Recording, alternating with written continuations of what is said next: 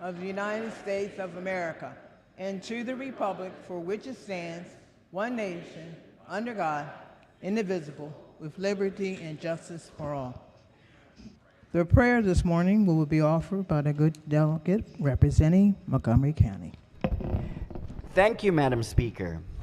If you're like me, please bow your heads. If you're like me, your energy is low today and you're exhausted. So we pray, oh God, that you rejuvenate us, you maintain our resiliency, and you are with us during this challenging time. Today we will discuss some polarizing issues on the floor. Help us, God, remember the 3 C's: staying cool, calm, and collected. Because at the end of the day, when our time is done in Annapolis, we won't remember the polarizing debates, but we will remember the friendships we made and the laughs that we share. In closing, the gentlelady from Kensington often has a phrase that I will share with you because I think it's something we should all strive for. Help us, O God, be a good human. Amen. Amen. Quorum call. Madam Speaker.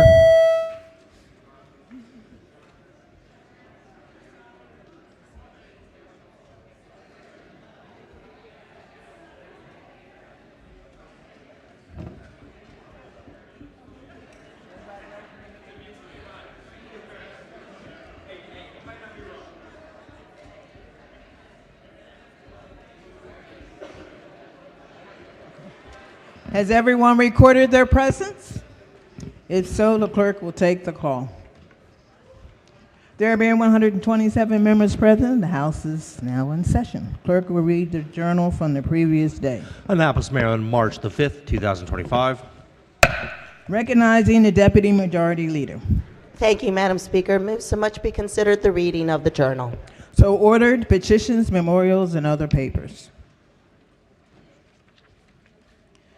Message from the Senate, consent calendar number 17, Senate bills introduced in the House. The clerk will read the first bill and committee assignment. Senate Bill 63, Senator Muse, Environment and Transportation. Recognizing the Majority Leader. Thank you, Madam Speaker. So much we consider the reading of Senate Bill 63. We consider the reading for all the bills on the calendar. Hearing no objection, the bills are read the first time and referred to the appropriate committees.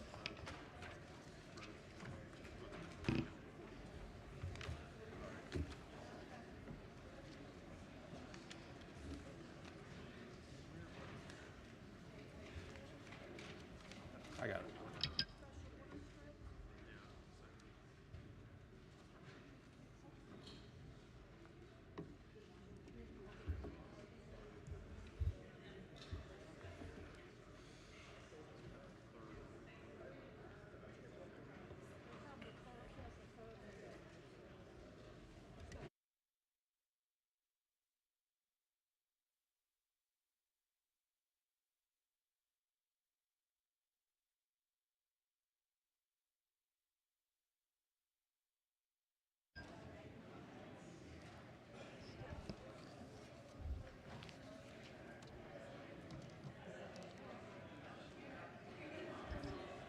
Special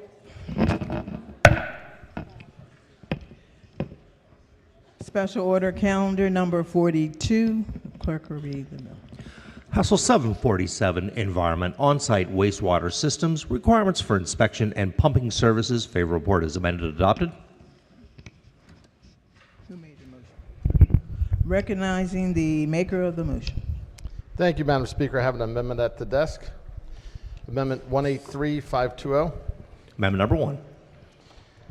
So we always hear simple amendments, but I truly believe this will be in the dictionary for simple amendments. And all this asks for is that the bills we know as a property transfers requires inspection and some other services to be performed. And all this says is that the property transfer is the initial transfer after construction of the property, and it would be exempted from the inspection. And this is just a what I think is a common sense amendment.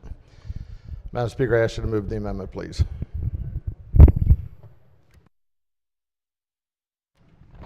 Madam Speaker. Floor Leader. Thank you, Madam Speaker. The committee accepts this as a friendly amendment.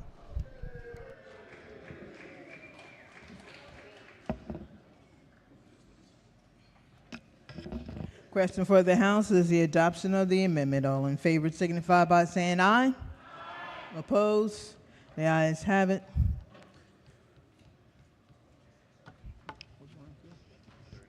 Are there any additional amendments to the bill or to its title? Hearing none, the bill is ordered printed for third reading. Clerk will read next bill.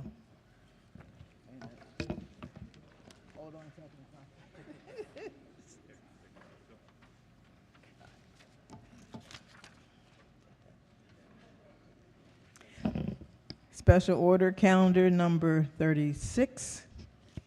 Clerk will read the bill.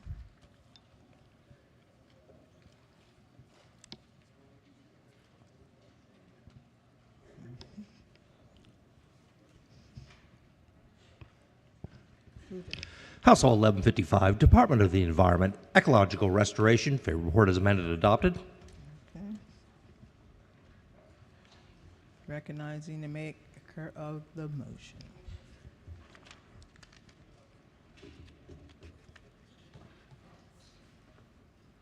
Who's it? Thank you, Madam Speaker. I have an amendment at the desk. It's amendment number 503326/1. Amendment number 1. Move so much be considered the reading of the amendment, Madam Speaker. So ordered. Thank you, Madam This is the Speaker. right thing. So folks, this particular bill, at least my understanding is from reading it, does seem pretty straightforward. The bill, that is. The bill requires the ecological restoration of properties that have been affected by numerous kinds of either, I guess, disasters or other kinds of environmental pollution.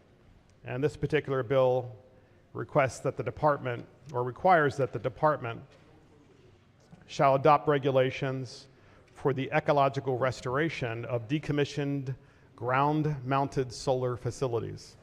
So in addition to the department being required to adopt regulations for ecological restoration, just as a general principle, the bill would also require the department to adopt regulations for the ecological restoration of decommissioned ground-mounted solar facilities. It's certainly no secret that these industrial based solar facilities are covering lots of farmland across the state.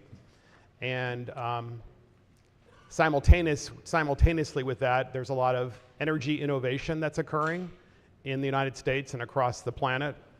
And it's entirely possible that much of those arrays, whether they are decommissioned naturally because the solar panels have used their useful life, or whether they are decommissioned because there's a better energy source and that's much more efficient and cheaper to operate, that they would be decommissioned nonetheless. And then the question is, well, what happens to all of the concrete and steel that's in the ground and the solar panels themselves that's across the farm? And I think the answer is there really isn't a plan. And so I do think it would be useful for the department to adopt regulations to be able to restore those farms to what they once were, actual farming where there was land that you actually planted crops as opposed to industrial-based solar panels and steel and concrete across 100 acres or 200 acres, what have you. So that's what the amendment does, pretty straightforward, non-controversial. Thank you, Madam Speaker. Yes. Thank you, Madam Speaker. Appreciate the delegate getting us the amendment in advance, but I would encourage the body to resist the amendment. The Department of Natural Resources is currently requiring decommissioning plans for solar systems that are 2 megawatts or larger, and I believe those are the types of systems that the delegate is referring to. They already have significant decommissioning requirements. They require a decommissioning plan, require bonding to pay for it. So we believe that for an amendment that would require MDE to adopt regulations would be duplicative of DNR's current efforts. So for that reason, I'd urge a red vote on the amendment. Madam Speaker, Yes. could I just ask a question to the floor leader about that process? Floor leader. Hi. Hello. This really interests me because, of course, I live in farmland and I actually have solar panels on my farm. And there's a lot of weird toxic stuff in solar panels, so I've wondered for a while what happens to them. So you said DNR has some kind of do you know, what does that look like? Where do our solar panels go when we take them down because they're no longer functioning? Yeah, I couldn't tell you specifically where solar panels, once they're decommissioning, where they go for disposal or recycling. I will say that MDE also has a work group on solar system reuse and recycling, and they are looking at making recommendations to the Climate Change Commission and to the legislature on that. But I'd certainly be happy to follow up with DNR to get specific, to get more detail about their decommissioning plans that are in place. But I just do know in general that they do have these plans for these large, again, 2 megawatt or greater systems. And my understanding is they have significant decommissioning requirements, requires bonding and a plan. So can get you further details as to what is in DNR's requirements, but I do know that they exist and are being implemented. And so there's none for the, pardon me, for the personal ones. So like my barn was covered, and then when I bought the property, I also had a couple on my house as well. So when those deteriorate, I mean, I kept wondering, like, what am I going to do with these things? Because they have like lead, cadmium, tetrahydrochlorides, and then like really stuff I wouldn't want leaching into my groundwater long term, because it would poison my well and probably all of my neighbors' wells as well. So is there no current plan in place for personal use solar panel deconstruction? Well, I'm sure that each county, with respect to, for example, if a solar system reaches the end of its useful life, which again is 15, 20, 25 years, that you can't just take them to the landfill and the county has no idea what to do with them. I'm sure they do set them aside, and they, just like with respect to other large items that you might take to the landfill that might have some toxic materials, there are special procedures that each county has in place at their landfill. But with respect to these large systems, again, DNR, because of the fact that they are large, and my guess is the system on your farm would qualify for that, that they do have a decommissioning, they do have decommissioning requirements. Okay, yeah, I would love to, if you forward me anything you have on it, I would love to know, because that's bothered me since I bought the place. Be happy to. Thank you. Madam Speaker, just have a couple of questions. Yes. Thank you. So you said that this already exists for what size system? 2 megawatts or larger. Or larger. So what Utility about the scale solar. system? How big is a 2 megawatt system? Like how many acres would that cover? Perhaps I could defer to someone at ECM who might have Okay. more understanding about that, but that's typically what's referred to as utility scale solar, and would be found on farms that are leasing their land for solar panels. And so for systems that are under 2 megawatts, there is no decommissioning requirement that the department's looking at, correct? That is correct. Okay. So this amendment then, sir, would cover all ground mounted. Doesn't address, obviously you have solar panels that go on rooftops. That's already impervious surface. What we're talking about is putting these ground mounted utility scale solar panels across farms or other properties. And this particular amendment requires regulations for decommissioning for all ground-mounted solar. And what you're saying is that, well, that exists for 2 megawatts or more. Why doesn't it exist for lower? Because as you heard the young lady say just a few minutes ago, after solar panels have been on a farm for 20, 25 years, no matter the size, and they're across the ground, they're obviously leaking all kinds of dangerous chemicals. And so why wouldn't the department require the soils to be tested when they're decommissioned, for example? After all, it says in the bill, and I'll let you answer the question, but it says in the bill, ecological restoration means an activity undertaken with the goal of recovering, reestablishing, or enhancing a degraded, damaged, or destroyed ecosystem. So An ecosystem is an ecosystem, no matter if it's a 2 gigawatt system or a 1 gigawatt system or a half gigawatt system. Well, Delegate, I guess with respect to the bill, the definition would apply, the definition does not, and the bill do not require MDE to adopt regulations to implement them. So this is Sorry, for I can't hear you. consistency. It does not require MDE. We specifically took out language saying that MDE is to adopt regulations or is to change its regulations across the board so that they are consistent with the definition in the bill. What this is intended to do is when there are applications and projects that involve ecological restoration so that the permitting process is consistent across agencies. I will say with respect to solar recycling, solar panel recycling and reuse, again, MDE does have a work group which has made some recommendations already. I know they're continuing to meet in 2025 to make recommendations that eventually come to the legislature with respect to solar panel and reuse. And again, with respect to, I would defer to my colleagues with respect to any concern about leaching from solar panels into into the land and into any local groundwater system. My guess is that risk is pretty nominal, but in any case, I mean, that would be how do you know that? Because no one in the state of Maryland has actually tested the soils under a large industrial scale solar project. I mean, every other kind of development project is required to actually test soils through a NEPA and other kinds of environmental requirements before they even build. So what you're saying doesn't add up because you don't actually know what's happening. And maybe we should know, which is the purpose of this amendment, among other things, before we start covering large tracts of land with these panels.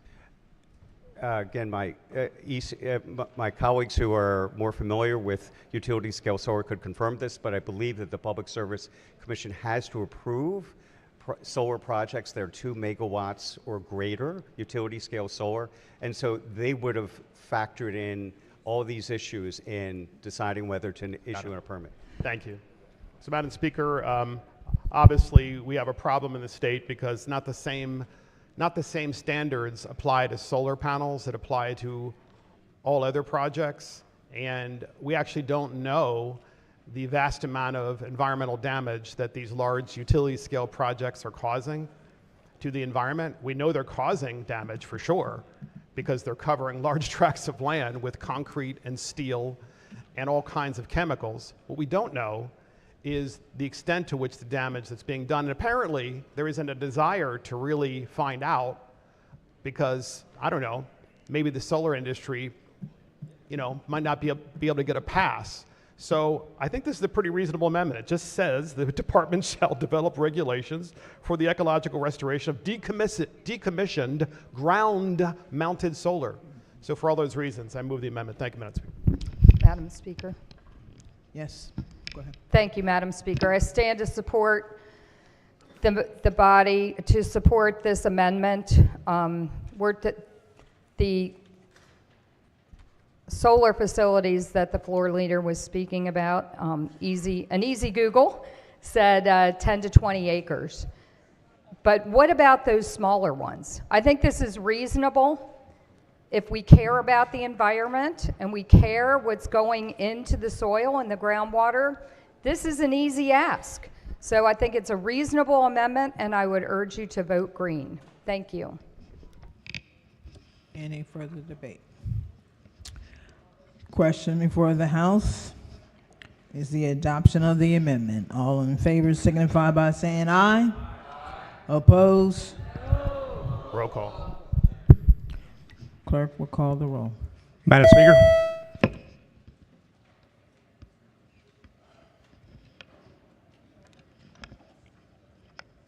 Madam Speaker, to explain my vote. Explain your vote. Madam Speaker, I would love for the body to stick with the committee and vote red on this important. Thank you, Madam Speaker. My finger got pushed there a little bit.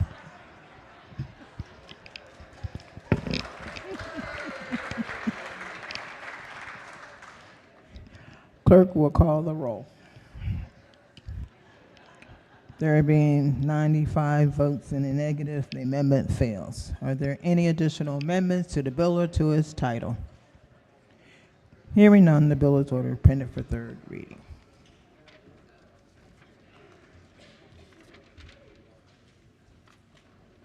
Special order calendar number 43. Clerk will read the bill. House Bill 767, Real Property, Landlord and Tenant, Procedures for Failure to Pay Rent, Breach of Lease, and Tenant Holding Over Tenant Possessions Recovery Act. Favor report is amended and adopted. Are you the floor leader for this? Maker of the amendment? Thank you, Madam Speaker. I have amendment at the desk.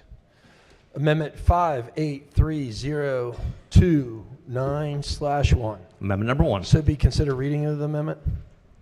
So ordered. Thank you, Madam Speaker.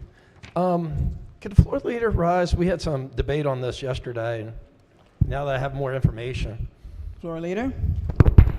Glorious morning to you. Good morning. Good morning. Happy Saturday. Same to you. Hey, you were quoting a case yesterday when we had some debate about days and you know, other things involving this bill.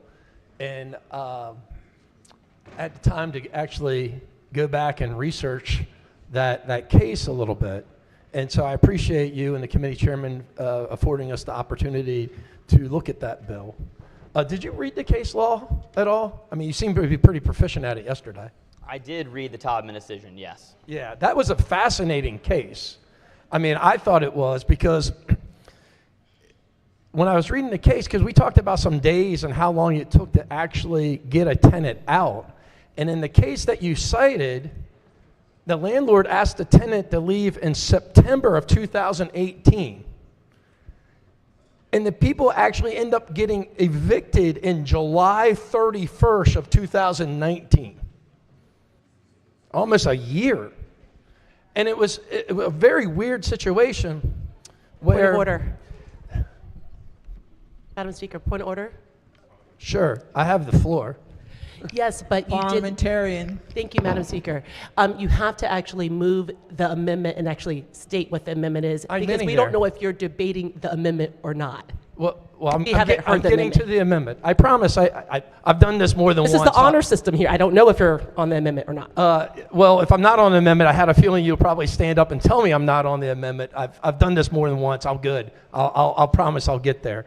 But getting back to what I'm saying, it took almost a year for them to get that tenant out. And it was a fascinating decision. Once the landlord took possession of the property, the landlord locked the contents of the property in and actually went to sell it back to the tenant. I mean, it's a crazy situation. Certainly you agree that's not what normally happens in an eviction process, correct? Yes. Okay, good, we're in agreement. And then the court case didn't really find that Maryland's eviction law was unconstitutional. It found that Baltimore City's eviction law was unconstitutional. That's correct, except that the aspects of Baltimore City's law that it found unconstitutional are identical to Maryland. So while the case only pertained to Baltimore City, the holding naturally extends to Maryland law as well, and that's why the bill is before you this morning. So in the case, in the decision by the judge, it didn't, how do you say it? Reclamation, something like that. Reclamation, yeah. Yeah, there you go. Very Oh, close. you get paid the big bucks. Yeah, that's right. You were very, very close. Well, I didn't see anywhere in the decision where that said 10 days, which is what this bill has. Yeah, this is a great point. So the judge, his name is Judge Wilkinson on the Fourth Circuit. He's the most conservative judge the Fourth Circuit has to offer. In fact, I'm like 65% sure he might be like an honorary member of the Freedom Caucus, but you would have to check for me. So he wrote the opinion, not me. And you're right that he did not say the magic number of days that we would have to do to be constitutional. So the committee went back. We looked all across the country to see what kind of days have been held to be constitutional. And we said, okay, well, Alabama does 14 days. New Jersey does 30. Pennsylvania does 10. West Virginia does 30. District of Columbia does 7. Delaware does 7. So some do 30. Alabama does 14. 7, 10, 14, 30. We kind of just met in the middle and we said, all right, there's safety in numbers. If we go with 10, Judge Wilkinson probably won't be mad at us anymore, and that's why we went with 10. Well, I don't know if Judge Wilkinson would be mad at you because in the decision, because look, it was relayed to us yesterday that this was being done and it was almost like court order legislation.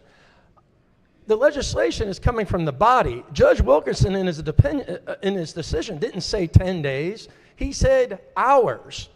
And proof of this is Virginia only allows for 24 hours. And the last time I checked, the Fourth Circuit Court, where Judge Wilkinson is, also sees Virginia. So Virginia had this legislation similar. Virginia ended their legislative session a couple weeks ago with a budget, with no tax increases, with a major surplus, and they didn't push this legislation through. Isn't that so? Yeah, so the way that the federal courts work is that they will only look at laws that are actually before them. So because the Baltimore City law was challenged, the panel of 3 judges on the Fourth Circuit analyzed that law. The Virginia law of 24 hours notice has not been challenged. And I think it's very likely, and the committee agrees, that if it were, Judge Wilkinson would come up with the same result. You were correct. Well, Judge Wilkinson in his decision said hours. I'll get there. Yes, in dicta, there was a throwaway line that the judge said of the opinion where he said that in this case specifically, the Todman family, if they had mere hours of a reclamation period, would have been able to get their stuff back. He did not say that hours would pass constitutional muster. Well, the court's been was appointed by Reagan. He's been on the court for decades. He's very deliberative, and I don't know about a throwaway line because when I read the decision, it's basically about notification. It's not about the reclamation at all. And so, look, this is just some feedback that we've had with this debate. I'm happy to uncover some of these facts. We had a lot of decision on this debate on this floor about facts. The amendment that is before us right here, getting to the amendment, is on page 10. Page 10, I think it's line 23. Read it here. Say a tenant may not waive the right to reclaim personal property under this subsection. Well, that seems odd to me because when you're standing in front of a judge at the repossession trial, when the judge says it, both defendants should be there, the tenant and the landlord. And basically all this amendment does is allow, if there are mutually agreed upon when to take possession, to do that. The amendment strikes the word not, and so it reads, the tenant may waive the right to reclaim personal property under this subsection if parties agree on a date and time of repossession. That's it. So you're standing in front of a judge and said, hey, can you get out on, pick a date, May 30th. Mr. Landlord, are you okay with that? Yes. Mr. Tenant, are you okay with that? Yes. They agreed upon, and guess what? No sheriff's involved. Everything's a very calm situation. It's by consent. So I would ask the floor leader on this to consider this as a friendly amendment because it's done in good faith. We laid out the groundwork for other amendments that will be coming forward right after this one. Thank you, Madam Speaker. I move the amendment. Floor leader. Thank you, Madam Speaker. Well, I do appreciate the good delegate sharing the amendment with the committee beforehand. However, unfortunately, I'm going to have to urge the body to be extremely red on the amendment.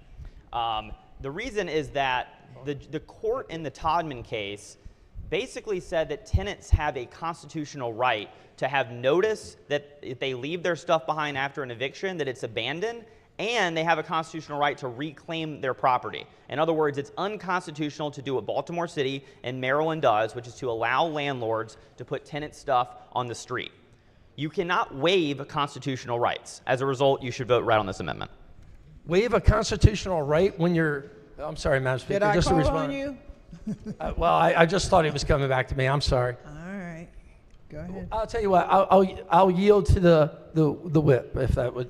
All right. Your wishes. Whip. Thank you. Good morning, Madam Speaker, and good morning to my legal colleague there. Could you mind answering a few questions here? Not at all. It's great to see you. So, In practice, and I do some landlord-tenant practice, I'm assuming you do as well, what is the issue with two parties agreeing on a date to reclaim their property in lieu of the landlord holding that property for 10 days beyond the eviction date, which you and I know is usually months out? So what is the harm if there's an agreement? He's not saying that the tenant is waiving their right to access to the personal property. He's just saying that if there's an agreed upon date to reclaim the property, that's how that works. It's called like cash for keys. I mean, the landlord-tenant negotiation, I mean, in practice, that is exactly how it works, because otherwise you're having to wait for the sheriff to come out. It takes a long time, and if it's in the wintertime, they don't evict if it's below 36 degrees in Baltimore City. So this is a good amendment. And it doesn't strike the purpose of the bill at all. It just says that there's less onus on the landlord if the tenant and the landlord mutually agree to a date before the scheduled eviction date, then it wouldn't apply. So what's the issue there? Okay, two issues. First is the constitutional one, which I raised. The amendment literally does ask tenants to waive a right that the Fourth Circuit just said was a constitutional right. It literally says that. It strikes the word not in a sentence that says may not waive. So it is explicitly asking for a tenant to waive a right that the court just said was constitutional. You cannot do that, as you know. The second issue is that just from a practicality standpoint, if the concern is we don't want to have to wait around 10 days, there's nothing to stop the parties from coming together and making an agreement under the original text of the bill. As you know, it happens all the time. In fact, in probably 95% plus of cases in all these other states that already have a reclamation period, the landlord and the tenant do agree to do this. So let me ask you this, because we have scenarios in Baltimore where tenants do in fact leave stuff behind, trash. Now you could argue that that's personal property. So are you saying there's no scenario in this bill in which a tenant could have a written agreement with the landlord to say, you know what, I'm good with what's left there, I don't want to come and get it, I'm done with it? You're saying that that's not permitted? That in that particular case, the landlord would have to keep all that stuff in there for 10 days beyond the eviction date, even if there was a written agreement between the tenant and the landlord to waive leaving the trash behind? The bill prohibits waiver of constitutional rights. Just like it would be unconstitutional in a lease for a landlord to ask the tenant to waive their right to the Second Amendment or to the First Amendment, you can't waive this. You can't waive it. I'm sorry. I didn't write the opinion. This was a Freedom Caucus guy. I didn't write. I mean, one day I'll be on the Fourth Circuit, I'm sure. But until then, I have to just trust in Judge Wilkinson. Yeah. I didn't write the opinion. We never passed this bill until the Fourth Circuit forced our hand. This is called persuasive speaking. You're using like MAGA and constitutional and Second Amendment rights. I like what you're doing there. It's creative. I even wore my red tie for you. But I'm not seeing anything in this bill. I like it. First of all, I dispute that this amendment runs afoul of any constitutional issue, because there's an agreement. There's an agreement between the tenant and the landlord related to the property. There's an agreement. And you're saying that even if there's an agreement between a landlord and a tenant, that the landlord would still be required to keep all that stuff in there 10 days beyond the eviction date, which could be several months out. I just don't understand if there was an agreement. It's one thing if there's no agreement, which I think is the intent of the bill, which I'm not necessarily, but if there's an agreement between the landlord and the tenant, why would we not allow that? Because you can't waive constitutional rights. You should take this up with the Supreme Court. Like, I don't have their cell phone numbers or whatever. We could probably get Justice Kavanaugh on the phone this afternoon. You could try to talk to him, but you can't waive constitutional rights. You cannot waive constitutional rights. Yeah. All right. So look, I'll say this. I rise to support the amendment. I think it is abundantly and crystal clear that this amendment does not run afoul of any constitutional rights. It would be a voluntarily and enforceable agreement between a tenant and a landlord to save time, which is often the case in landlord-tenants dispute, as my good friend from Montgomery County knows in his legal practice. For those reasons, I support this amendment. I encourage my colleagues to do the same. Thank you, Madam Speaker. Madam Speaker. Yes. Thank you, Madam Speaker. I adore my good friend from Montgomery. However, in the state of Maryland, you absolutely can waive your Second Amendment rights in tenant situations. We have had this debate on the floor repeatedly. We have moved bills that explain this clearly. In Maryland and in many states, you can have an absolute gun-free ban in your apartment building, and your tenants can sign that lease and waive their right to use the Second Amendment and have guns on their property. We have had the debate on this very floor, I think in this very term. Maybe not, I'm getting a little old, but that is absolutely Maryland state law. When you are Mirandized, you can also waive that right. You can absolutely waive constitutional rights. That's simply inaccurate. Yes. Thank you, Madam Speaker. Just to finish up the debate here with the floor leader, if you could please rise. Floor leader. So you made a claim with the debate with the minority whip there that this is unconstitutional, this amendment. Why do you keep saying that?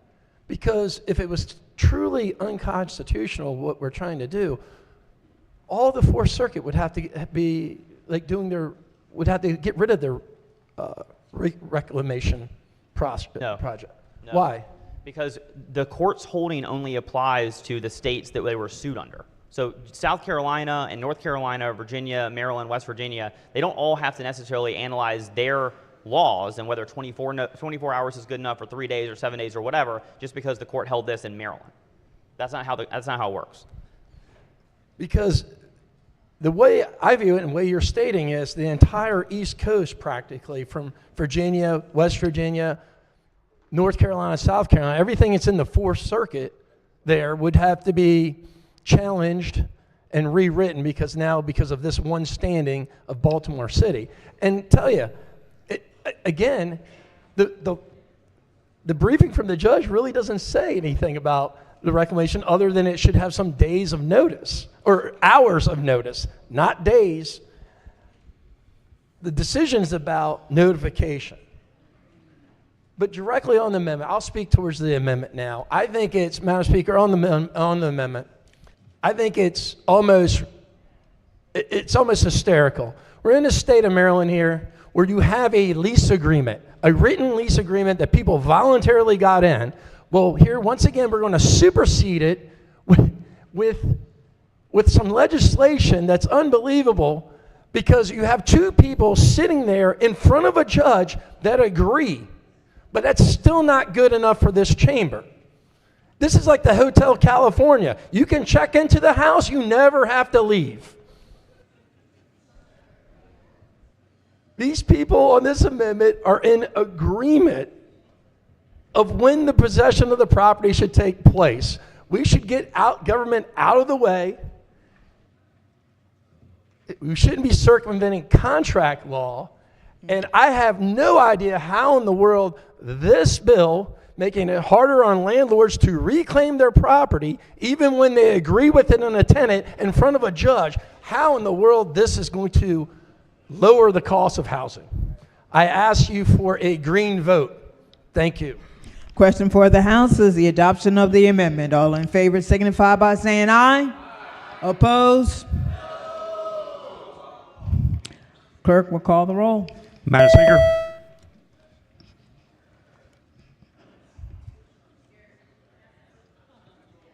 Any more in the... Has everyone recorded their vote? Does anyone care to change their vote? If not, the clerk will take the call. The amendment fails. Are there any additional amendments to the bill to its title? You have an additional amendment? Yes, ma'am. Go ahead. Thank you, Madam Speaker. I have an amendment at the desk. My glasses aren't working good today.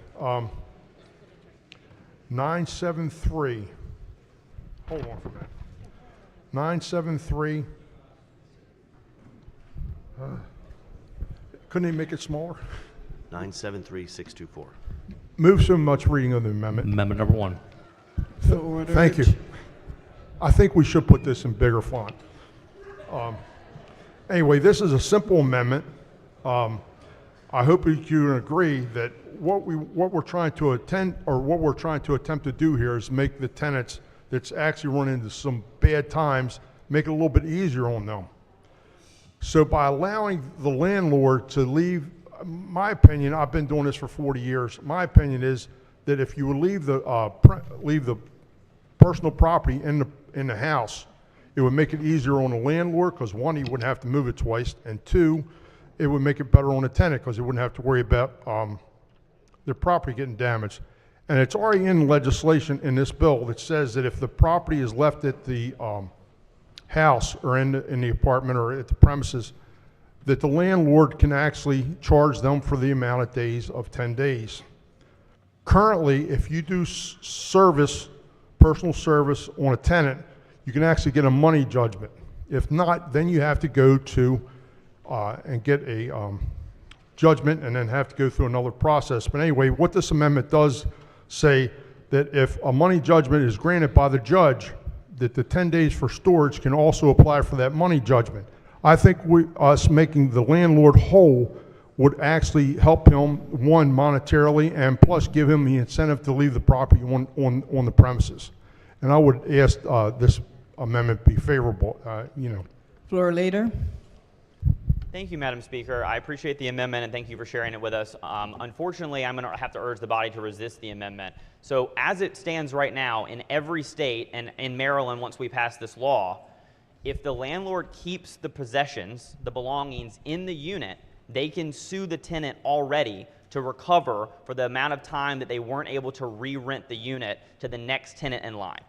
However, they cannot under this law, but they could under your amendment, charge the tenant for the storage cost if they chose to take the belongings out of the unit into a storage unit. The committee deliberated which approach to take. There are 3 different approaches that are used across the country. Approach number 1, the unconstitutional one, Maryland.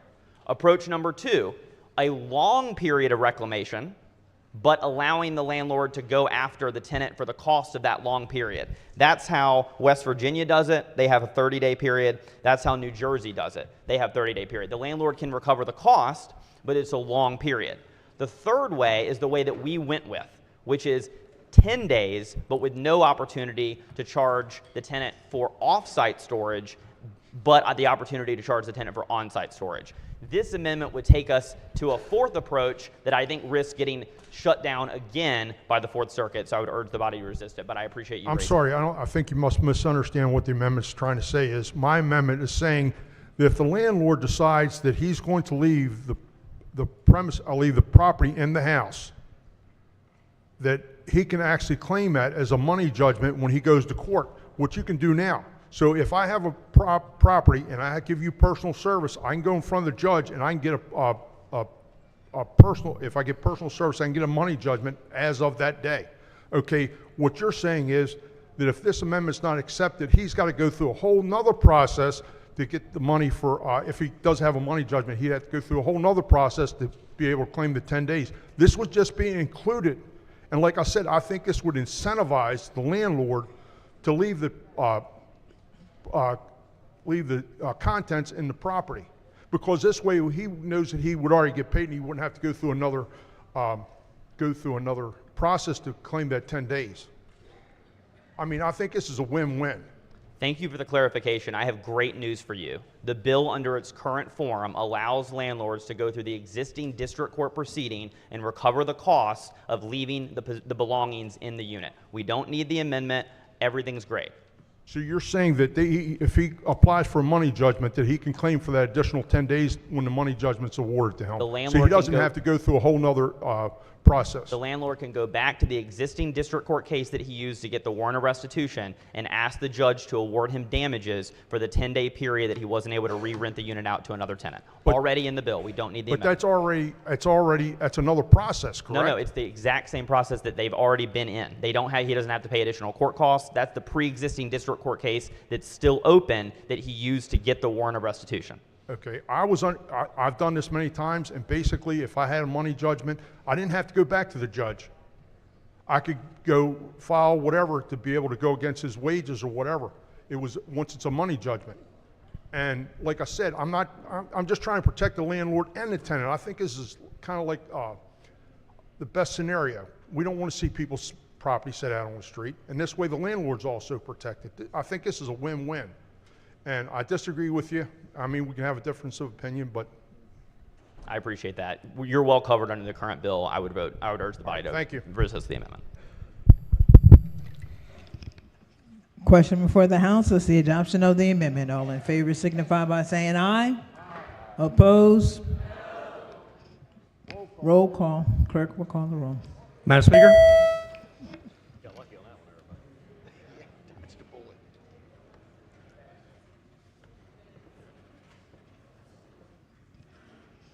Clerk will call the roll.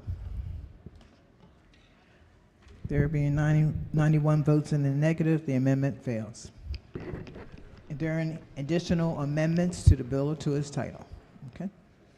Go ahead. Thank you, Madam Speaker. I've got an amendment at the desk, 893-023/1. Amendment number 1. Be so much be considered the reading of the amendment. So ordered. The amendment reduces the reclamation period from 10 days to 24 hours. I mean, I would ask the floor leader to rise. It might be better to just do a brief back and forth on this. Floor leader. Yeah. Great to see you.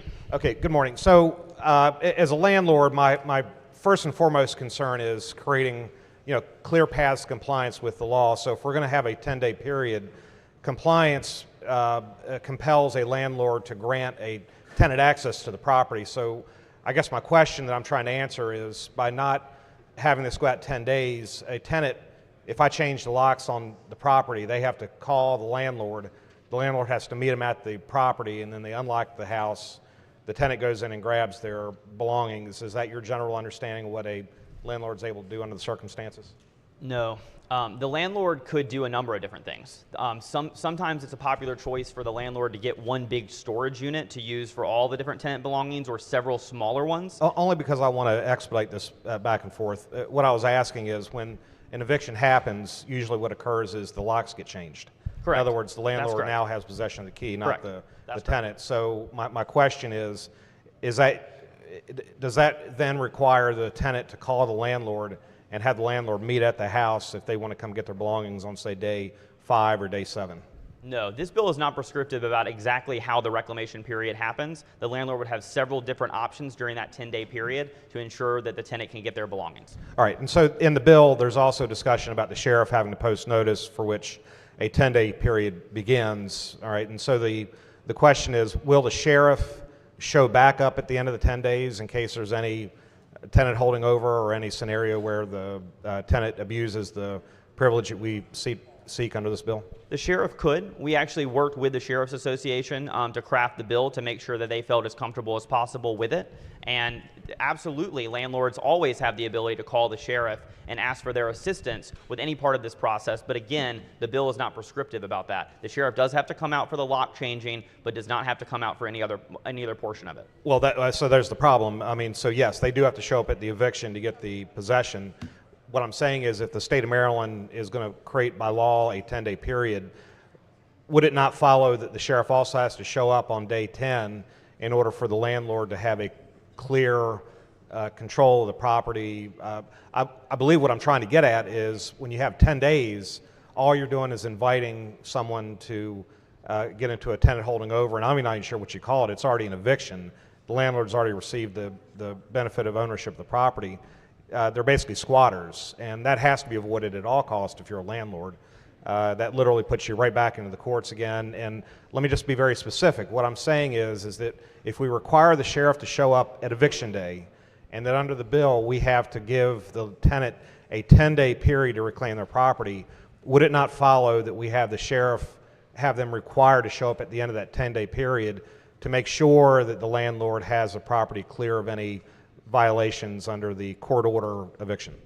No, and I think the fundamental misunderstanding here is that you are imagining only one scenario that the landlord would use to go about this, which is leaving the belongings in the unit. Again, this bill is not prescriptive. One very common thing that landlords do in other states is they move the belongings to a storage unit immediately. They re-rent the property out, and then they just give the tenant the code of the storage unit. They say, hey bro, it's 1, 2, 3, 4, come on out and get your stuff. See you later, sorry that things ended badly.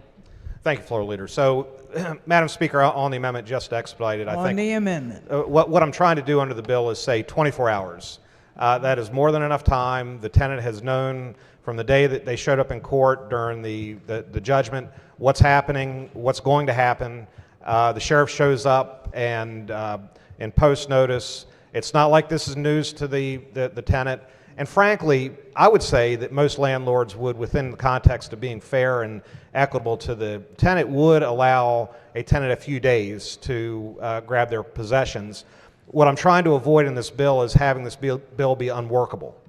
And unworkable is to say we're going to grant someone a full 10-day period, and at the end of that 10-day period, what might happen? Maybe the landlord at that point takes the property out and throws it away.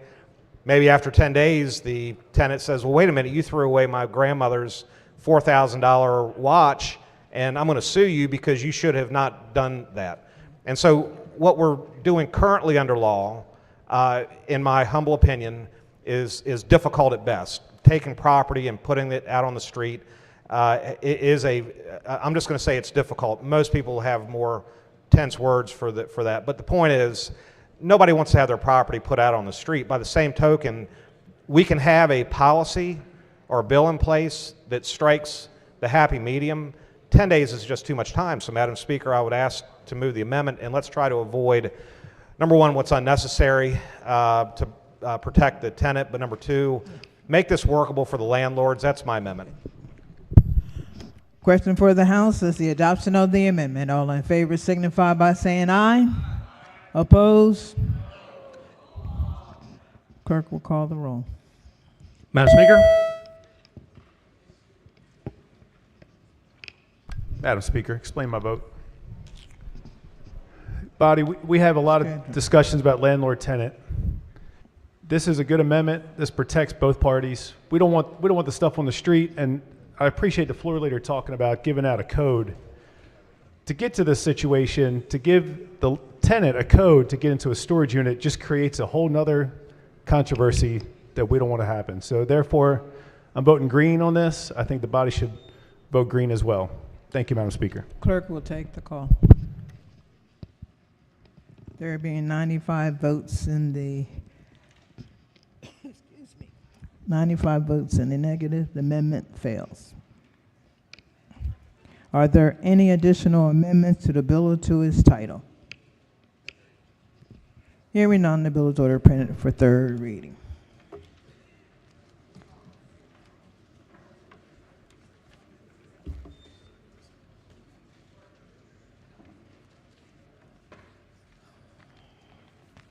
Report of the Committee on Economic Matters, report number 11.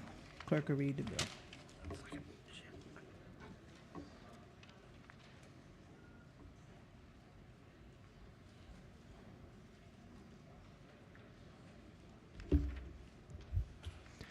House Authority, limited line credit insurance qualification of applicants, favorable.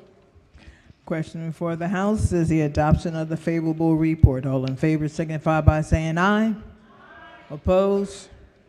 The ayes have it. The favorable report is adopted. Are there any amendments to the bill or to its title? Hearing none, the bill is ordered printed for third reading.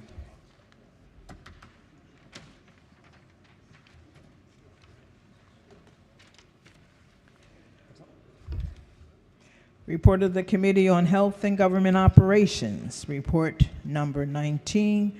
Clerk will read the first bill. House Bill 65, Community Health Worker Appreciation Day, favorable. Question for the House is the adoption of the favorable report. All in favor signify by saying aye. Opposed? The ayes have it. Favorable report is adopted. Are there any amendments to the bill or to its title? Hearing none, the bill is ordered printed for third reading. Clerk, read next bill.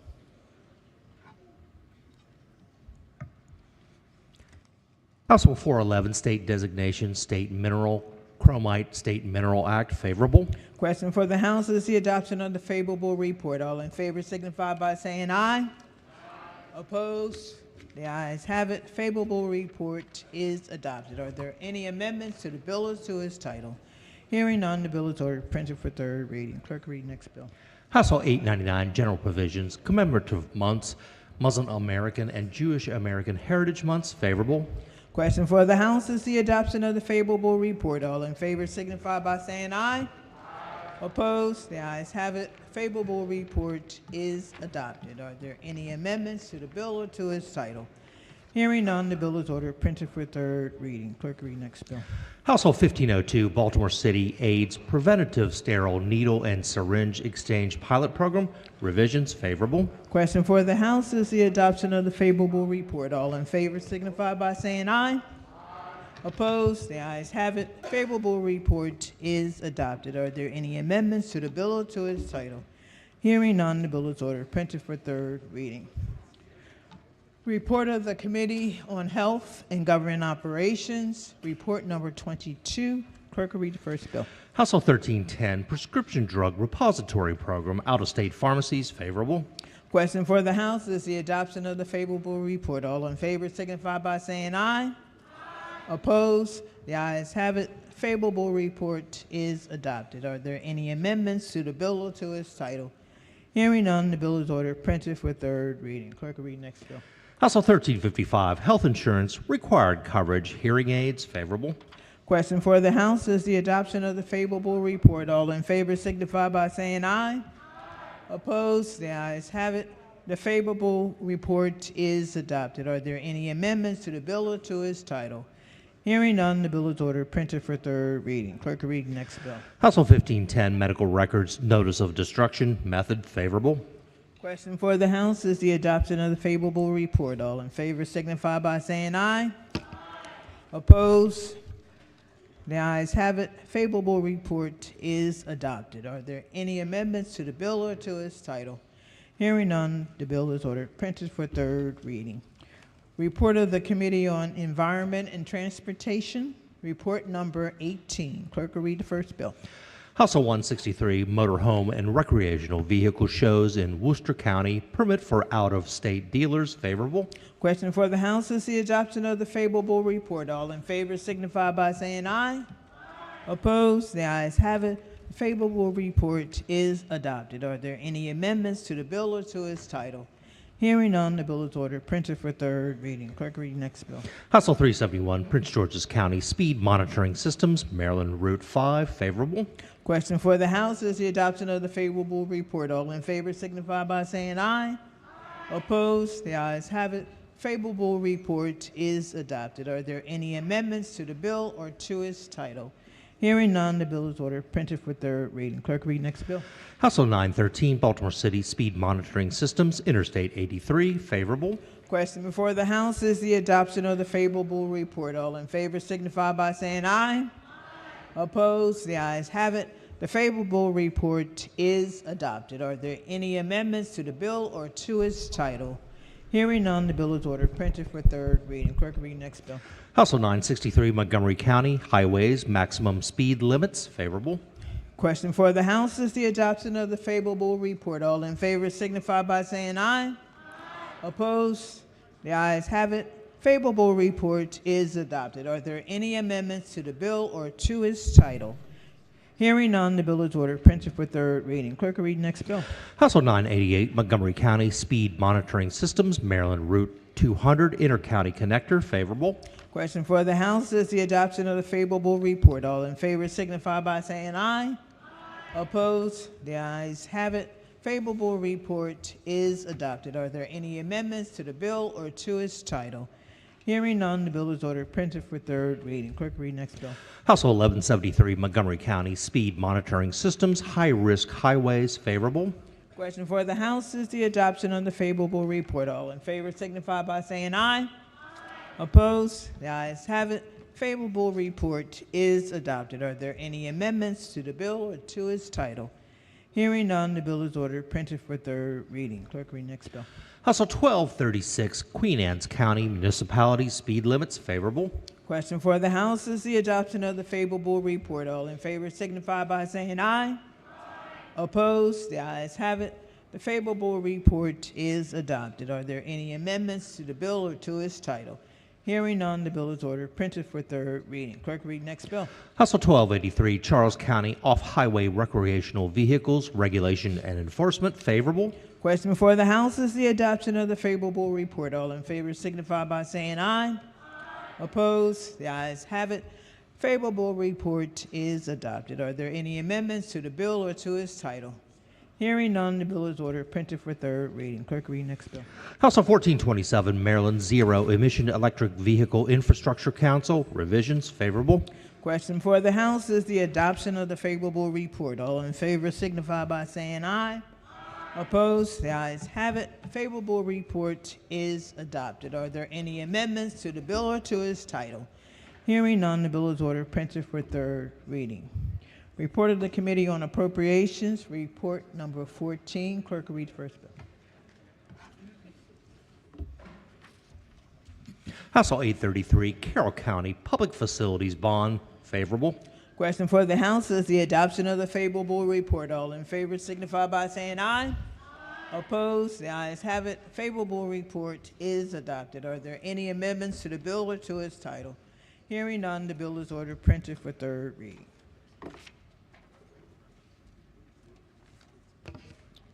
Report of the Committee on Ways and Means, report number 18. Clerk will read the first bill. House Bill 781, Election Law, Polling Place Procedures, Voting by Elderly Voters and Voters with Disabilities, Accessible and Expedited Voting Act of Maryland. Favorable amendments. Amendment number 1. Recognizing the floor leader. Thank you, Madam Speaker. So much be considered the reading of the amendments. So ordered. The committee amendments remove a requirement that the local boards of elections may make adjustments to the expedited voting process during the election day. They streamline the language and make clarifying changes. I move the committee amendments. Question for the House is the adoption of the amendments. All in favor signify by saying aye. Opposed? The ayes have it. The amendments have been adopted. Question now is adoption of the favorable report as amended. All in favor signify by saying aye. Opposed? The ayes have it. Favorable report is adopted. Are there any additional amendments to the bill or to its title? Hearing none, the bill is ordered, printed for third reading. Clerk, read next bill. House Bill 799, Economic Development, Maryland Innovation Initiative University Partnership Extension Program, Establishment. Favorable amendments. Amendment number 1. Recognizing the floor leader. Thank you, Madam Speaker. So much be considered the reading of the amendments. So ordered. Amendment number 1 is technical. Amendment number 2 expands the extension program to certain educational institutions of higher education, reduces and makes discretionary certain appropriations for the program, alters certain participation requirements for the program, and requires TEDCO to submit a report on similar programs in neighboring states and the benefits and costs of expanding the Maryland Innovation Initiative to all institutions of higher education in the state. Move the amendments. Question for the House is the adoption of the amendment. All in favor signify by saying aye. Opposed? The ayes have it. The amendment has been adopted. Question now is the adoption of the favorable report as amended. All in favor signify by saying aye. Opposed? The ayes have it. Favorable report is adopted. Are there any additional amendments to the bill or to its title? Hearing none, the bill is ordered, printed for third reading. Clerk, read next bill. House Bill 906, Campaign Finance, Political Organizations, Disclosures on Solicitations, Stop Scam PACs Act. Favorable amendments. Amendment number 1. Recognizing the floor leader. Thank you, Madam Speaker. So much be considered the reading of the amendments. So ordered. The amendments require entities making independent expenditures to disclose on a fundraising solicitation the 5 largest recipients of expenditures made by the entity in the preceding calendar quarter and the amount received by each recipient. Move the amendments. Question for the House is the adoption of the amendments. All in favor signify by saying aye. Opposed? The ayes have it. The amendments have been adopted. Question now is the adoption of the favorable report as amended. All in favor signify by saying aye. Opposed? The ayes have it. The amendment has been adopted. Question now is adoption of the favorable report as amended. All in favor signify by saying aye. Opposed? The ayes have it. Favorable report is adopted. Are there any additional amendments to the bill or to its title? Hearing none, the bill is ordered, printed for third reading. Clerk, read next bill. House Bill 983, Election Law, Local Boards of Elections, Language-Related Assistance. Favorable amendments. Amendment number 1. Recognizing the floor leader. Thank you, Madam Speaker. So much we consider the reading the amendments. So ordered. The amendments require local board of elections that are covered by the bill to provide translation services through video conference at each early voting center and election day polling place, provide online voting materials in languages other than English, and make efforts to recruit bilingual election judges. The amendments also generally simplify and streamline the requirements of the bill. Move the amendments. Question for the House is, this is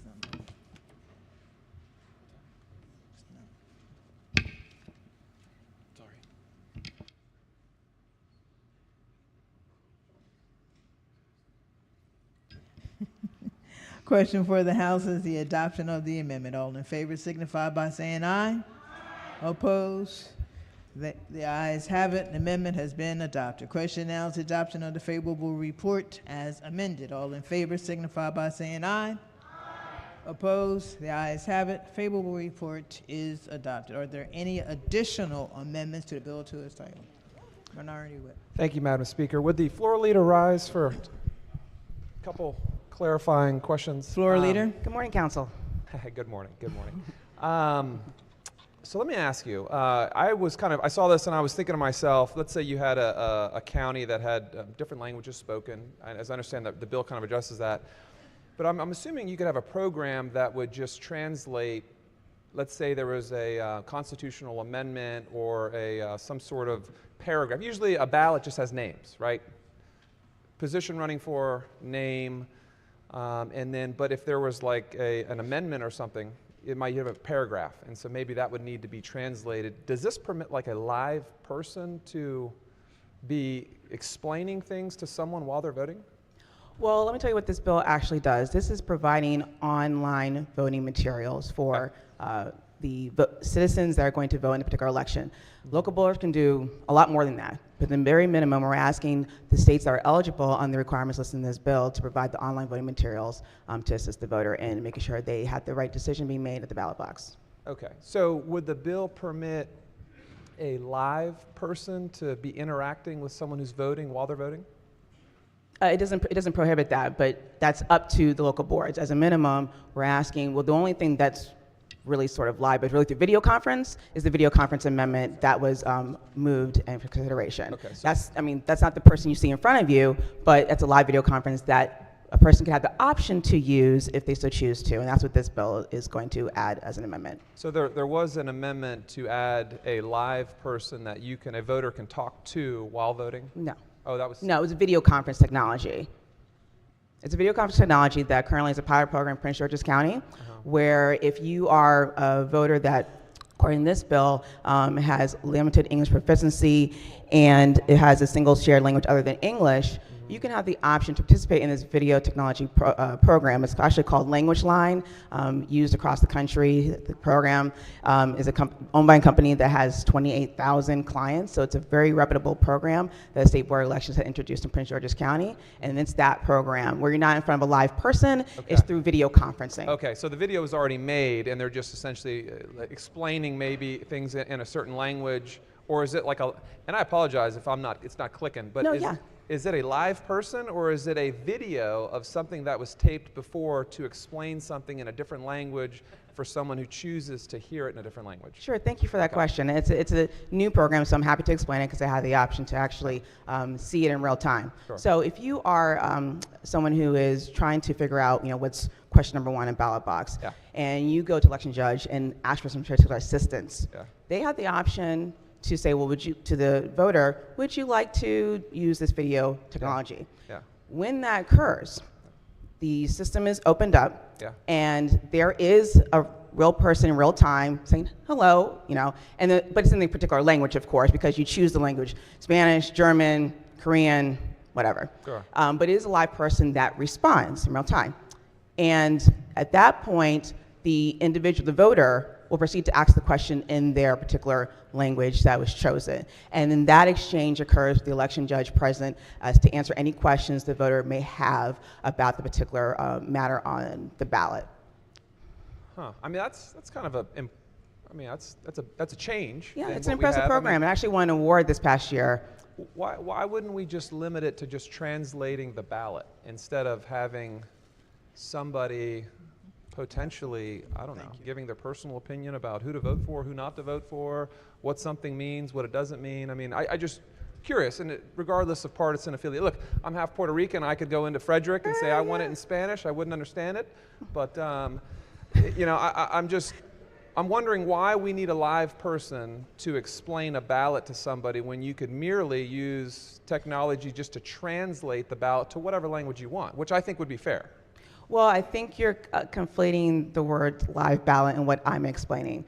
This is a technology program. It's a program where actually you are talking to someone in real time, just like Zoom. So real All of time- us are on Zoom. does And when real- we get on Zoom, we start talking to a live person in real time. And that's essentially what this program is. And it's a pilot program, as I mentioned, that started in Prince George's County just this past election cycle.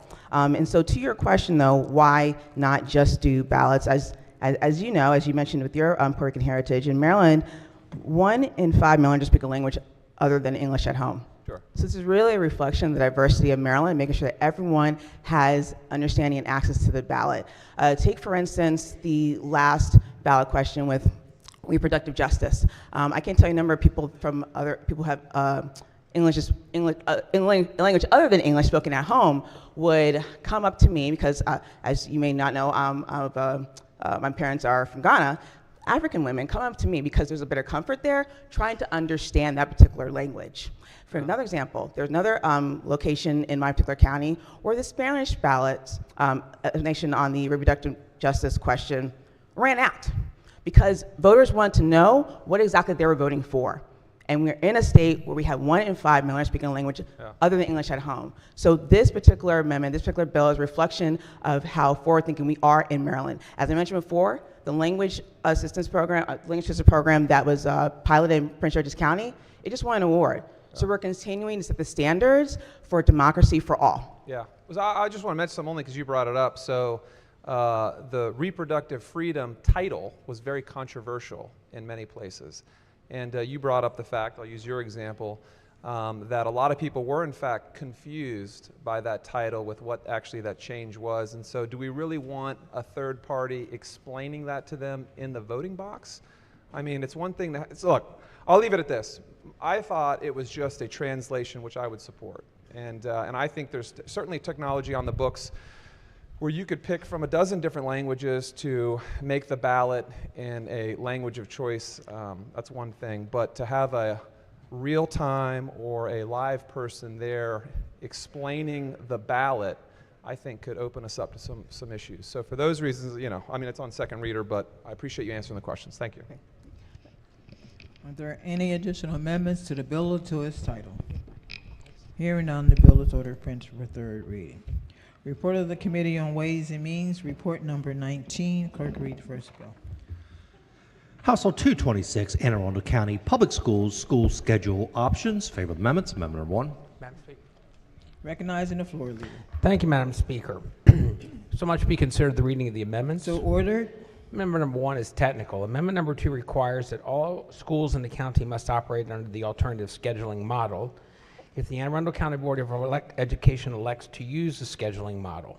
Requires that hourly employees be offered the opportunity to make up lost work if the school is open for fewer than 180 days.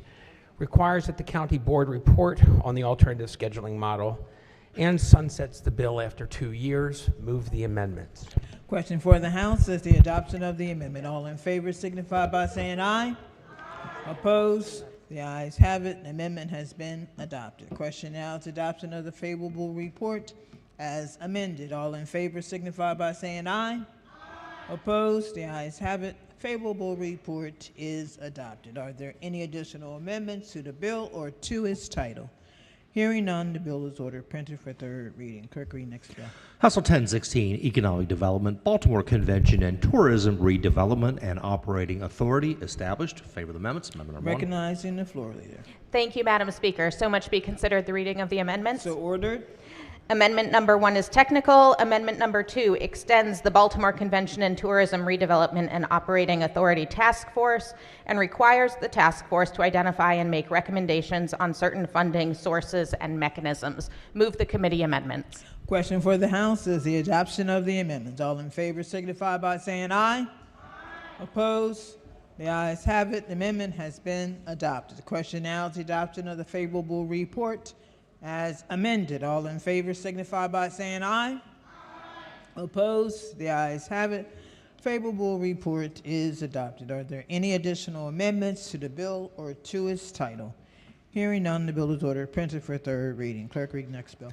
House Bill 1204, Public and Non-Public Schools Student Elopement Notice and Reporting Requirements. Favor the amendments. Amendment number 1. Recognizing the floor leader. Thank you, Madam Speaker. So much be considered the reading of the amendments. So ordered. Amendment number 1 is technical. Amendment number 2 alters the definition of wandering to exclude students with standing permission to leave class. It tightens the timeline for reporting an elopement incident to the day of the incident and includes all students.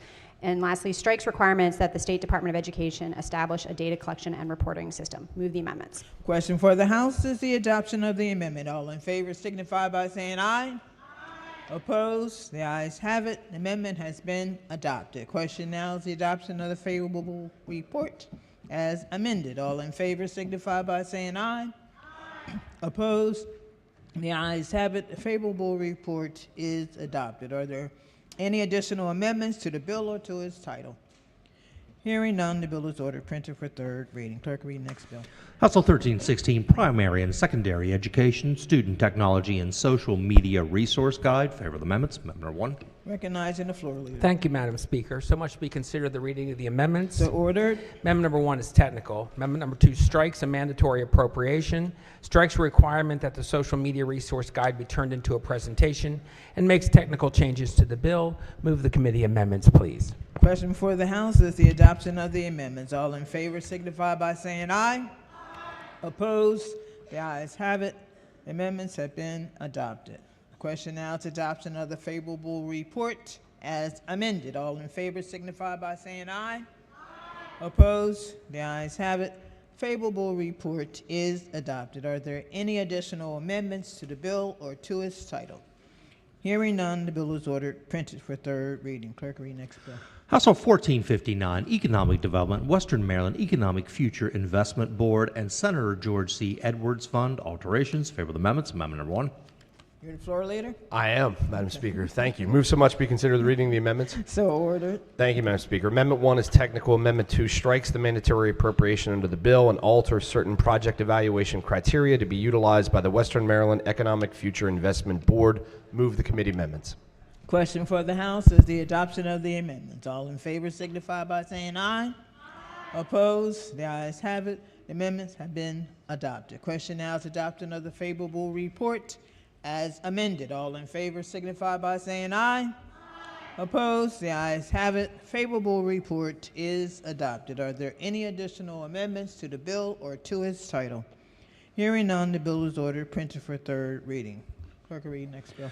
House Bill 1475, Office of Child Care Advisory Council, Publicly Funded Pre-Kindergarten Analysis and Report, Mixed Delivery Model Viability Act. Favor the amendments. Amendment number 1. Recognizing the floor leader. Thank you, Madam Speaker. So much be considered the reading of the amendments. So ordered. Amendment number 1 adds sponsors. Amendment number 2 requires the Office of Child Care Advisory Council to study challenges for public pre-kindergarten providers in building or adapting facilities to early learners and how all pre-kindergarten providers can best provide a quality early childhood education for students with and without disabilities in the same classroom. Move the committee amendments. Question for the House is the adoption of the amendments. All in favor signify by saying aye.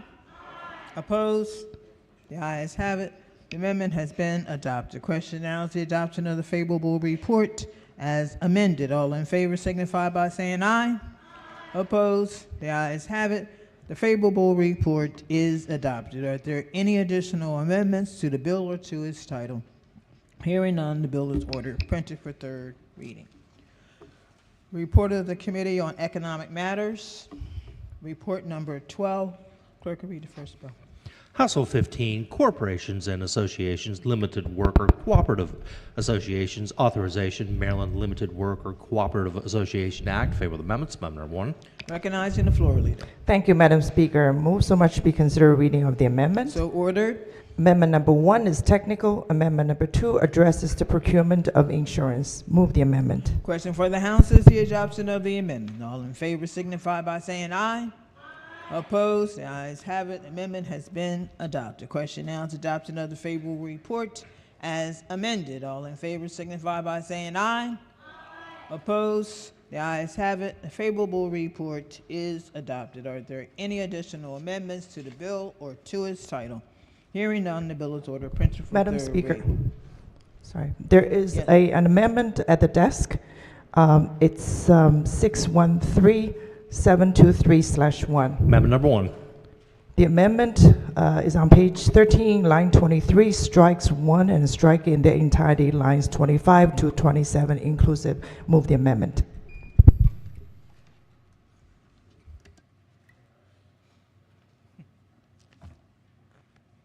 Question for the House is the adoption of the amendment. All in favor signify by saying aye. Aye. Opposed? The ayes have it. Clerk will call the roll. Nope. Oh, excuse me, I'm trying to rush things. Are there any additional amendments to the bill or to its title? Madam Speaker, Yes. would the floor leader rise, please? Floor leader. Yes. Thank you so much. Can you tell us what a limited worker cooperative association is? Yes, this bill simply creates a new category under the current LLC law to recognize a growing trend in Maryland when workers want to step up and create or own a business as worker owners. So a lot of the LLC laws still apply to that, but with the legal recognition, a business can more easily access capital, attract investments, and grow in the state of Maryland. And it could be all kinds of forms, from farms to retail to many other different forms. Was there opposition to this bill? There was only one concern of technical fixes. The bill actually, with amendment, fixed those concerns related to insurance clarification and workers' comp. Thank you. I'll take a look at it before third reader. Thank you, you. Madam Speaker. Is there any further debate? Are there any additional amendments to the bill or to its title? Hearing none, the bill is ordered printed for third reading. Clerk, read next bill. Household 332, Consumer Protection, Electronic Funds Transfers, Regulations, Elder Fraud Prevention Act of 2025. Favorable amendments. Amendment number 1. Madam Speaker. Yes, recognize Vice Chair of the committee. Thank you, Madam Speaker. Move so much be considered the reading of the amendments. So ordered. Amendment number 1 is technical. Amendment number 2 limits the bill to specified wire transfers. Please move the amendments. Question for the House is the adoption of the amendments. All in favor signify by saying aye. Aye. Opposed? The ayes have it. The amendments have been adopted. Question now to adoption of the favorable report as amended. All in favor signify by saying aye. Aye. Opposed? The ayes have it. Favorable report is adopted. Are there any additional amendments to the bill or to its title? Hearing none, the bill is ordered printed for third reading. Clerk, read next bill. Household 577, Business Regulation, Miscellaneous State Business Licenses, Enforcement and Penalties. Favorable amendments. Amendment number 1. Recognizing the floor leader. Thank you, Madam Speaker. Move so much to be considered reading of the amendments. So ordered. Amendment number 1 is technical. Amendment number 2 requires the comptroller to study and make recommendations related to the enforcement of miscellaneous state business licenses and to submit a report of its findings on or before December 1st, 2025, and changes the effective date of the study from October 1st of this year to July 1st of the year. Move the amendment. Question for the House is the adoption of the amendment. All in favor signify by saying aye. Aye. Opposed? The ayes have it. The amendments have been adopted. Question now is adoption of the favorable report as amended. All in favor signify by saying aye. Aye. Opposed? The ayes have it.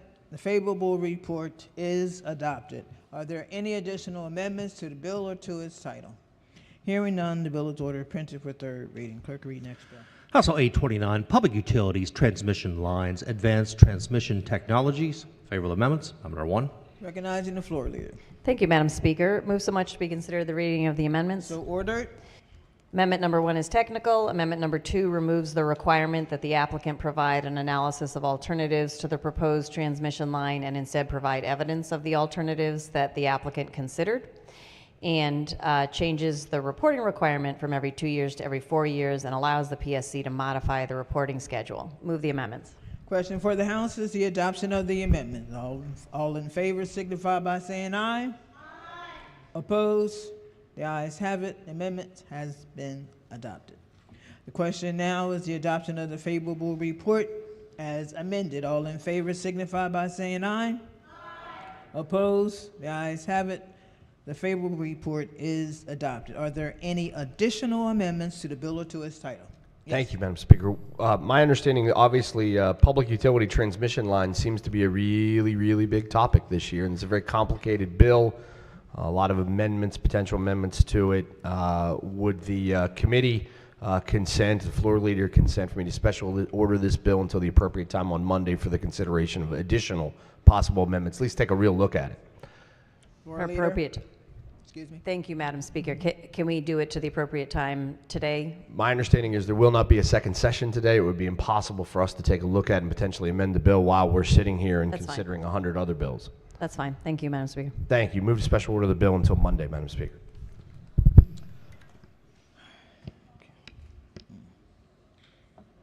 It's just not.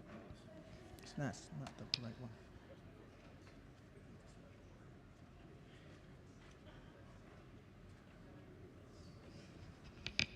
Question for the House is to special order HB 829 to the appropriate time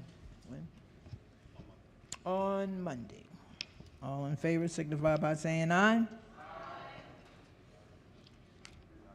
The ayes have it. The bill will be special ordered to the appropriate time Monday.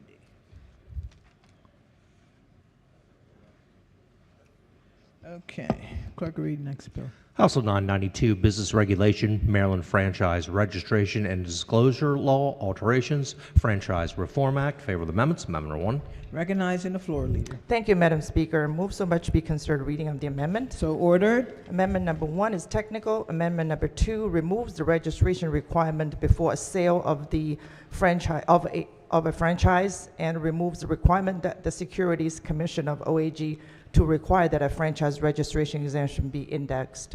Move the amendment. Question for the House is the adoption of the amendment. All in favor signify by saying aye.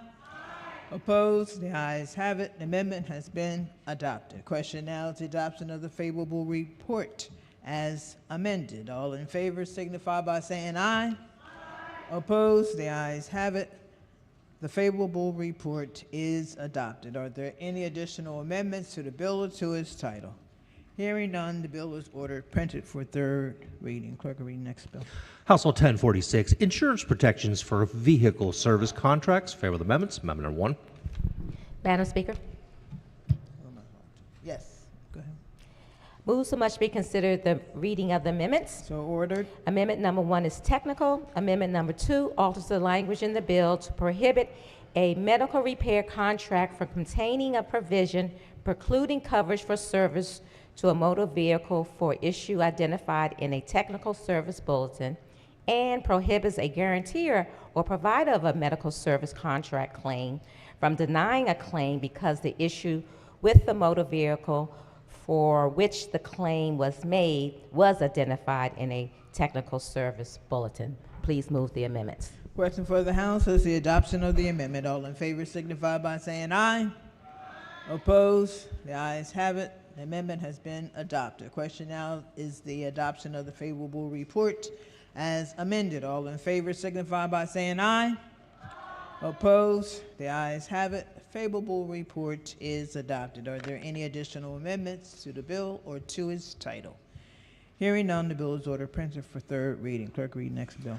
House Bill 1106, Business Regulation, Travel Services, Surety Requirement, Don't You Worry Act. Favor of the amendments. Amendment number 1. Madam Speaker. Recognizing the floor leader. Thank you, Madam Speaker. Move so much be considered the reading of the amendments. So ordered. Amendment number 1 is technical. Amendment number 2 establishes the seller of travel registration fund and provides the fund's administration. It strikes the Division of Consumer Protection from the bill, authorizes the Department of Labor to set fees by regulation, prohibits the department from increasing fees by more than 12.5%, requires providers of travelers to file proof of certain amount of professional liability insurance, strikes a requirement and provides travelers to travel service fees to file certain documents, removes criminal penalties, and establishes a requirement for collection and distribution of fees. Move the amendments, ma'am. Question for the House is the adoption of the amendments. All in favor signify by saying aye. Opposed? The ayes have it. The amendment has been adopted. The question now is adoption of the favorable report as amended. All in favor signify by saying aye. Opposed? The ayes have it. Favorable report is adopted. Are there any additional amendments to the bill or to its title? Hearing none, the bill is ordered, printed for third reading. Clerk will read next bill. House Bill 1111, Public Utilities, Solar Energy Generating Systems, Floating Systems, and Systems Located on Brownfields. Favorable amendments. Amendment number 1. Madam Speaker. Recognizing the Vice Chair of the Committee. Thank you, Madam Speaker. Move so much be considered the reading of the amendments. So ordered. Amendment number 1 is technical. Amendment number 2 removes the blanket tax exemption for a floating system and instead allows each county and Baltimore City to decide to provide tax benefits for these projects and to what extent, and specifies the type of floating system that is eligible to take part in the program. Please move the amendments. Question for the House is the adoption of the amendments. All in favor signify by saying aye. Opposed? The ayes have it. The amendments have been adopted. Question now is the adoption of the favorable report as amended. All in favor signify by saying aye. Opposed? The ayes have it. Favorable report is adopted. Are there any additional amendments to the bill or to its title? Yes. Yes, go ahead. Thank you, Madam Speaker. Would the floor leader rise, please? Madam Speaker. Vice Chair. Good morning. Morning. What is a floating system? Yeah, it would be solar panels over a non-navigable body of water, which is specified in the bill. And to my knowledge, this only pertains to one project in the state at the very moment. Would you mind if I special ordered this to take a look at it? Yeah, no issue. Granted till Monday, the appropriate time. Monday, Monday. since, yeah, it sounds Yep, like we're going I to be got you. busy the rest of the day. Thank you so much. Question for the House is a special order HB 1111 to the appropriate time on Monday. All in favor signify by saying aye. Opposed? The bill has been special ordered to the appropriate time. Clerk will read next bill. House Bill 1419, Electric Distribution Systems, Support Services, Cost Recovery, and Energy Storage. Favorable amendments. Amendment number 1. Recognizing the floor leader. Thank you, Madam Speaker. Move so much be considered the reading of the amendments. So ordered. Amendment number 1 is technical, and number 2 clarifies participating requirements in a pilot program under the DRIVE Act. Amendment number 3 requires the PSC to authorize an electric company to collect certain data. And amendment number 4 strikes the use of certain accounting recovery costs under the program. Move the amendments. Question for the House is the adoption of the amendments. All in favor signify by saying aye. Opposed? The ayes have it. The amendments have been adopted. Question now is the adoption of the favorable report as amended. All in favor signify by saying aye. Opposed? The ayes have it. Favorable report is adopted. Are there any additional amendments to the bill or to its title? Hearing none, the bill is ordered printed for third reading.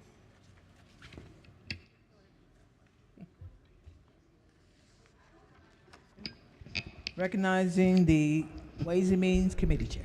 Thank you, Madam Speaker. Could the members of the Ways and Means Committee please step off the floor and meet for a brief voting session in the old chamber? Thank you.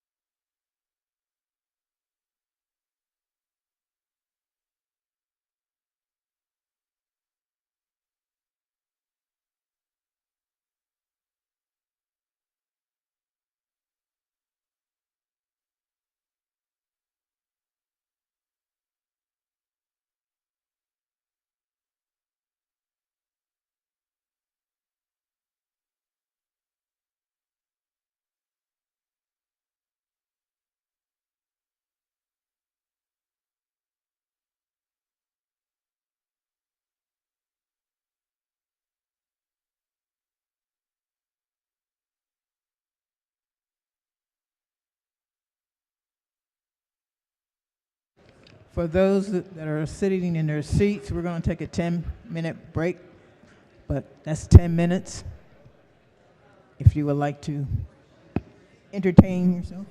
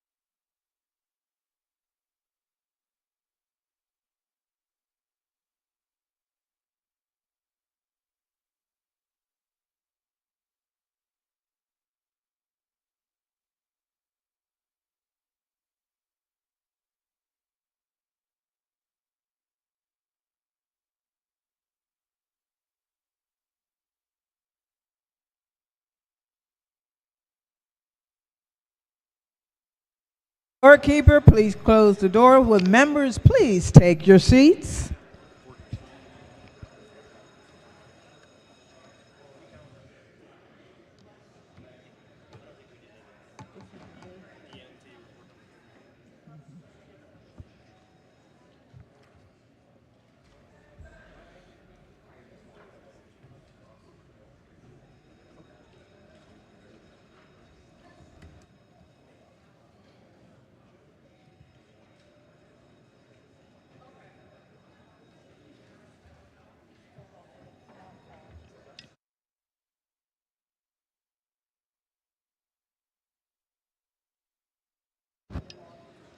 Quorum call. Madam Speaker.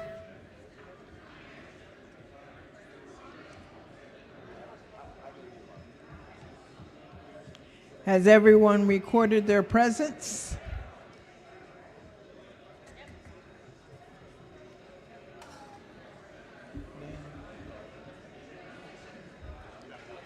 Okay. If so, the clerk will take the call. There being 135 members present, the House is still in session. Report of the Committee on Environment and Transportation, report number 17. Clerk will read the first bill. House Bill 360, Prince George's County Community Associations Management Registration Fees for Alternative Dispute Resolution. Favorable amendments. Amendment number 1. Recognize the floor leader. Thank you, Madam Speaker. Move so much be considered the reading of the amendments. So ordered. Amendment number 1 is technical. Amendment number 2 establishes the task force and the reporting requirement. Move the amendments. Question for the House is the adoption of the amendments. All in favor signify by saying aye. Opposed? The ayes have it. Amendments have been adopted. Question now is the adoption of the favorable report as amended. All in favor signify by saying aye. Opposed? The ayes have it. Favorable report is adopted. Are there any additional amendments to the bill or to its title? Hearing none, the bill is ordered, printed for third reading. Clerk, read next bill. House Bill 889, Fisheries Striped Bass or Rockfish Juvenile Survey. Favorable amendments. Amendment number 1.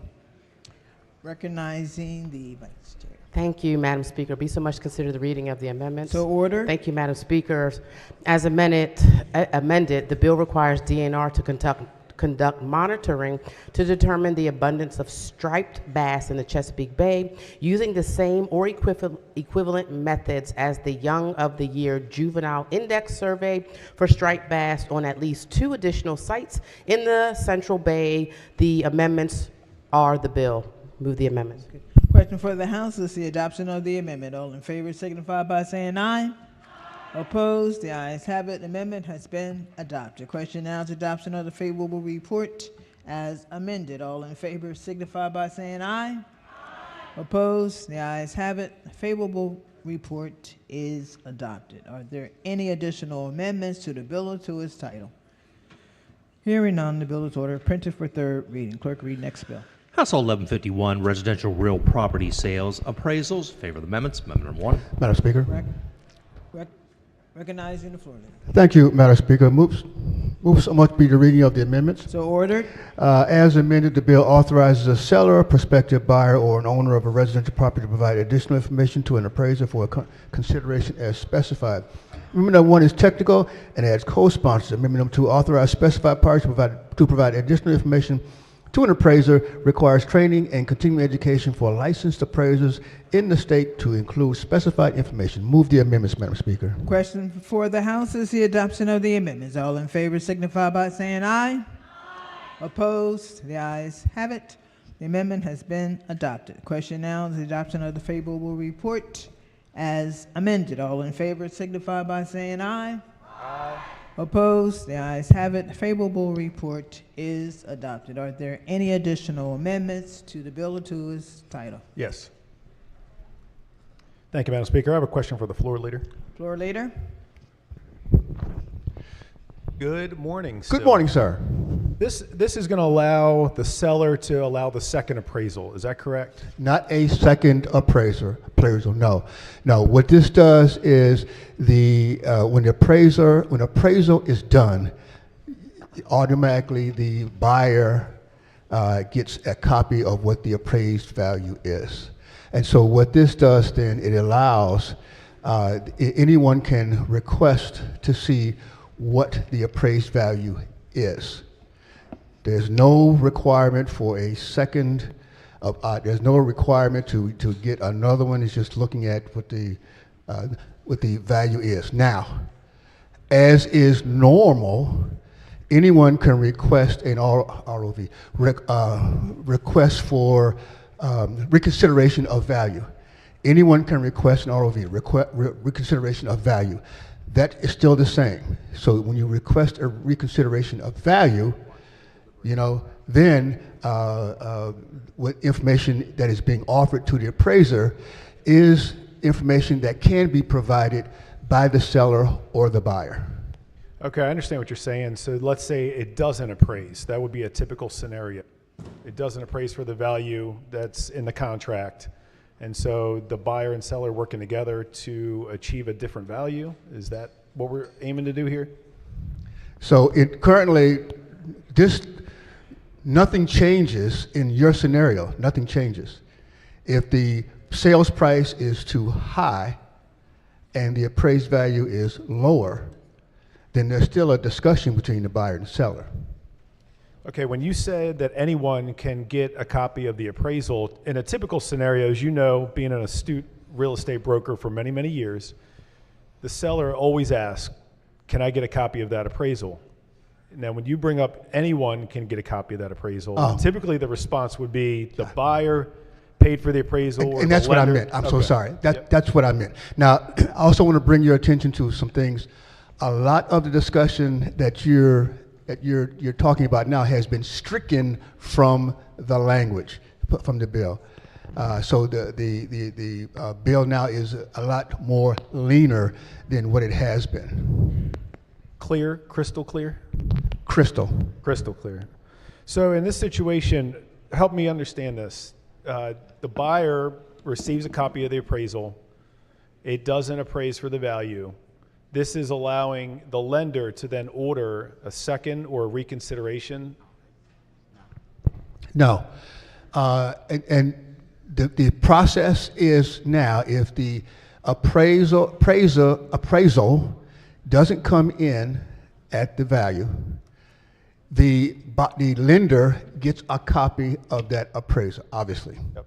And so does the buyer, automatically. Okay?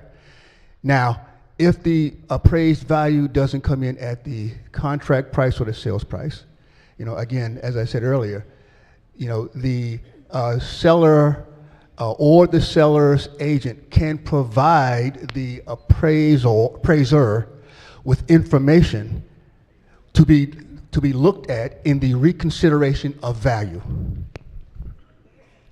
Got it. I see a couple things here. Obviously, the realtors weighed in, the bankers weighed in. I'm assuming maybe the amendments would have addressed some of their concerns there. 100% correct. 100%. Crystal clear. Crystal clear. Thank you, Floor Leader. Yes, sir.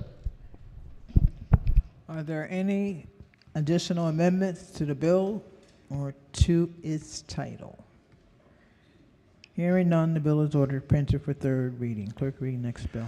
House Bill 1230, Washington Suburban Sanitary Commission System Development Charge Exemptions. Favor of amendments. Amendment number 1. Recognizing the floor leader. Thank you, Madam Speaker. Move so much be considered the reading of the amendments. So ordered. As amended, this bill requires Montgomery County Council and the Prince George's County Council to grant exemptions from the system development charge imposed by the WSSC for specified properties and projects in Montgomery County. The amendments require both counties to report to the members of their respective delegations specific data related to exemptions from a system development charge. Move the amendments.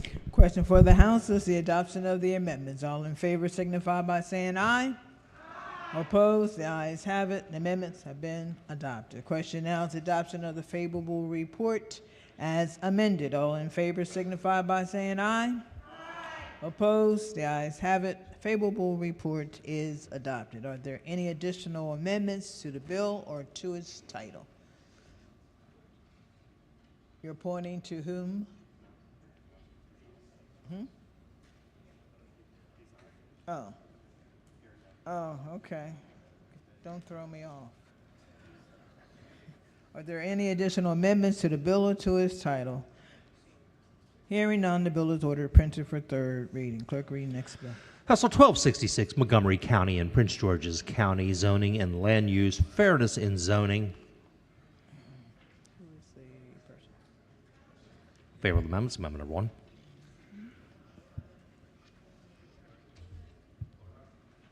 Recognizing a floor leader. Thank you, Madam Speaker. Move so much be considered the reading of the amendments. So ordered. Thank you, Madam Speaker. We're on 1266. Madam Speaker. Forgive me, Madam Speaker. Madam Speaker. Chair. Thank you. Use much considering the amendments. Amendment number 1 is amendment number 1 is technical. Amendment 2 establishes the task force and the reporting requirement. Move the amendments.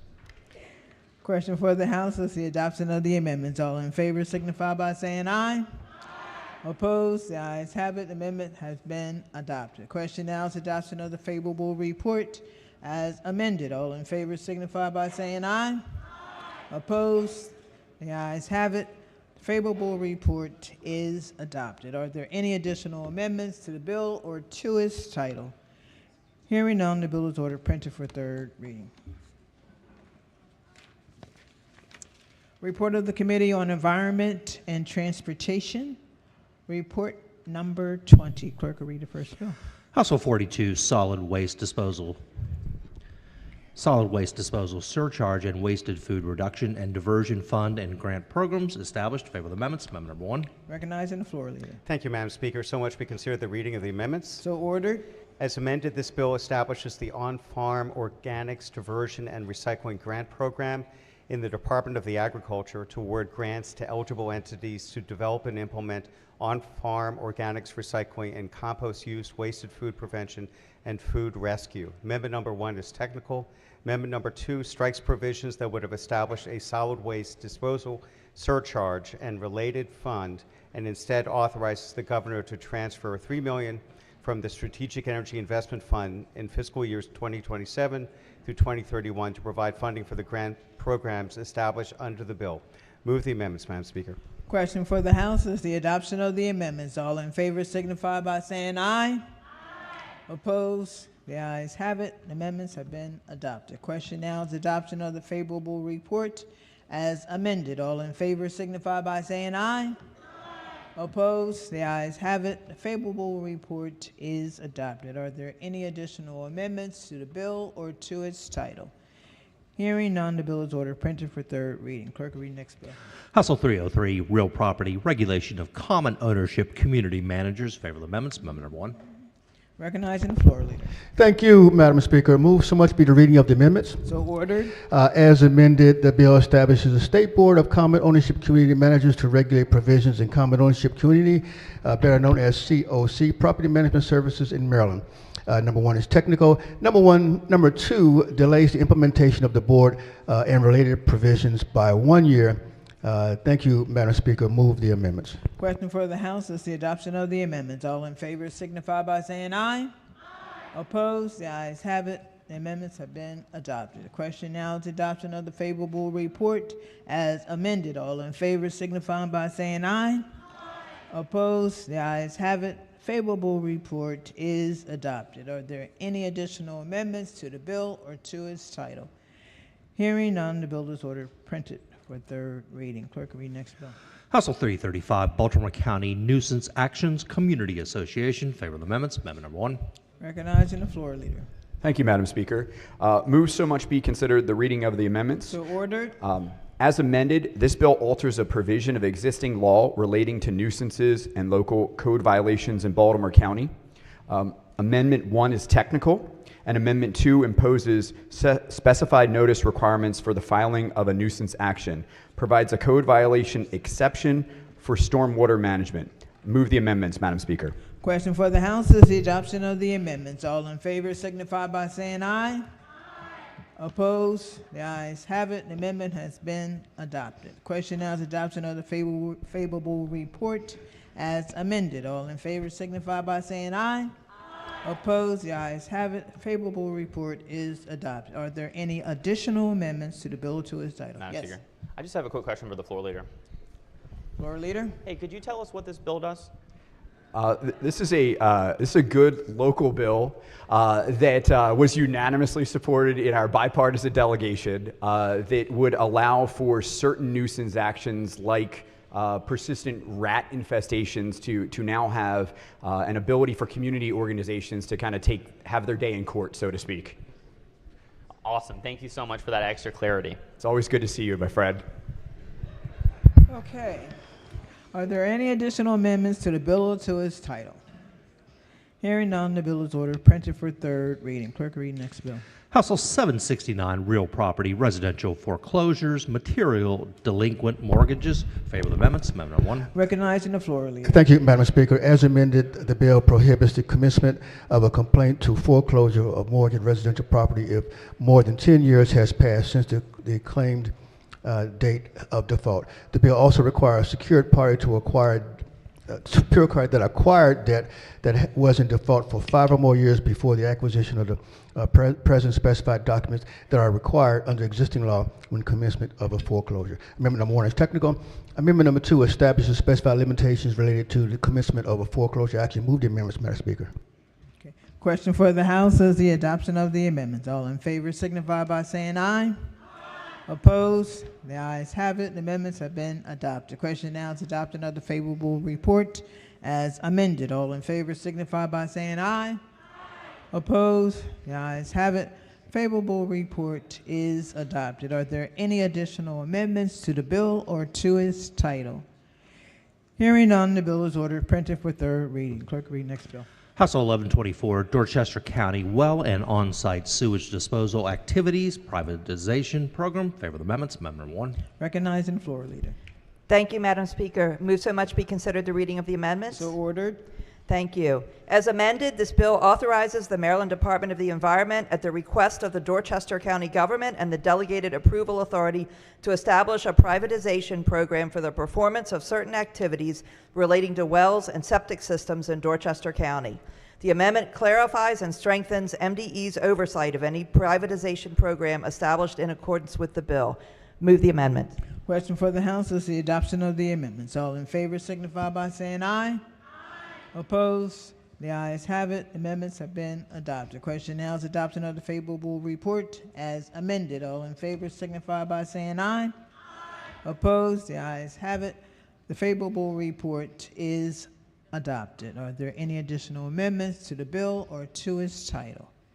Hearing none, the bill is ordered, printed for third reading. Clerk, read next bill. House Bill 1257, Landlord and Tenant Residential Leases Fee Disclosures. Favor of the amendments. Amendment number 1. Recognizing the floor leader. Thank you, Madam Speaker. So much be considered the reading of the amendments. So ordered. Amendment number 1 is technical and adds co-sponsors. Amendment number 2 removes prohibitions related to the advertising of fees, removes DHCD enforcement responsibilities, and clarifies that garbage collection is a utility and not a fee. Move the amendments. Question for the House is the adoption of the amendments. All in favor signify by saying aye. Opposed? The ayes have it. The amendments have been adopted. The question now is adoption of the favorable report as amended. All in favor signify by saying aye. Opposed? The ayes have it. Favorable report is adopted. Are there any additional amendments to bill to its title? Yes. Thank you, Madam Speaker. Could the floor leader rise for a question?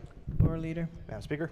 So in our committee this year, we had a bill on credit card processing fees, so it was not related to the subject that we're talking about here, but it made me aware of what those fees are now, and so I understand that there may be some landlords that are starting to charge what we'll call a convenience fee for the use of a credit card.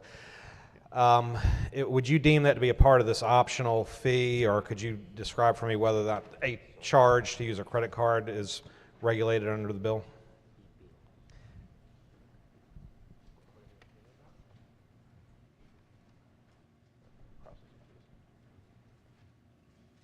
No, there's no, the convenience fees for like online processing aren't included in this one.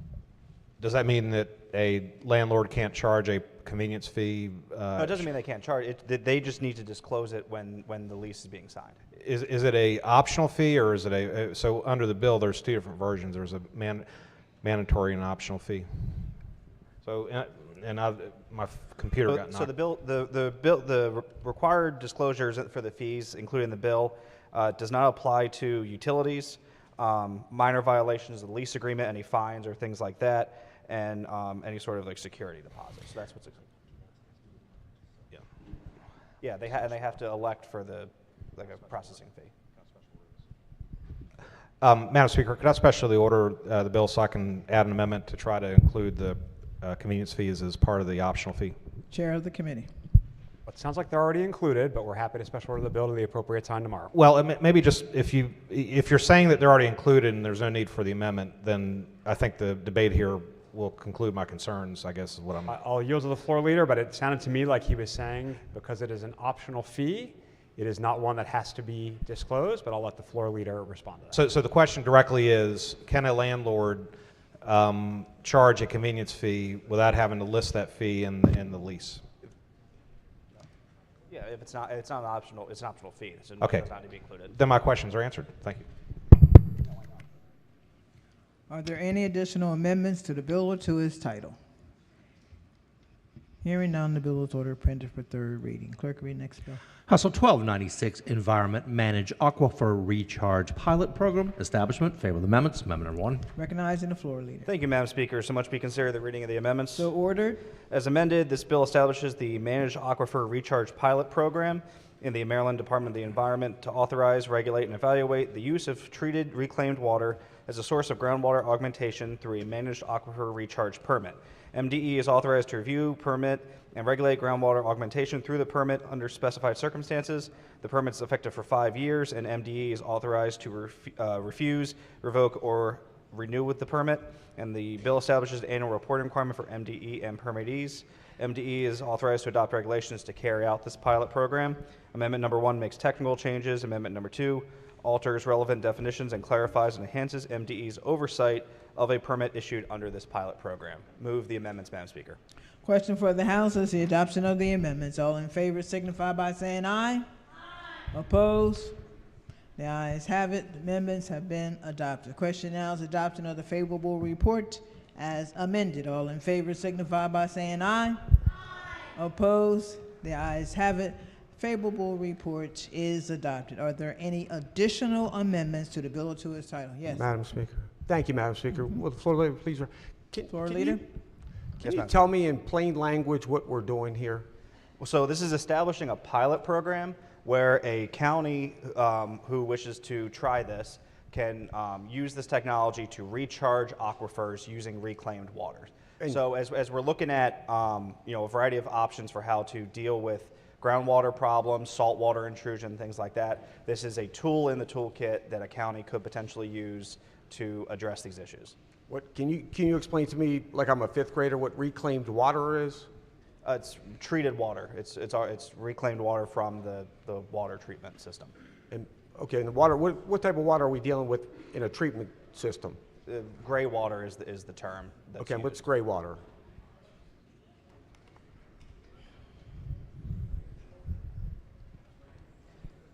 So reclaimed water is defined as sewage that has been treated to a high quality suitable for various reuses and meets water quality standards for certain contaminants. Reclaimed water is authorized for irrigation of farmland, golf courses, athletic fields, turf, landscaping, and any other use that MDE considers appropriate. And in this case, they're also using reverse osmosis to treat it, so it's incredibly pure.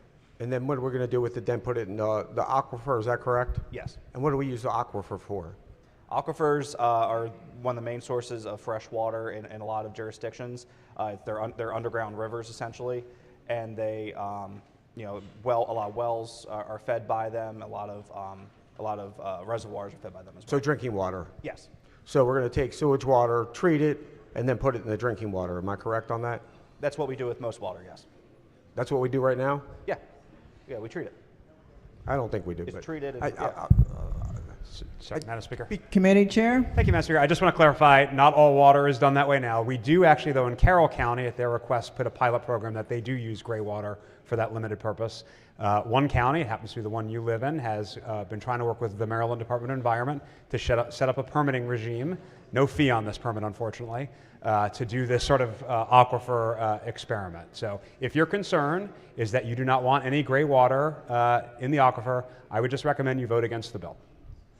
Can we special order this so I can, it is my county from what I understand. Sure, we'll special order the appropriate time tomorrow, or Monday, excuse me. Monday would, I appreciate it. Madam Speaker, move to special order this bill to the appropriate time on Monday. Okay. The question for the House is to special order HB 1296 to the appropriate time on Monday. All in favor signify by saying aye. No? Anybody object? Hearing none, the bill is ordered. Will be special ordered for Monday during this whole time. Okay. Clerk will read next bill. House Bill 1367, lead testing and inspections, falsifying information, penalty. Favorable amendments. Amendment number 1. Recognizing the floor leader. Thank you, Madam Speaker. My last one for the day. Move so much be considered the reading of the amendments.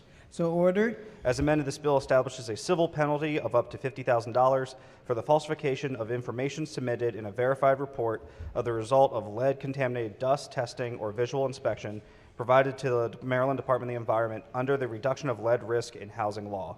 The committee amendment strikes language that would have specified that each day a violation occurs is a separate violation. Move the amendments. Question for the House is the adoption of the amendments. All in favor signify by saying aye. Opposed? The ayes have it. Amendments have been adopted. Question now is adoption of the favorable report as amended. All in favor signify by saying aye. Opposed? The ayes have it. Favorable report is adopted. Are there any additional amendments to the bill or to its title?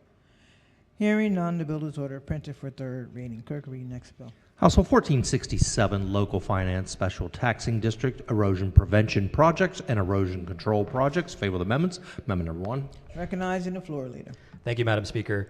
Move so much be considered the reading of the amendments. So ordered. Amendment number 1 makes technical changes. Amendment number 2 specifies that certain provisions under the bill apply only in Anne Arundel County, authorizes the use of certain funds for the maintenance, repair, or reconstruction of an existing erosion control project under certain circumstances, and makes the bill an emergency measure. Move the amendments, Madam Speaker. Question for the House is the adoption of the amendments. All in favor signify by saying aye.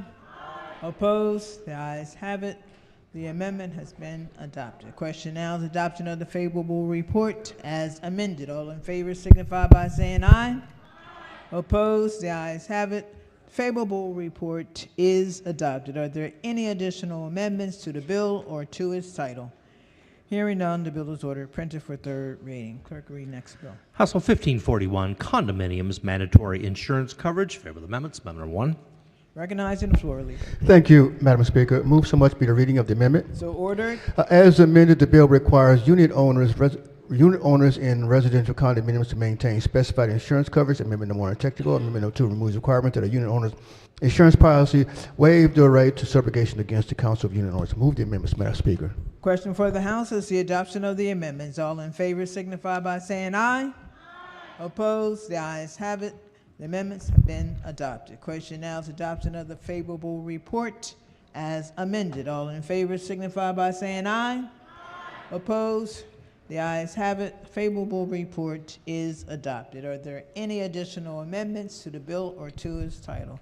Minority Whip. Thank you, Madam Speaker. Good sir. Couple questions for you. You remember 2 years ago we had some issues related to detached units and required insurance, and people across the state, mostly retirement communities, kind of came out of the woodwork to explain how angry they were that the Maryland General Assembly left ambiguity as to whether they were required to have a certain policy or not. Do you remember that issue? Yes, I do require that new type of construction we had, which was the detached units there. This is mandatory insurance for unit owners in condominiums because currently there is no requirement to have insurance. And what this does is require that the unit owners do have insurance per some other bills that we've had earlier this year. Okay, so how does this come into play with like an overall umbrella policy that the condominium association? Now I understand your question. So do you remember the issue that we had, and then? Yes. Now I understand your question. Okay. Right now, wait on a second. Okay. Yeah. Right now, the insurance policies are not mandatory for condominiums, okay? Okay. If you flood a unit below you, okay, you are required for the first $25,000, $10,000, now it will be 25, for the policy, the master policy's deductible. Your question is relevant to the master policy, okay? So the master policy is being paid back from your policy, the deductible that the master policy has to put forward when all of the units that are damaged is your fault. Yeah, so my question is just related to the detached part. So the issue, and I'm only bringing it up because it was very controversial and I had to deal with it in my district with all these retirement communities. There was a debate as to whether if there were some detached units in a complex, whether all of those individuals would have to get a second insurance policy. No. Okay. Yes. That was last year. Yes. Okay. Yeah, that was last year. Now, so this mentions as detached in here as well, so I just want to make sure it's, and it doesn't specify if you have a community that has half detached and half non-detached, it seems. Okay. No. This applies to this applies to the detached you're talking about or the normal condominium. It applies to both. Mandatory HO6 policy for a condominium. That's what this applies to. They have to. In your example, the detached, they have to have it. Currently, it is not mandatory that they have it. This makes it mandatory. Okay. So to recap, now, if you have a retirement community and it's a combination of detached, non-detached, regardless, everyone has to get a new insurance policy, an additional insurance policy if they don't have one already. Is that correct? You just have to maintain it if you already have it. Most already have the insurance. So all you have to do, if you have the insurance, is to maintain it. So everyone has to have the insurance, period. It's commonly called, condominiums are commonly called HO6 policies. So you have to have an HO6 policy, period. Prior to this legislation, it was not required, which caused a lot of problems with the master policy of the condominium. Okay. And the detached and normal doesn't matter at all. This makes it mandatory for all condominiums in the term of condominium, period. Okay. Yeah, because I remember and I'm not going to belabor it. So I just remember it was controversial because insurance companies were sending letters to folks at retirement communities saying the Maryland General Assembly just passed a law. You are now required to get an additional insurance policy, and people went berserk. And so I just want to confirm. Yeah, let me go back to last year and recap what the confusion was. The confusion last year was that some persons in those detached condominiums were being told that they had to get regular homeowners insurance, HO4, HO3, as opposed to the condominium insurance, HO6. Therefore, some of those persons were being charged twice for the HO4 and the HO6. So we had to pass the policy last year to make it clear that they just need the HO6. That was last year. Yeah. Okay. I tell you what, if you don't mind, can I move the specials to the end of today's calendar so that you and I can get clear, and then not to drag it out, but I just want to make sure I'm good before. Is that all right? Yeah, Committee Chair. Madam Speaker, can we move to special order this bill to the end of today's business? And I would just ask the minority whip to also loop in our counsel, because I'm sure we can get this answered very quickly with a bill from last year that had bipartisan support. Thank you, Madam Speaker. Okay. Question before the House is a special order HB 1541 until the end of the day's session. All in favor signify by saying aye. All right. It has been done.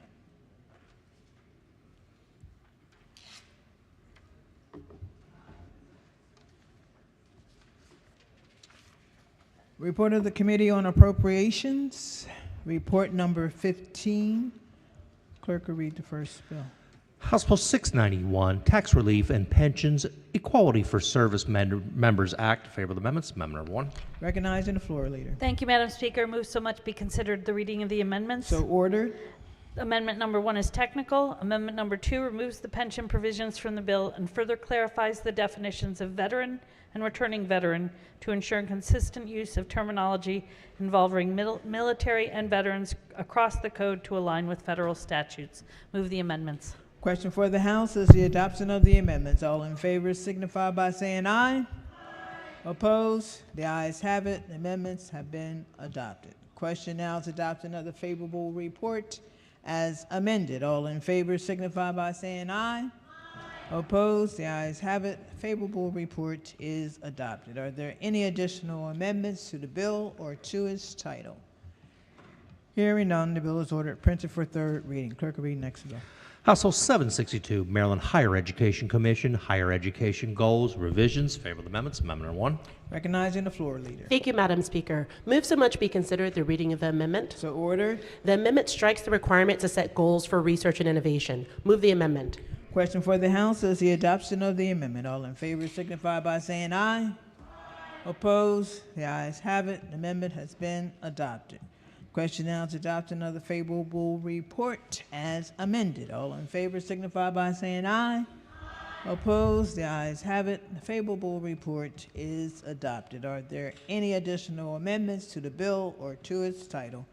Hearing none, the bill is ordered printed for third reading. Clerk will read next bill. House Bill 1480, Child Advocacy Centers, Continuity of Care Standards for Healthcare Professionals and Reports of Violations. Favor of the amendments. Amendment number 1. Recognizing the floor leader. Thank you, Madam Speaker. Move so much be considered the reading of the amendments. So ordered. Thank you. Amendment number 1 is technical. Amendment number 2 replaces the Department of Human Services with the Governor's Office of Crime Prevention and Policy for the purposes of reporting complaints and establishing standards. The amendment further clarifies that the standards apply to an individual employed or contracted with a child advocacy center. Please move the amendments. Question for the House is the adoption of the amendments. All in favor signify by saying aye. Opposed? The ayes have it. Amendments have been adopted. Question now is adoption of the favorable report as amended. All in favor signify by saying aye. Opposed? The ayes have it. The favorable report is adopted. Are there any additional amendments to the bill or to its title? Hearing none, the bill is ordered printed for third reading. Clerk, read next bill. House Bill 1503, State Personnel, Paid Family and Medical Leave. Favor of the amendments. Amendment number 1. Recognizing the floor leader. Thank you, Madam Speaker. Move so much be the reading of the amendments. So ordered. Amendment number 1 is technical. Amendment number 2 replaces the Department of Budget and Management with the Employees Appointing Authority, changes the effective date to July 1, 2026, which is the date on which all state employees in the executive branch are eligible for paid family and medical leave. Move the amendments. Question for the House is the adoption of the amendments. All in favor signify by saying aye. Opposed? The ayes have it. The amendment has been adopted. Question now is adoption of the favorable report as amended. All in favor signify by saying aye. Opposed? The ayes have it. The favorable report is adopted. Are there any additional amendments to the bill or to its title? Hearing none, the bill is ordered printed for third reading.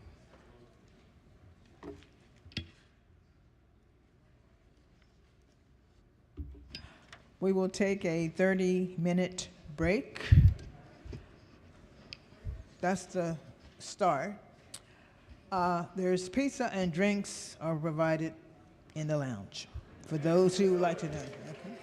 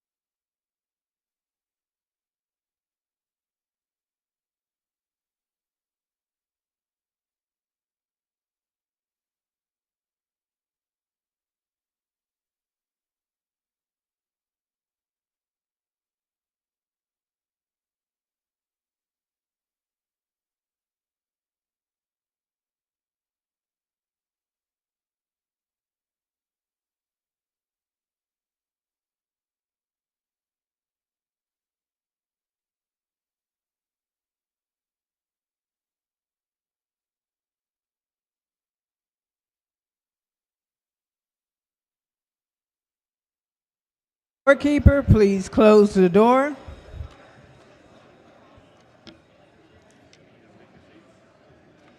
Members, please take your seats.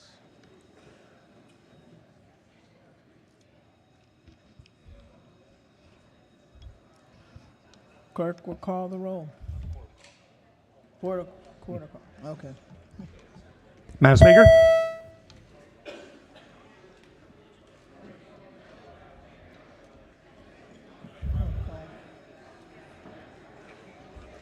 Has everyone recorded their presence? If so, the clerk will take the call. There being 135 members present, and the House is still in session.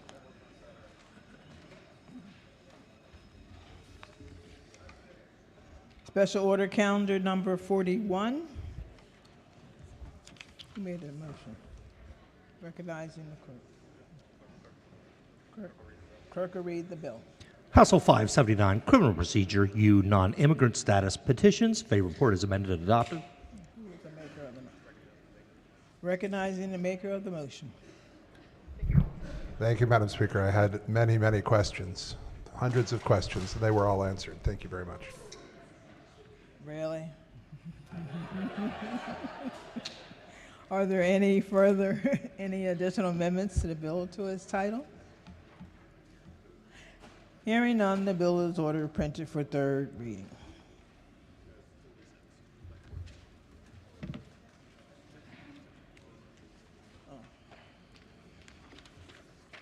Special order calendar number 46. Clerk will read the bill. House Bill 1222, Public Safety, Immigration Enforcement, Maryland Values Act. Favor report is amended and adopted. Who is the maker of the motion? Recognizing the maker of the motion, which is the chair of the committee. Thank you, Madam Speaker. All my questions have been answered. Yes.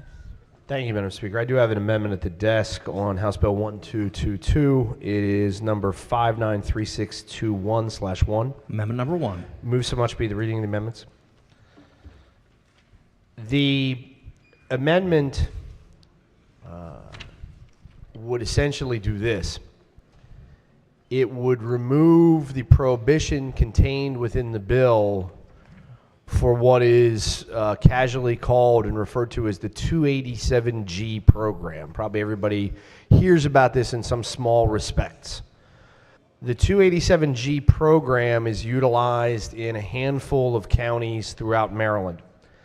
And an important thing to know and understand about the program is that there are different models of it. There are different models that the Immigration and Customs Enforcement Agency, ICE, has. The only one that is utilized in the state of Maryland, and according to our research and what ICE individuals have advised us, the only one that's utilized anywhere, in fact, in the United States of America, is called the Jail Enforcement Model. The Jail Enforcement Model. I want to be really clear about that. By voting and considering 287G does not license either the Maryland State Police nor your local law enforcement officers in whatever jurisdiction you may reside to ride around in the black and white and see people and pick them up and inquire about their immigration status. That's not what they do under 287G and the jail enforcement model. It doesn't even authorize them to say, hey, I go out and I engage with you as a potential witness or as a potential victim or as a potential perpetrator, and in the course of my investigation, I inquire about your status, and then I use that to alert ICE to somehow create a problem for you regarding immigration. That's not what they do either. The jail enforcement model identifies and processes removable individuals with criminal charges who are detained in facilities. They're detained. They're not people that are just released. They're not speeding tickets. They're not minor things. They are people who have been arrested and detained, in many cases convicted, and are present within a detention facility. And the 287G program authorizes those entities, those agencies, to communicate and cooperate. Communicate and cooperate. I want you to think about what that entails. Several of the organizations that have reached out, the entities, the counties, and you'll hear more about the specific counties, I think, in the next amendment. And what they have indicated is that in some circumstances, I got to pull this up because I surely don't want to get it wrong. In just one county in this state, individuals actively involved with MS-13 and the Jalisco cartel that were found in a local jail facility, convicted of committing a crime, sentenced to our local jails. The 287G program identified them, notified ICE. We have this individual here. ICE comes back and says, that's an individual significant person of interest from MS-13, one of the most vicious, violent criminal organizations ever to operate in the shores of the United States. Or, that's an individual of the Jalisco cartel. They are a significant drug dealer, drug runner bringing fentanyl. That's what their cartel does. They bring fentanyl to America. They should be deported. They've identified criminal aliens who have over 2,300 grams of fentanyl and hundreds of thousands of dollars in U.S. currency in their possession. Gee, I wonder why. What in the world would somebody be doing with 2,300 grams of fentanyl and hundreds of thousands of dollars of money? Because they are major criminal drug dealers. And as a result, what do we want to do with them? Do we want to put them in jail? The good delegate from Wycomico County has just had a very interesting day here.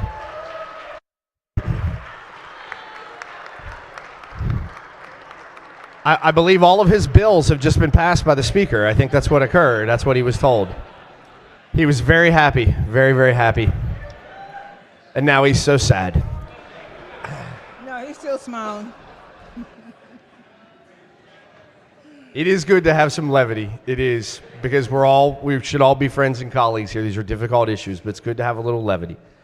But these individuals exist. These jurisdictions in our state that have the 287G program, they encountered and removed a child sexual predator, multiple convictions, not only for sexually abusing a minor child, but for crimes committed in 13 states. But his last arrest was here in Maryland, in a state that had the 287G program, and as a result, ICE was able to finally, after 13 convictions and multiple child sexual predator offenses, ICE was finally able to find this guy because someone that operates in one of our local jail systems said, hey, we checked, he's not legal to be here, we're notifying you of his existence and that he's committed a deportable offense. Not that he's just here, he's committed a deportable offense. Please come get him. So rather than have our precious tax dollars pay and pay and pay for these individuals in our system, ICE takes them and puts them through the appropriate federal system. I would not support if we were using something called the task force model. And if you look at a website for ICE, it says the task force model can serve as a force multiplier for law enforcement agencies to enforce limited immigration authority with ICE oversight during their routine police duties. If that's what we were doing, I wouldn't support that either. I think that's a misuse of our resources, and I think it's an overstretching of local authority without the parameters that ICE would have and the federal constitutional support thereof. That's not what 287G is in Maryland. 287G is bad people, criminal convicted people sitting in local jails either waiting trial or in many cases already convicted, and they are not here legally, and there's nothing that we can do about that. We've said it 1,000 times. We are not Washington, D.C. We do not determine the nation's immigration laws. Maryland does not and should not have its own immigration laws. We cannot. It makes no sense, because if we have one, I guess maybe a state that's a more shade of crimson, perhaps in the South, they can adopt one that says, yep, we want our cops to go out on the street every day, and if you don't look like you're from, say, maybe Alabama, we're just going to pick you up and run you through a system and get you deported. That's wrong, because they don't get to have their own immigration system for the state of Alabama, and we don't get to have our own immigration system for the state of Maryland. 287G is a reasonable program. It deals with a limited group of folks who are in a certain position in life where they're not here legally, they've committed a deportable offense, and we got them. They're not out on the streets. They're not out running a risk to people trying to run away or shoot their way out of trouble or cause collateral incidents. And I'll point this out for you. If you're really thinking about, you're concerned about the current administration in Washington, D.C., and you think, hey, ICE is going to go out and they're going to pick up person A, and person A I'm okay with because they're a member of the Jalisco cartel, and I'd like to see them get out. But person A is hanging out with person B and person C and person D. Maybe it's their wife. Maybe it's their brother-in-law. Maybe it's their 15-year-old kid. And person B, person C, and person D, they really haven't done anything wrong.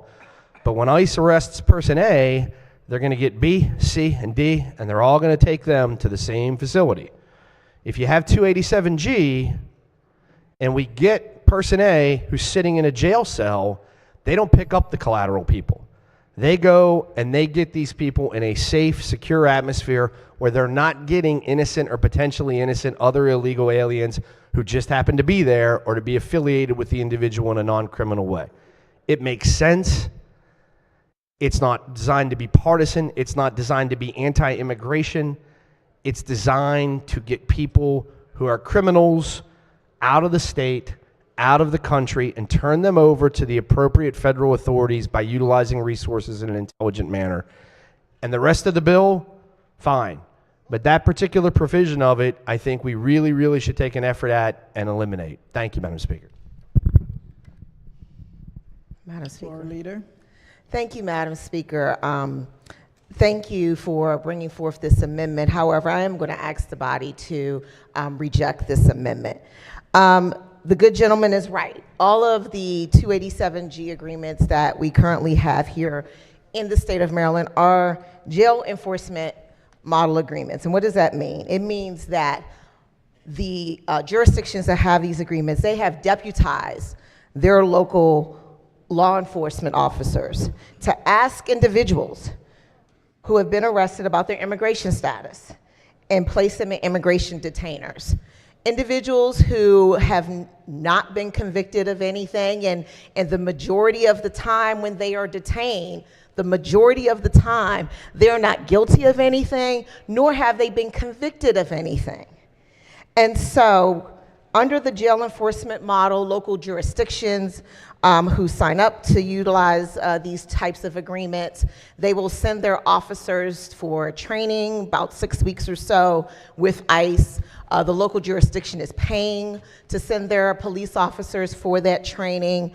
The additional overtime, the additional work that the local officers have to do is being paid by those local jurisdictions.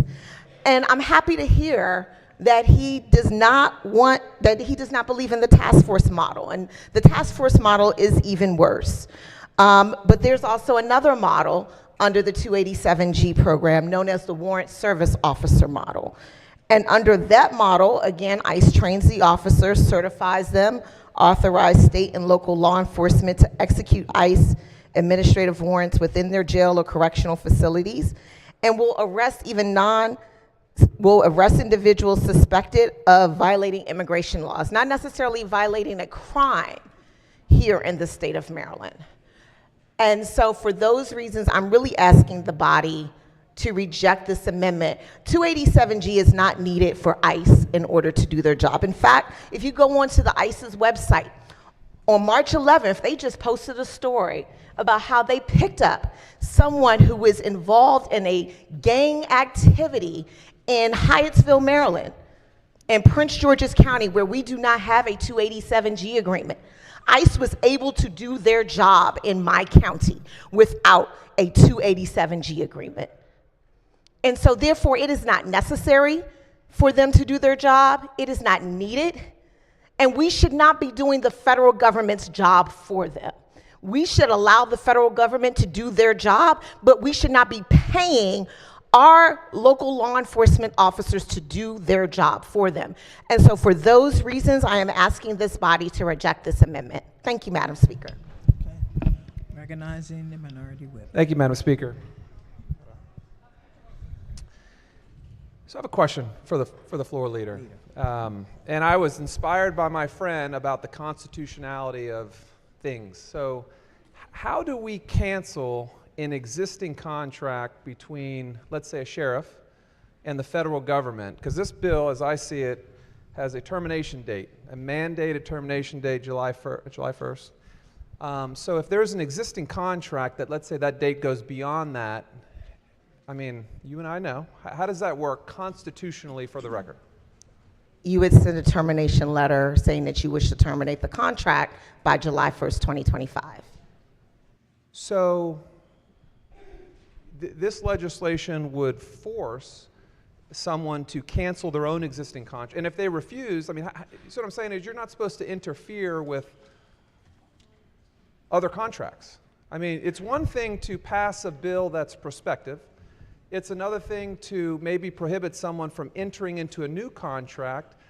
But I believe the way the law is, it's specific that you can't interfere with existing contracts. And that's why as you remember, previous bills we've had have not interfered with existing contracts because they would run afoul of constitutionality. And so, I mean, do we really want to get, and I'm already getting into the merits of the program, because I know the 287G program very well, because there's one in my county, which I'll get into, but just if you can help me understand how this bill would not be unconstitutional by interfering with an existing contract between a constitutional position and the federal government. There are lots of instances in our codes where we state that folks cannot enter into certain types of contracts. We find them void as a matter of public policy. I'm talking about existing contracts. We've already passed a bill that prohibits other counties from entering into contracts. I'm talking about an existing contract. Right, and so when we enact those types of laws, if there are existing contracts that have those types of provisions or are those types of contracts, those contracts are void on their face. Okay, so let me ask you this for the record, and you can help me out. Is it your intent with this law to interfere with an existing contract? As the bill states that those jurisdictions that are currently have these types of agreements, yes, they will have to terminate those agreements by July 1st, 2025. Okay. So for the legislative record, this bill as proposed is the intent to interfere with an existing contract between a constitutional position and the federal government. So we got that settled, right? Well, it's a contract between two governmental bodies. Okay, so we've settled that. So that is the intent of the bill, is to interfere with that contract. That's point one. So point two, and I just want to distinguish a couple of things, because we did mention the different types of programs, and you gave an example. Was that in a different jurisdiction? Was that Montgomery County where you gave an example? I was talking about Prince George's County, but we can talk about Montgomery County too. All good. No. I'll stick to Frederick. So in Frederick County, we have a detention center related program. So just to clarify what the program is and it is not. This program does not prohibit sheriff's deputies to go out of the facility. These deputies that participate in the program are at the detention center. So in order to even engage in the program, you have to be arrested, for example, by the Frederick City Police Department for committing an offense, an arrestable offense. And if you are brought back to the station for an offense unrelated to your immigration status, let's say shooting someone, all right, so you shoot someone in Frederick, they bring you back to the station. That's pretty common practice. And then they ask you questions.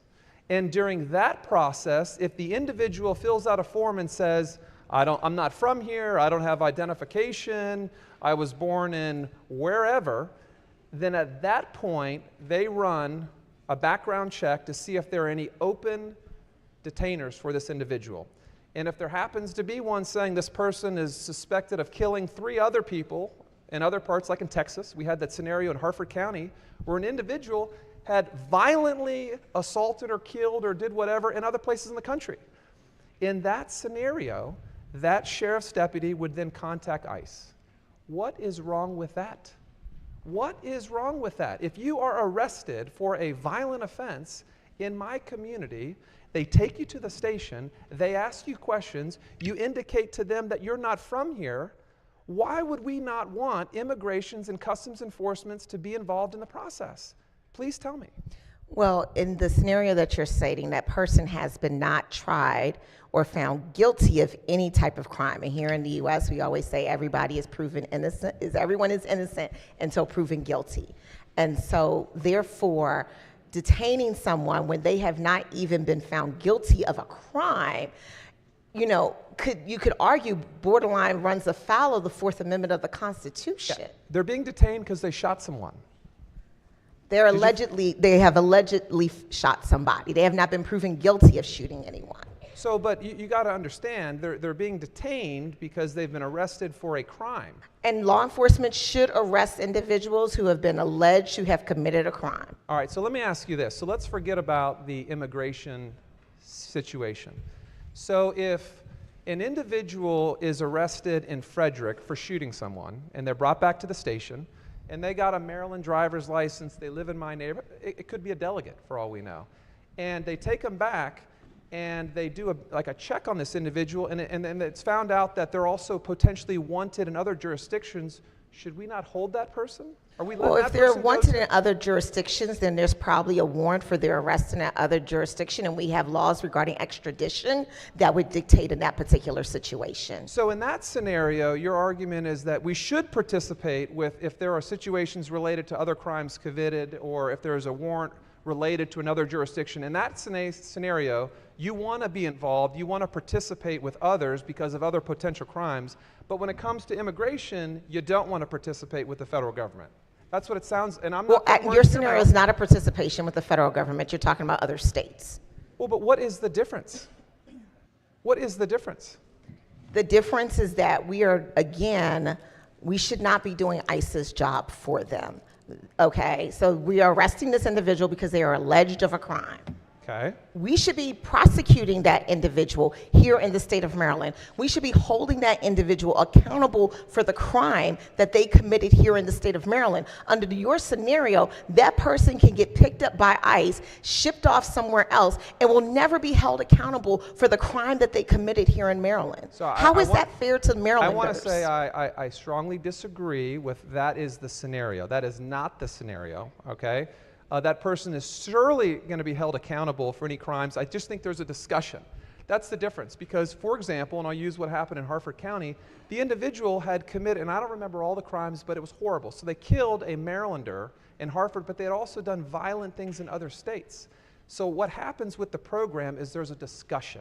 It's a cooperation. And maybe Immigrations and Customs and Border Patrol and a Maryland county official makes the decision, hey, why don't you hold on to the person? We believe they're wanted for other violent offenses elsewhere. Let's hold on to them. Let's figure out what we're going to do together. I mean, that's the thing, is that the federal government is solely in charge of immigration. That's their responsibility. When you have a Maryland scenario that also has immigration implications, there needs to be cooperation. And what our argument always is these are usually for serious offenses. Like, you have to be arrested. And we've seen cases in the news where you had someone killed. And it wasn't like they were killed because it was by someone who might have been from South America. They had hurt other people in other places.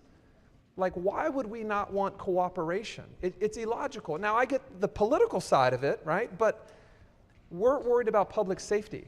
We're worried about public safety. And the program is flexible in the sense that Immigration and Customs could say to the local jurisdiction, you hold on to them. We want them held accountable in your jurisdiction. Or they could say, look, this guy's killed like 5 other people in Texas. Maybe we need to figure that out. Closing the door to the federal government, I think, leaves us unsafe. And my concern, I got to be honest with you, is that there appears to be an attempt to release people. It's gotten so political that they don't want them held at all. And we can't have that because these are violent offenses. And just to reiterate, the scenario you gave is not what's happening in real life. In the counties that participate in this program, they have to be arrested for an unrelated offense, brought back to the station. It then could be determined there might be a warrant for them somewhere else, and I think that would, to use the lack of a better word, warrant cooperation. And that's what we're asking for, is cooperation, because this individual might have done things elsewhere, and it would show that. It would show that. So for those reasons and the clear constitutional concerns related to canceling existing contracts, I'm in support of this amendment. Thank you, Madam Speaker. Madam Speaker. Yes. Thank you, Madam Speaker. I stand to strongly support this amendment. Rachel Morin, as you know, was murdered in Harford County, and her murderer fled to Oklahoma, where she was picked up by law enforcement that used a 287G program to identify him and send him back to Maryland. The 287G program was started under Bill Clinton, and Maryland entered into that program under Barack Obama. This is not a radical Republican policy. This is a Democrat-started policy, and it is about public safety. I am proud of Maryland's ICE. They lead the country in sex offender apprehensions. They lead the country in sex offender apprehensions. They are second nationally in gang member apprehensions, second to LA. They are doing great work. We should want to cooperate with them. All the 287G program does is give dutifully trained officers access to information that ICE has. This is not about picking up people simply here, having overstayed a visa, eating a peanut butter and jelly sandwich. This is about violent, dangerous, illegal immigrants who have violated our laws. I urge you to look at ICE's website for Maryland. And yes, as the floor leader said, March 11th, ICE apprehended an illegal alien with ties to Nicaraguan massacre and drug cartel. On March 3rd, they arrested a high-ranking MS-13 leader who controlled gang activities in the US, Mexico, and Europe. It goes on and on and on. We should be cooperating because this is public safety. You don't want it in your county? You can still vote for this because it will allow the counties that have it to keep it.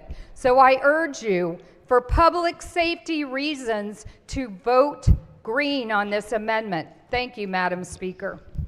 Madam Speaker, thank you.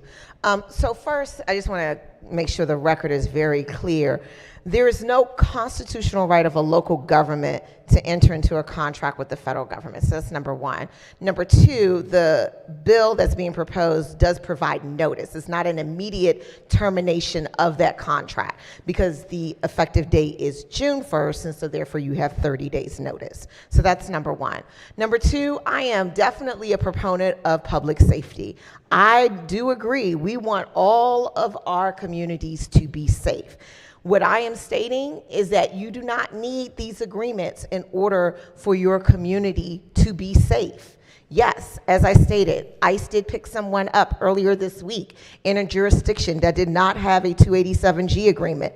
The other example that was given by the good lady from Baltimore County was another instance where ICE picked up someone in a county that did not have a 287G agreement. So ICE is able to do their job, and local law enforcement can continue to talk to ICE. If someone is picked up and is booked, their fingerprints are going to run through the national database.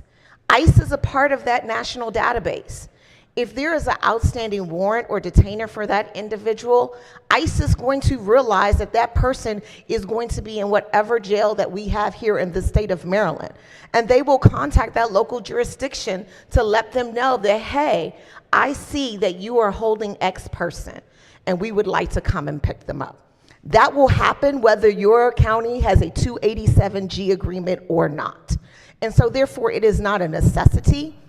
We do not need to utilize our resources on these agreements. There are jurisdictions in this state that had those agreements, that terminated those agreements, and the sky didn't fall in those counties. And so I think we will be just fine with terminating these agreements statewide. Thank you, Madam Speaker. Madam Speaker, very briefly, to close. Yes. Thank you, Madam Speaker. I think that it's right. It's not a necessity, but it makes sense. It makes sense because when you send an ICE agent out onto the streets of Hyattsville or Rockville or Frostburg or wherever it is, and they're carrying weapons, and the person they're picking up, they're getting because they're a violent offender and they may be carrying weapons, and there may be an innocent person 5 feet away from them, that becomes a dangerous situation. It is always better to serve a warrant to arrest someone in a restrained, controlled environment to minimize risk to other people. So it's not necessary. Sure does make sense. And all I want to say in closing, there's almost 25 states in this United States that have these agreements. They're not banning them. And some of these states are some of the most conservative places you've ever heard of, like California and New York and Illinois and Massachusetts and New Jersey, where people of the same inclination as what people in this chamber do not think that it is necessary to ban these programs in situations where they work for public safety, not to do ICE's job, not to go out and round up people who may be very, very innocent of everything else they've done in life other than violating an immigration law, crossing a boundary improperly, but because they are risks to public safety. That's all we're looking for. I'd move the amendment, Madam Speaker. Question before the House is the adoption of the amendment. All in favor signify by saying aye. Opposed? Clerk will call the roll. Madam Speaker.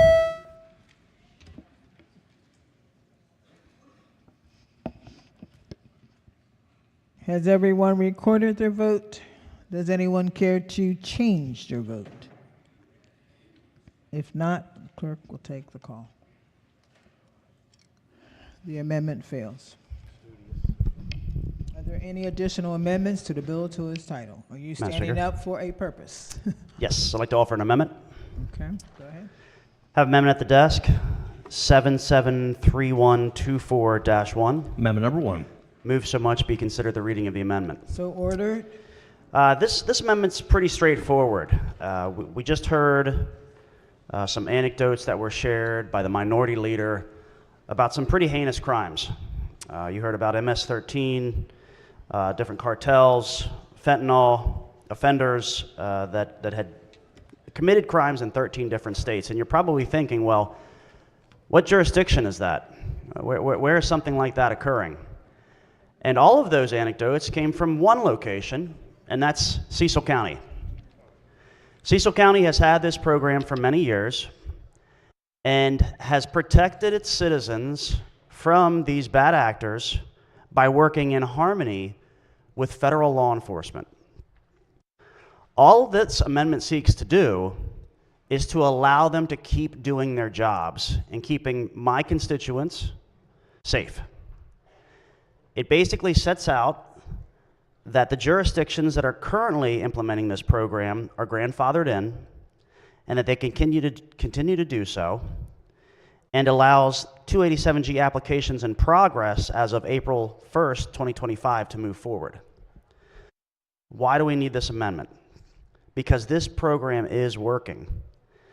We also heard the minority leader outline that this process only starts after someone has been apprehended, and that they have not been apprehended for this purpose. They have been apprehended for another crime that they committed. When the person arrives at the facility, they work in coordination with the federal government with a designated immigration officer. And basically that officer reviews some of the information that's collected, like their name and address, date of birth, height, weight, eye color, no different than any other person that would be booked for a crime.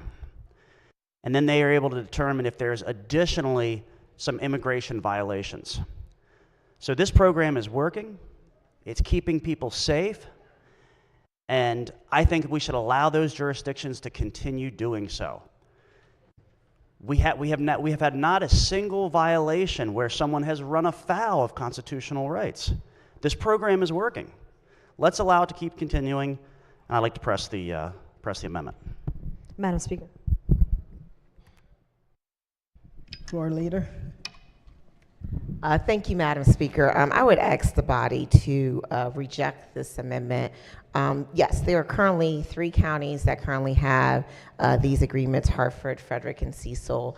There are applications pending for 3 other counties in our state: Washington, Garrett, and Carroll. I think Washington might have just got it granted. But anyway, can't confirm that right now, so we'll just say it's at least pending at the moment. And so while I appreciate the gentleman wanting to maintain this in their county, and he is correct under the judicial warrant model, they are only asking this information after they arrest someone for an alleged crime. There are other models that can be used. We don't know if any future agreements will seek to do any of those other types of models, such as the task force model, or any of the other models that will simply just go out onto the street and ask people about their immigration status and then detain them. And so for those reasons, I just ask the body to reject this amendment. Thank you, Madam Speaker. Madam Speaker. Yes. I just want to quote the floor leader for a second. She said, quote, "I think we will be just fine." My question is, what if you're wrong? I would rather not bet my life, my family, my friends, the safety of my community on that you think it will be fine. It's been fine in my county because we have this program. So we need to let the counties decide. I want to tell you some facts about what's going on and how this program truly works there. Who is questioned about their immigration status? 100% of all offenders and defendants brought to the detention center are screened. There's no profiling or selective screening based on race, ethnicity, or country of origin. There has not been a single complaint regarding racial profiling, discrimination, or other misconduct related to the operation of the 287G program. The following is provided by ICE at no cost to Frederick County: training, equipment, and oversight. No detention center officers are dedicated to the program on a full-time basis. And the priorities for the ICE priorities are if the individual is a threat to national security, a non-citizen who is engaged in or suspected of terrorism, espionage, terrorism-related or espionage-related activities, or who otherwise poses a danger to national security and is a priority for apprehension and removal, or if they are a threat to public safety. So those are the priorities. They also have prosecutorial discretion, so that if there are criminal offenders that have minimal criminal history, serious medical conditions, are sole family providers, or nursing mothers, they have something called prosecutorial discretion. And from 2013 to 2023, 359 offenders or defendants were granted that. So most of these types of defendants are charged with minor crimes or traffic offenses. So other 287G stats from my county: from 2008 to present, there have been 94 validated or suspected gang members. 22 of them specialized in combat training, like they were snipers, military, knife fighters, MMA, or trained in guerrilla warfare. 136 detainers were lodged against offenders who were arrested for domestic violence. 58 were lodged against sex offenders. A total of 391 have been lodged on offenders that were charged with a felony offense. So these are not just, the way this would work with us is only being grandfathered in. That is what the amendment says. It's not whether or not they enter into new agreements. You are grandfathering in. So it doesn't change the type of agreement that they have entered into with ICE. So, and then all of these offenders and defendants are served their immigration paperwork and proceed through a legal process until the final adjudication of their case. So all of the proper legal aspects are accounted for in Frederick County. They absolutely follow all the guidelines as set up, and there have not been any kind of violation of anyone's rights. So criminal offenders that are sentenced for serious convictions are not released back into our community. Those are including sex offenders, predators, domestic violence offenders, validated criminal gang members, those that have done crimes of violence, and drug traffickers. Those are the ones that are not released back into the community. And the 287G program exists to protect local communities by providing law enforcement and corrections officers an effective tool that enhance public safety. And Frederick County statistics demonstrate that this partnership that we've had with them has been effective in removing felons, gang members, and violent criminals and taking them off our streets. This is the safest way to transfer violent criminals is at a jail or detention center. So I 100% support this amendment to grandfather this program into our county. Thank you, Madam Speaker. Madam Speaker. Yes. Very briefly, I don't want to belabor the point, but so Harford County also participates in the 287G program, and I want to talk about the impacts on the community with this program. So Rachel Morin, very famous story, was murdered in the gentlelady to my right, and she was murdered in our district on the Maupassant Trail in Bel Air, a trail that I walk almost every single day. The day it happened, I was walking the trail, saw the police. The day it was discovered, I'm walking the trail, saw the police presence, not sure what had happened, walked away. The next day, no one was on the trail, a trail that's visited by hundreds and hundreds of people, primarily women on their daily walks on this great trail we have in the county. So for the next day, no one on the trail. A month later, no one on the trail.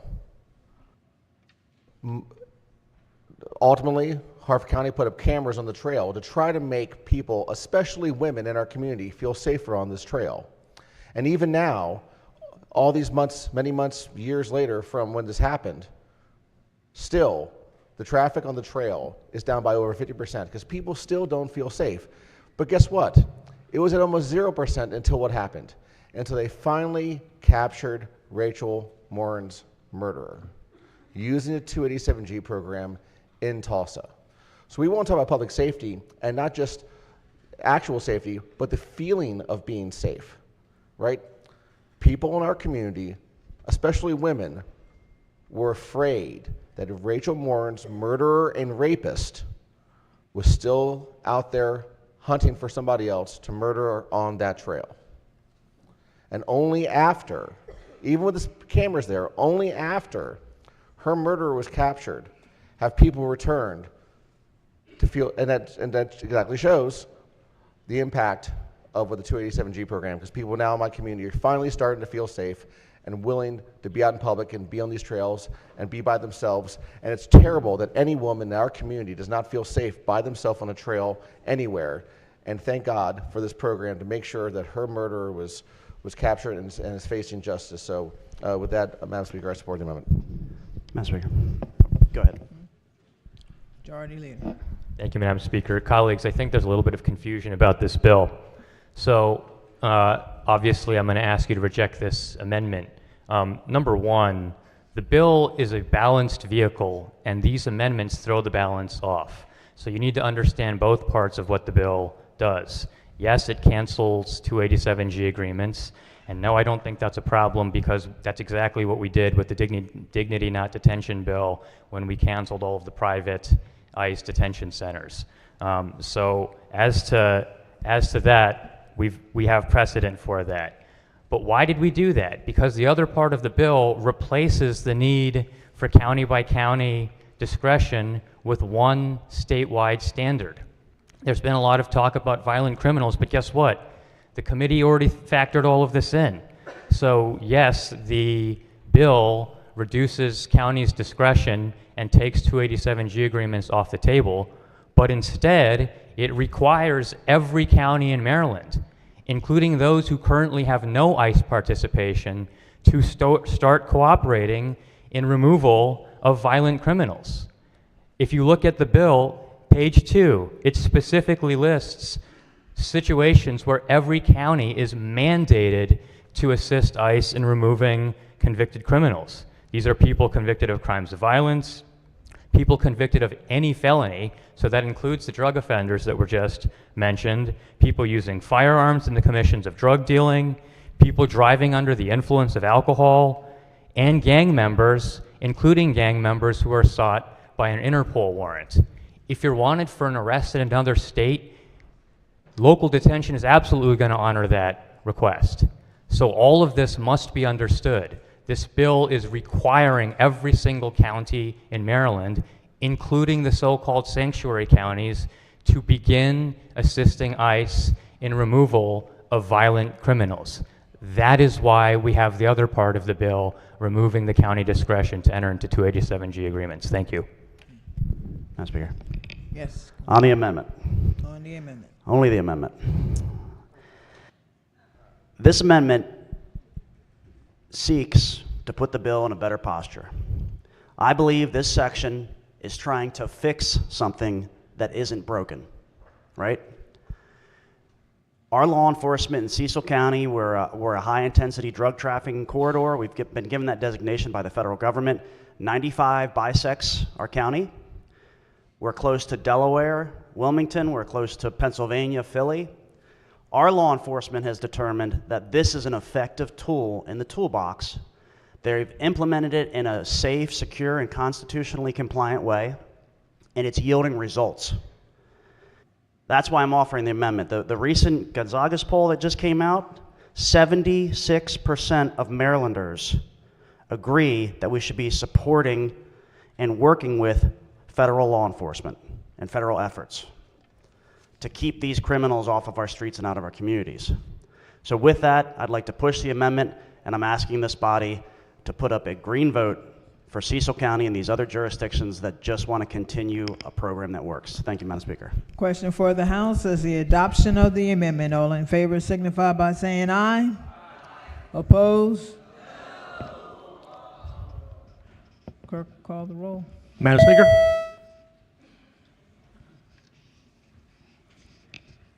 Has everyone recorded their vote? Does anyone care to change your vote? If not, the clerk will take the call. There being 94 votes in the negative, the amendment fails. Are there any additional amendments to the bill to its title? Madam Speaker. You have an amendment? No, I have a question for the floor leader. Floor leader. Thank you, Madam Speaker. Hey, good afternoon. Hi. Real quick, I'm not going to belabor this point, but the majority leader was just speaking to the contents of the bill, and I didn't realize the committee offered an amendment on the bill. So I just wanted to clarify something to make sure I'm reading it correctly. On the committee amendment number 2, it says that after the line convicted, insert on or after June 1st of 2025. You gave us an example just recently of an MS-13 member being picked up in Prince George's County. If that gang member was arrested for like a DWI today, I mean, his conviction, they wouldn't have a requirement for ICE to pick him up, correct? So yes, this is forward-looking. This bill is forward-looking. That is correct. And the reason it's forward-looking is because there are individuals who may have taken plea bargains in the past for different things, thinking that they would not become subjected to deportation by taking those plea bargains. And so we do not want to have this bill apply to previous convictions, because those individuals were not placed on notice that something like this may arise in their future that could place them in jeopardy. So yes, that is correct. The bill is prospective. So since the bill is prospective, I just want to reiterate that gang member, the option, because the bill is prospective, he would just be released out into the public. Well, not necessarily. If that individual was arrested and convicted of a crime, he would go to jail. And when he goes to jail, again, if there is a ICE detainer out there for him, his fingerprints would go into the system. ICE would get dinged. They would know that he is wherever he is at, and they could come and pick him up if they have a detainer for that individual. So thank you for answering that question. Thank you, Madam Speaker. I'll receive, it doesn't, reading the bill, that's not what the bill says. I'll reserve my comments for third reader. Thank you. Madam Speaker. Yes. Question for the full leader, please. Yes, go ahead. So I heard the point the majority leader made, so I'm just trying to wrap my head around what that means. So last year there was a report in Baltimore County that said that 70% of ICE detainers were ignored by the county after someone was already in detention and all those sorts of things, had served their time in that process. So what does it in practice require the counties to do? How do they have to cooperate with ICE when there's a detainer in those kinds of circumstances? Under this bill, if someone has been convicted of a crime and they're in jail, they would be the local the jail would notify that individual 48 hours prior to them being released that they're holding that person. ICE would have 48 hours prior to their release to come and pick them up. And if they do not come and pick them up, then they will be released because ICE failed again to do their job to come and pick that individual up. So, and so I appreciate that in practice, Floor Leader. What happens if the county does not adhere to this? Because I've gotten several examples in Baltimore County where ICE was asking for that 48 hours. I know this bill is in effect now, but they were asking for it, and the county wasn't adhering to that, even though they were saying that they were. So what happens if a county doesn't, follow what the law says in this case? They don't follow the law. I mean, that's the bill. I mean, that is the bill. So they are supposed to notify them 48 hours prior to their release, and ICE will have that 48-hour period in which to pick them up. The reason we don't want to have them continue to be detained after that period is because then we start to get into constitutional concerns and Fourth Amendment concerns. And there's even an attorney general opinion to this effect that if we detain them longer than that time period, we may be running afoul of the Constitution as a state. And for those reasons, we cannot continue to detain that person. Sure, and I appreciate that. My concern is, though, it sounds like maybe there's no teeth if the county just says, hey, we're going to release them after 24 hours, not 48 hours. We would hope that they would follow the law. I all of understand our that. local, law enforcement officers, typically they do follow the law, and we will hope that they will continue to do so. I certainly hope that would be the case. Unfortunately, from my experience, at least what Baltimore County says that they were doing and what was actually occurring in practice, that wasn't happening. So I'm hoping that this law stops those kinds of practices in counties where they're saying they're doing a certain thing that they're not doing. So thank you. You're welcome. Yes. Thank you. Floor Leader, would you please rise? Just have a couple questions on the amended bill. Can you tell us what sex offenses are included in, let's see, on page... All of the felony ones. So I'm First not degree, on... second degree. How about human trafficking? Yes. Solicitation of a minor? Yes. Child pornography distribution? I believe that's in there as well. That would all be included? All the felonies. Thank you. You're welcome. Are there any additional amendments to the bill or to its title?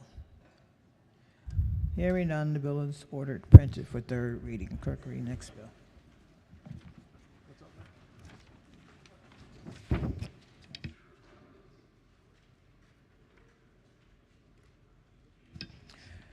Special order calendar number 44. Clerk will read the bill.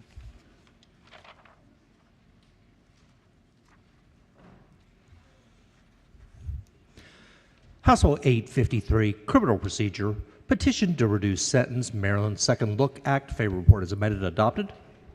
Recognizing the committee chair. Madam Speaker, all of my questions have been answered for this legislation as well. All right. Yes. Thank you, Madam Speaker. I have an amendment at the desk, 713-626/1. Amendment number 1. Move so much be considered the reading of the amendment. So ordered. Thank you, Madam Speaker. We're 4 hours in, and now's the hard part. We're going to be talking for quite a long time today about the Second Look Act. And I'm going to tell you what my amendment does, but I'm going to give you a little preview of something that you'll hear throughout, I think, today. I apologize, I really don't want to be here too late Saturday afternoon either. I've got family, friends, life. I wish we did these things. I don't blame anybody. I certainly don't blame the chair of the Judiciary Committee, who's my friend and colleague and has my unlimited respect. I wish we did these things differently. When we were all sitting here in January and early February, 10-minute sessions, welcome everybody in the gallery, get out of here. I wish we were doing things that we had the time to do this in a very deliberative fashion that didn't cause problems, but it is what it is. When we talk about the Second Look Act in general, I want to start all this out. I think there's 11, 12 amendments, can be a while. And each one of them you should really think about. But I want to start out just generally saying when we call it the Second Look Act, that is a misnomer. People don't just get convicted once of a serious offense and that's it, and then this gives them just that second look. It's really the first time that someone went and looked at them. That's not how it works. If you get convicted of a serious, significant offense, really of almost any offense, but all we're going to be talking about today is the worst of the worst of the worst of the worst situations that you could imagine. But when you get convicted, do you have the ability to have a motion for a new trial, for the trial judge to say, something went wrong here, you were railroaded, this was improper? Yep. Do you have the ability to file a motion to modify or reduce your sentence and throw yourself upon the court and say, I think that my sentence was too much, I deserve to have that reduced because of all these factors that everyone's going to want to talk about for second look? Yep. Can do that for up to 5 years after you've been convicted, and it can be held forever, in theory, if the sentence was based upon some level of illegality, a fraud, mistake, or irregularity. Can you request a 3-judge panel instead of just one circuit court judge to sentence you? A 3-judge panel to reduce or modify your sentence? Yep. You get 1, 2, 3, 4 looks. Can you appeal to the intermediate appellate court here in Maryland as of right? No one can stop you. You have a right to have an intermediate appellate court look at the factors in your sentencing, the factors in your conviction. Sounds like you got another look. Can you request through what we call a petition or a writ for certiorari to the Maryland Supreme Court?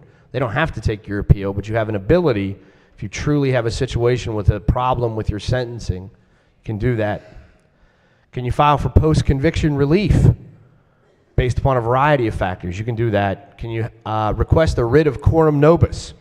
I think my friend from Montgomery County and I might be the only people here who remember the huge, fascinating debate, I can see it on your faces, 7, 8 years ago about the writ of quorum nobis. I still don't really remember what it does.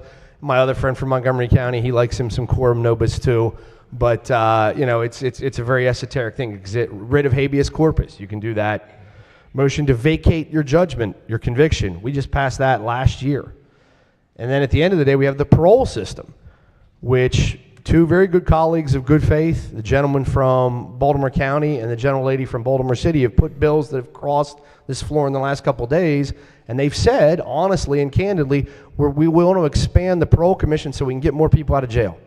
We want more parole commissioners, we want more diverse parole commissioners so we can let more people out of jail, just like the folks who can apply, because the work that the Judiciary Committee did, the Second Look Act, only applies to people life with the possibility of parole or lesser sentences. So if your life without the possibility of parole doesn't apply, but life with the possibility of parole is just what it says, you could figure that out in 2nd grade. It means you have the right to come before the parole commission, typically multiple times, to present this before a parole commissioner. I should get out, I've reformed, I've changed, I've whatever, let me out. So it's not the Second Look Act. It's the, 14th, 15th Look Act. There's a lot of looks you can get. The specific amendment that I'm offering today would prohibit individuals from availing themselves of the aspects of the bill allowing for them to petition a circuit court to reopen their sentencing after they've served at least 20 years if the individual was convicted of murder and it involved, the series of incidents involved more than one victim. And we're going to talk a little bit about where these situations happen. We're going to talk a little bit about in 2023 at the, I want to get the name right, I was going to say Brooklyn Park, it's not, the Brooklyn Homes facility in Baltimore, Maryland. Still haven't caught the killer.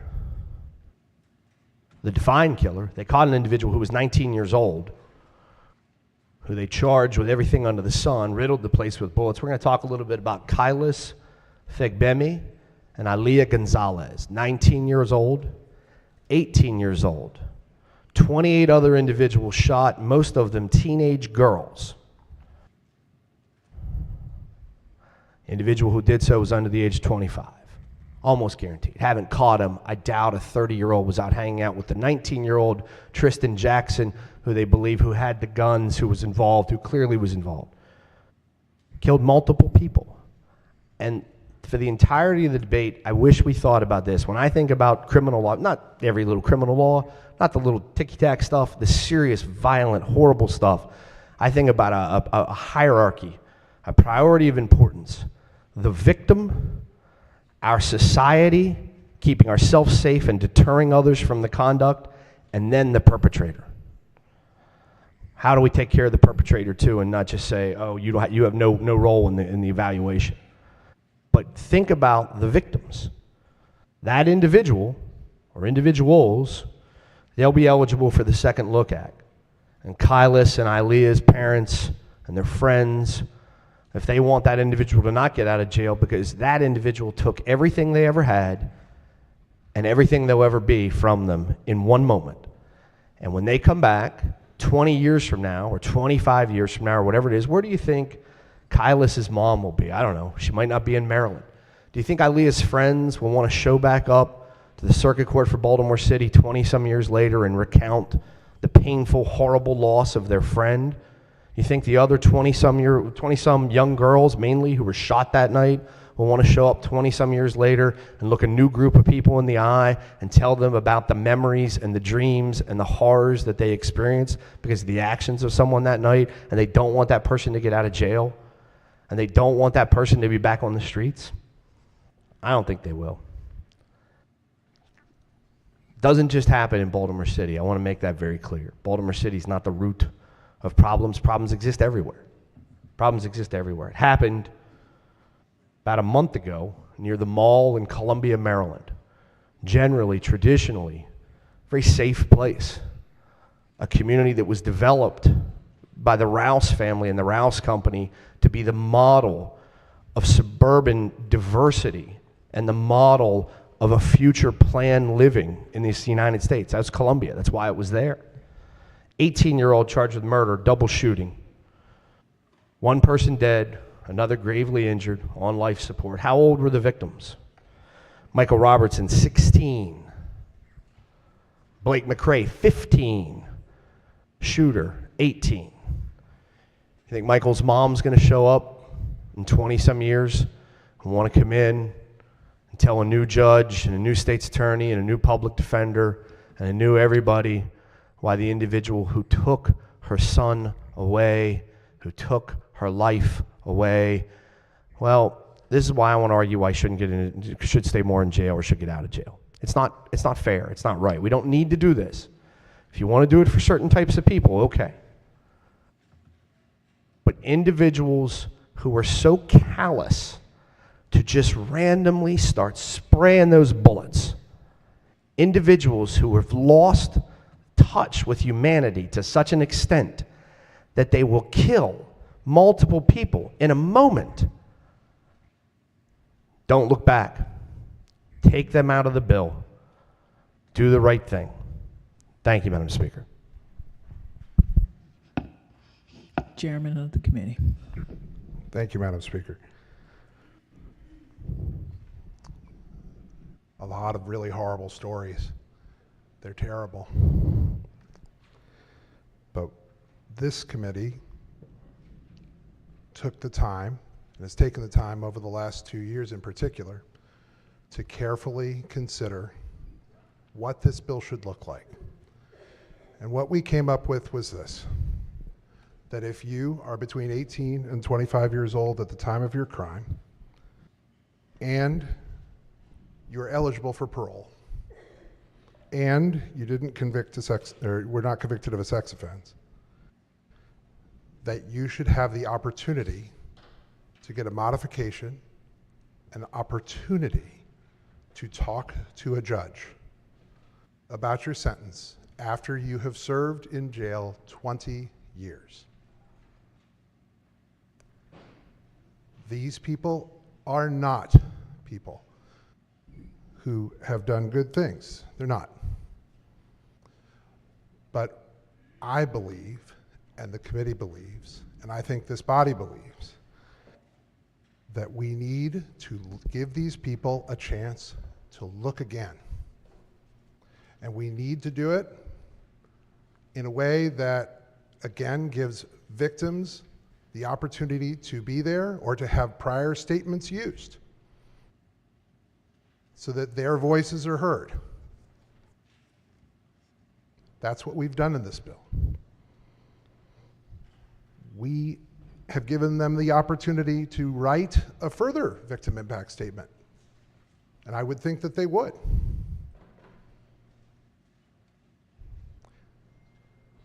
It's not easy, but this is what we have to do, I believe, as a country of laws, and as a country that believes that people do in fact change. They change from the time that they're 18 to the time that they're 25, when we have plenty of evidence that demonstrates that people's brains, people continue to mature. They're then in the Department of Corrections for 20 years, which for the victims will never be enough. Let's be clear. The victims will absolutely agree, will never be enough because they've lost their loved one, because they've lost the person closest to them, because they are feeling unlimited pain and they want someone else to feel that pain too. And so now we look at our criminal justice system to try to make them completely whole. And the truth is, and the uncomfortable truth is, we never, ever can do that. We can't. No matter what we do, as imperfect people as we are, in an imperfect system, no matter what we do, we can never make those people whole again. It doesn't mean we shouldn't try. It doesn't mean that the court and the judges shouldn't hear every possible thing. But we also have to do the really hard things. And we have to make sure that those people, after they have been in the Department of Corrections for at least 20 years, and in many cases it's going to be more than that, that if they have done the right things while they're detained, if they have made sure that they don't break the rules, that they get an education, that they show that they are trying to improve themselves, I think judges further are going to expect a sign of contrition from them.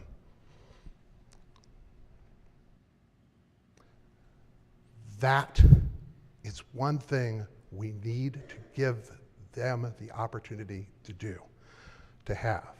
They have the opportunity to go before a judge. It would be under the bill 3 times. They would have the opportunity to go in front of a judge and say, I acknowledge what I did. It was horrible, but here are the ways that I have changed as a person. There's nothing about this debate that is going to be easy. There are lots of things that people are going to say that probably are going to sound wrong. But I will tell you, we're here today because we get to make difficult decisions. We get to stand on difficult issues. And there is no more visceral issue than life and death. And so we don't come to this decision on this bill. And I will go so far to say the minority leader did not say that we came to this decision on this bill flippantly or anything else. We came to it soberly and we came to it thoughtfully. And we believe that what is important is to look at that person and say, what have you done to change yourself? What have you done to be a different person today than you were 20 years ago? for a judge to say, are they a threat to public safety? Are they a threat to anyone else? What have they done since they did those horrible things? And for that reason, and many, many more, I'd ask the body to resist the amendment. Madam Speaker, in closing. Yes, in closing. Thank you. I have a tremendous amount, as I've said, of respect, and I enjoy working with my friend from Baltimore City about this, but I really want us to think it is an incredible balancing act. It is one of the most important things we do. I spent 11 years here, and I always get saddened. It bothers me when I hear of something that happens that only could have happened because of a policy that we adopted or we changed or we facilitated. We cannot control 6.2 million people. You're going to hear an awful lot today about people who I could only say, there are people who are broken, sad. God, we don't want it to happen to anyone we know, our families, our friends, our colleagues. There are people who are broken. A lot of times it may not even be their fault. There are some people, I'm not saying all these people, there's some people who have a degree of inherent evil within them. There's terrible people. They're terrible people who will resort to violence over and over and over and over again in their lives because that's who they are, for whatever reason. And I think when I hear about, well, if they've been in jail for so long, we take a look at them, and it's not exactly on the provisions of this bill, but I do think about Jason Billingsley that we talked a lot about last year, who served, I believe, an accumulated period of time over 2 stretches of 16 years of his life in our detention system, and did everything right, allegedly, because he was released with his full diminution credits. He got out. He didn't have to go through second look. We let him out. And within a very short period of time we let him out, he tortured and raped and killed women, because that's who he is. And we let him out. Sex offense, I appreciate that the committee in a very considered way took sex offenses out, but I will submit this to you. I have a daughter. Someone sex offended my daughter. Don't you worry about what y'all are going to do to them. Don't worry about it. I'm not afraid to meet my maker to do something with respect to someone who sexually assaulted and raped my only daughter, my first child. Don't worry about what the law says. But sex offenses are not worse than multiple murderers. Sex offenses, thank God, the victims at least are alive. They have a chance. Some of them may be sitting here in the room with us today that we don't even know about. They have a chance to live their life and rebuild. When you kill someone, they don't have a chance. You took everything they ever had and everything they'll ever be, and you did it in this particular amendment to multiple people. It wasn't a one-on-one. It was a mistake. It was a fight. It was multiple people. These people can be dangerous. You can say, I did everything right for 20 years. And why do we need this? Because we're creating a second parole commission. Because we don't like the results of these folks not getting paroled. So now we're going to take it and say, we'll go to jurisdictions or we'll go to judges, and judges may have a different view than the parole commissioners. It's a very sensitive topic. We're just unfortunately starting. But I hope if we say there's someone who can be excluded from this look-back provision, I hope we would say the worst of the worst could potentially be multiple murderers. And with that, Madam Speaker, I ask to move the amendment. Madam Speaker. Yes. I truly appreciate the majority leader's words, but I want to kind of share perspective. You used the example of Columbia Mall. In our system, I think we give great faith in our judicial system. You've given a scenario, and I just kind of want to think about that scenario.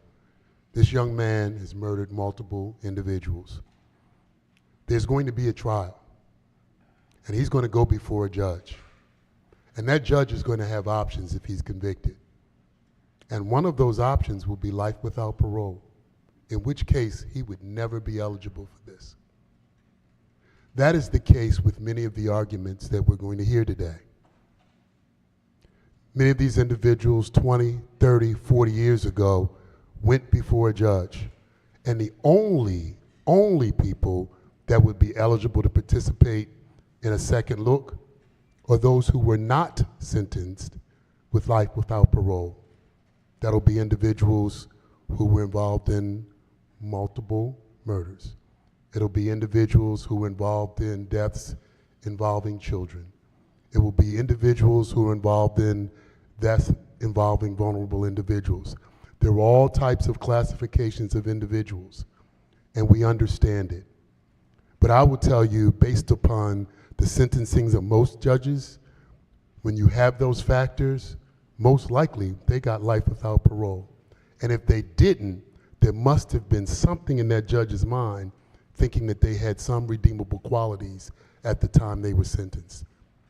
So I want my colleagues to think about that. These aren't individuals that haven't been through a significant process. And yes, they may have committed really bad crimes.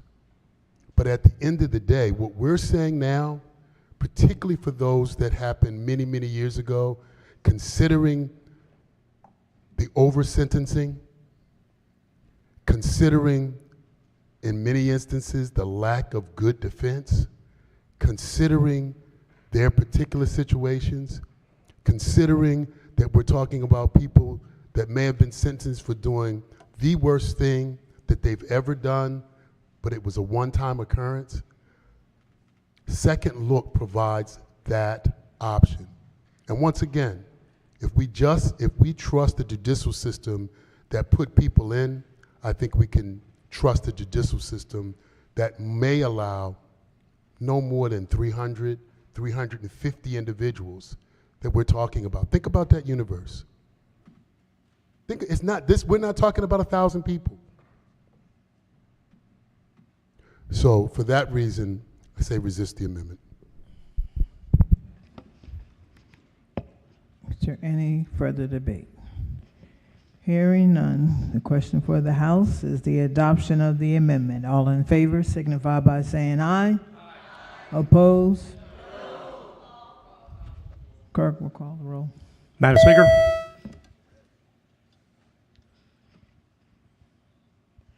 Has everyone recorded their vote? Does anyone want to change their vote? Clerk will take the call. There being 86 votes in the negative, the amendment fails.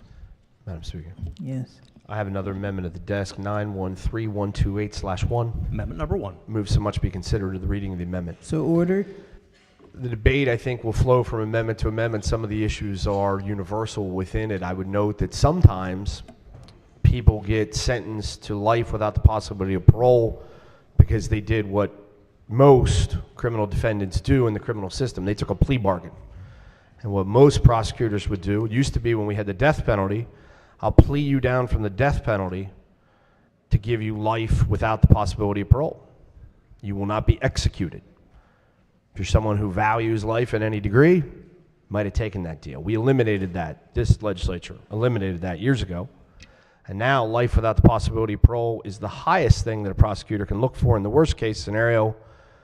And if for whatever reason you take a plea agreement, what's the next thing you do? Life with the possibility of parole. It's life, possibility of parole. Now it's going to be life with the possibility of parole, second look, third look, fifth look.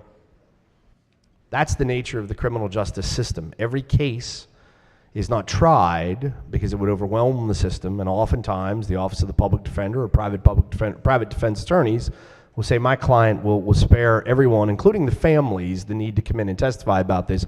We'll take life with the possibility of parole.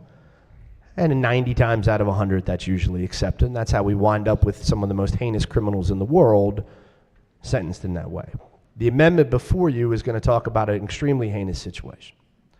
It would exclude those individuals convicted of murder of a probation officer engaged in the performance of the officer's official duties at the time of the officer's death. And we're going to talk about Davis Martinez. We passed a bill in his name and in his remembrance a few days ago. Let's talk about what happened to him. The individual who's charged with killing Officer Martinez, I won't give him the respect to say his name here in this room. But the individual was convicted in the 1990s. In his 20s, he broke into a man's apartment He bound and gagged him and sexually assaulted him. He was sentenced to 29 years in prison for that crime while he was in his 20s. He did not serve his full sentence. Shocker, surprise of all surprises, he got out of jail early. And after he got out of jail early, he was on supervised probation, likely for life. At that level, was a sexual offender. And what did he do to Mr. Martinez last year? Killed him. When the police officer showed up at his house, Mr. Martinez's bloody and dismembered body was found wrapped in plastic bags underneath the bed of this individual. He had taken Agent Martinez's phone and thrown it away in a dumpster to elude his crimes. This wasn't an act of passion. It wasn't a mistake. The man is an evil, savage murderer. We let him out of jail early, and he killed somebody else. And somebody just like him will exist, because they always do and they always have. And somebody just like him will now get that chance at the second look if we don't engage in this amendment. If we're going to make someone's life and sacrifice and tragedy matter, make it matter. And say, hey, something like that happens again. Our probation officers put themselves on the line day after day after day. We want to come in and say, we support them. We support you with more money. We support you with whatever we want. This person never, ever should have seen the light of day, ever. And he should never see the light of day again, period. Anyone that disagrees with that is not living in reality.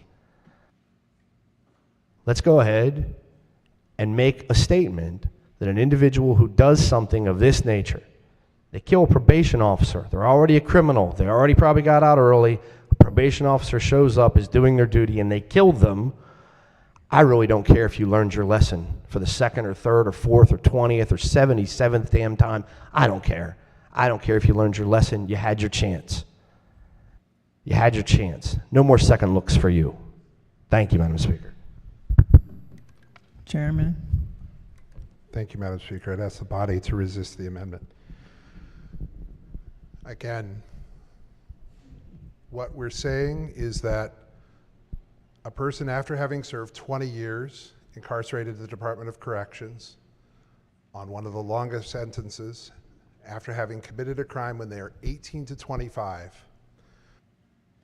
they would have the opportunity to ask for a modification so that a judge can look at the case again. The presumption that I believe that is out there is, well, then that means they're automatically going to get out. And what we learned from the legislation that we passed in 2021, minority whips legislation, is that that first isn't likely to happen. There are a lot of people who applied who were juveniles, who were under 18 when they received a longer sentence. They didn't get out. And the ones that did have not come back into the system. They have not. We have started to learn from that because they demonstrated when they were held in the Department of Correction, where a 90-degree day is 120 degrees inside. They learned at the Department of Correction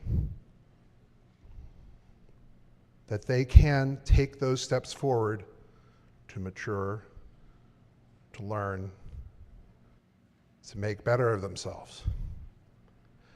But a lot of them don't. And judges, the people we depend on in our criminal justice system to defend our standard of laws. Judges are the people we depend on to put these people away. They are the same people who are going to evaluate these cases, look at them closely, and decide whether these people truly have taken the steps that they need to turn their life around and get a gift that is unbelievable, and that, again, victims will say they absolutely don't deserve. And they will always feel that way.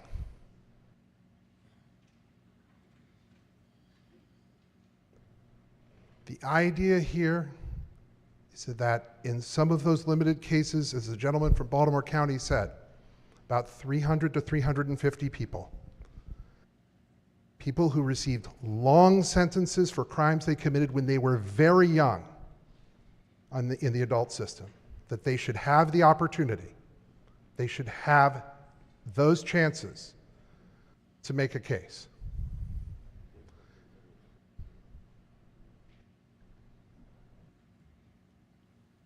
And it's for all of those reasons, again, that I ask you to resist this amendment. In closing, Madam Speaker. Go ahead.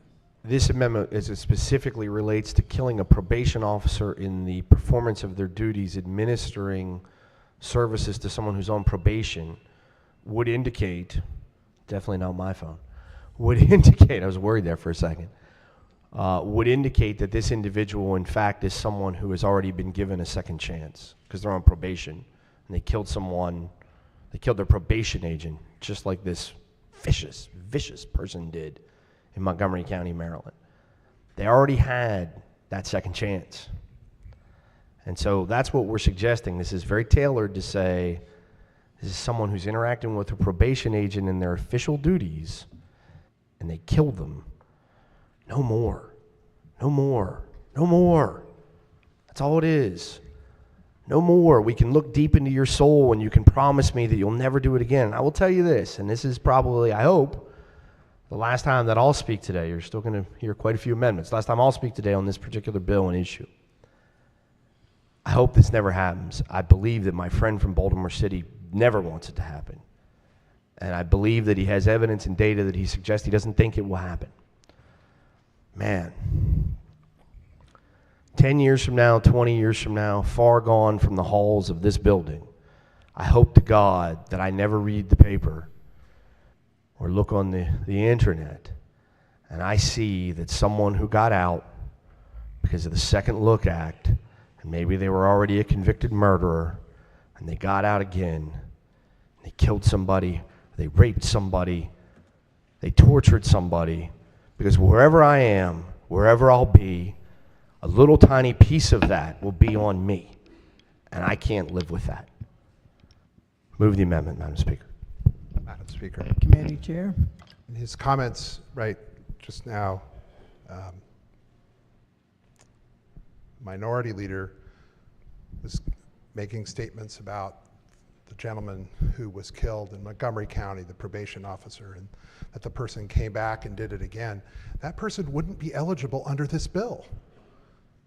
So that person wouldn't be eligible. He was over the age of 25. That's why we cut out that universe of people. That's why we did that. We kept this narrow. We said 18 to 25. Brain development continuing until they're 25. It's terrible whenever the person does it, yes, no question. But the evidence we have, they don't come back. They don't come back. So when the Minority Leader talks about they're going to come back, they're going to come back, it's why we did the bill the way that we did. That's why we focused it on the way we did. And that's why we empowered judges to look at the whole picture, to see whether they believe that this person is going to be a threat to public safety.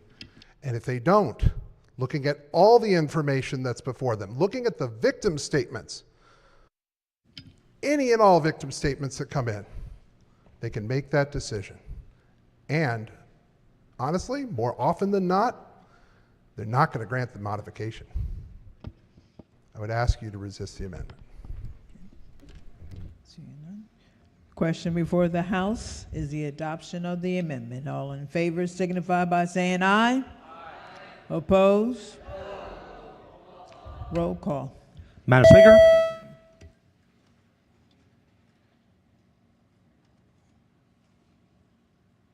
Has everyone recorded their vote?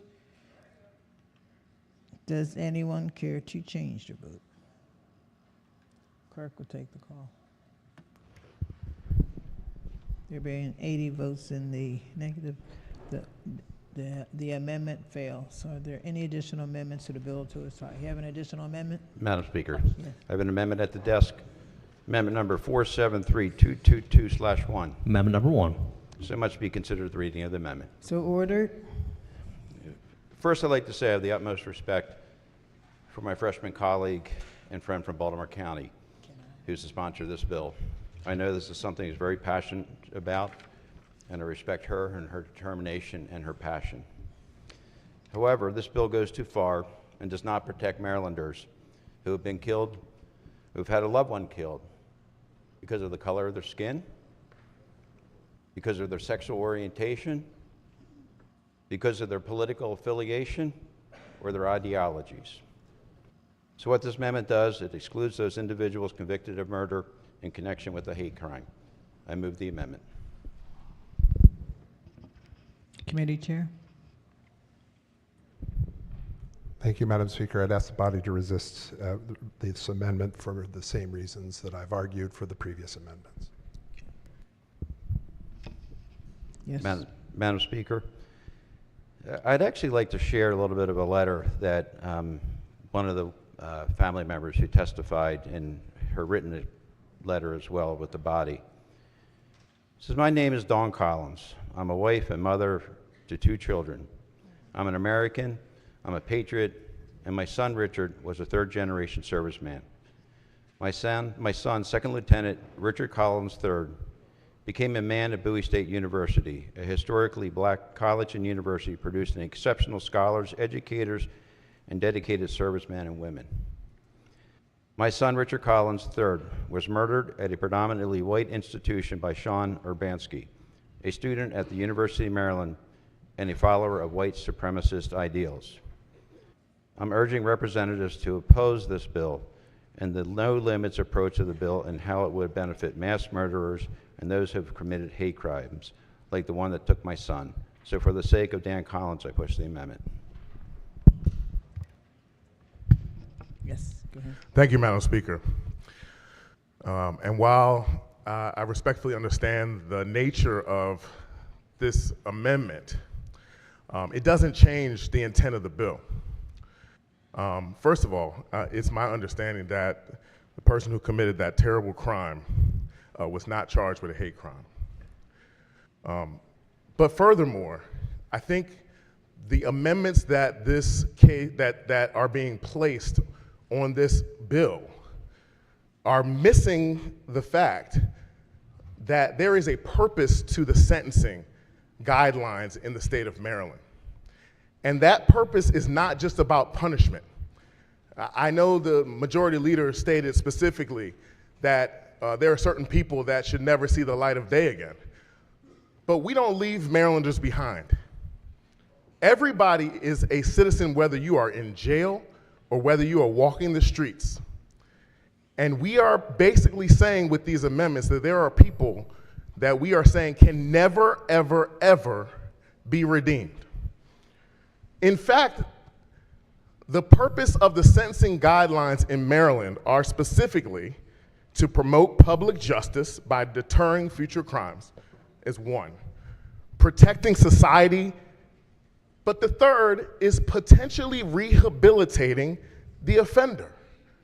That is in the books of our state laws. That is what the judges are intended to do. That's what the purpose of placing somebody in a term of confinement is. And what better way can we as legislators promote the idea of encouraging and motivating folks who have been convicted of terrible crimes to improve themselves, to improve their character, to improve the way that they operate in this world and how they pour back into other people, potentially other inmates who are serving terrible sentences in, like the chairman said, one of the most devastating environments on the planet. Are we to say that every single one of the 350 people that this bill would apply to is absolutely irredeemable, and we will draw that line in the sand as legislators of all Marylanders?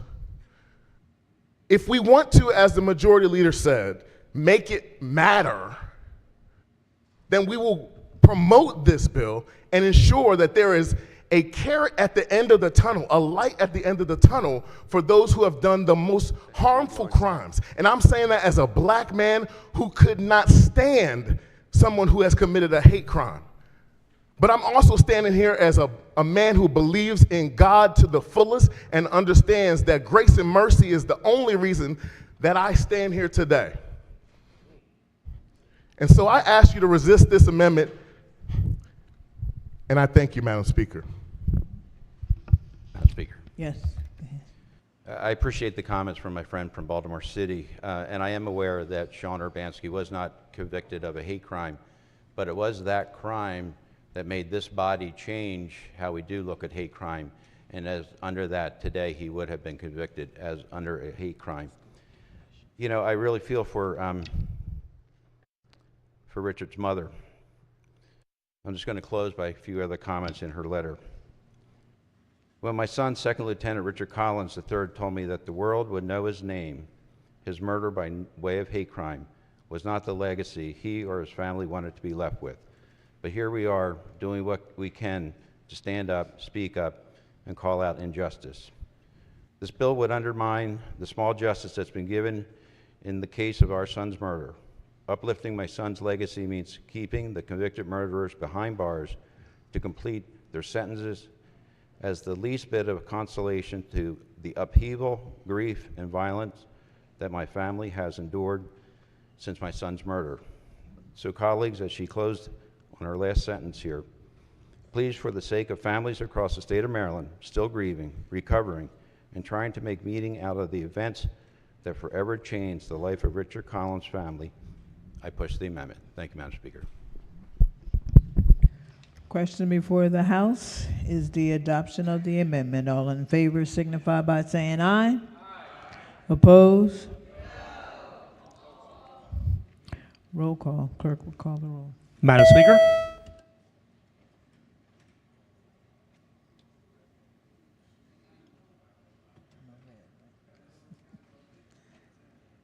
Has everyone recorded their vote? Does anyone care to change their vote? The clerk will take the call. There being 80 votes in the negative, the amendment fails. Are there any additional amendments to the bill to its title? Madam Speaker. You have an amendment? Yes. I have an amendment at the desk, number 553722-1. Amendment number 1. Move so much be considered the reading of the amendment. So ordered. In this similar posture, this amendment seeks to exclude the following class of folks.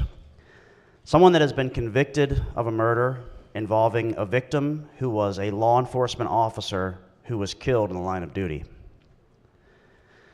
I don't have an anecdote or an example or a case where this would apply.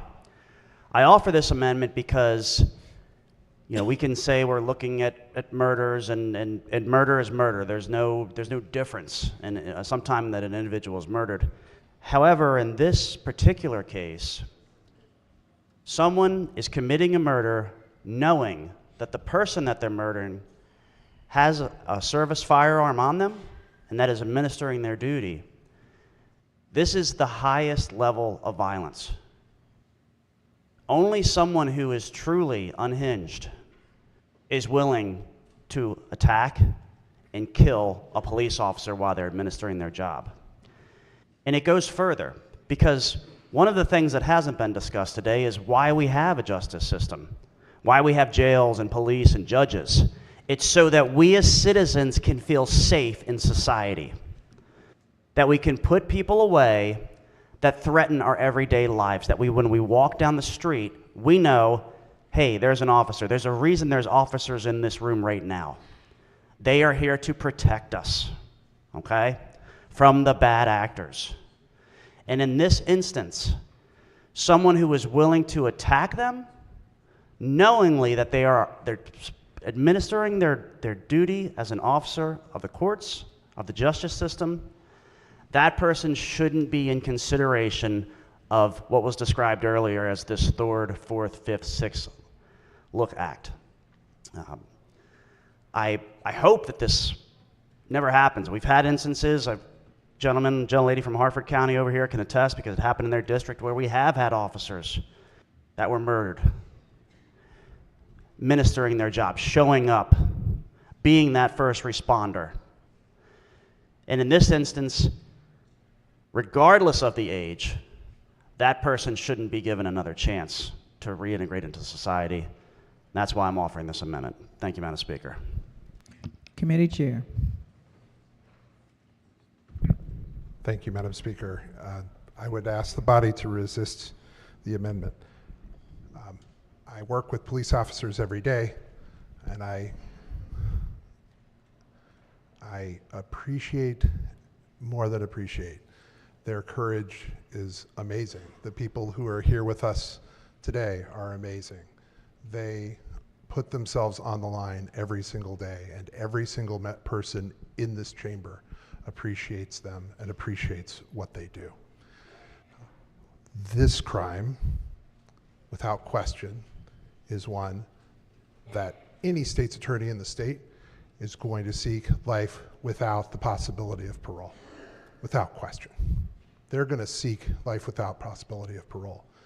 And so they're not going to be covered under this bill. But if somehow that isn't what they get, for all of the reasons that we've already stated, you're going, and to point out again, it's going to go before a judge. It's going before a judge who has to go back and look at what happened when the crime occurred. They have to go back. They have to look and see what happened. And I quite honestly don't know a lot of judges that are going to look sympathetically upon that. For all those reasons, I ask you to resist the amendment. In closing. Yes. Go ahead. Thank you, Madam Speaker. In the hierarchy of violence, this is the pinnacle of the offenses. We did hear that in all likelihood, the maximum penalty will be pursued, but that's not always the outcome. All right? Some cases and some individuals are going to slip through the cracks. Maybe they gathered the evidence the wrong way. Maybe the witnesses fell apart. Maybe there was a sympathetic jury. We don't know. We cannot control and we cannot predict the outcomes of all cases. But in this particular offense, if we're in agreement that this perpetrator is not going to get parole, then why don't we send a message right now and put up a green vote for this amendment? I push the amendment. Thank you, Madam Speaker. Question for the House is the adoption of the amendment. All in favor signify by saying aye. Aye. Opposed? Clerk will call the roll. Madam Speaker?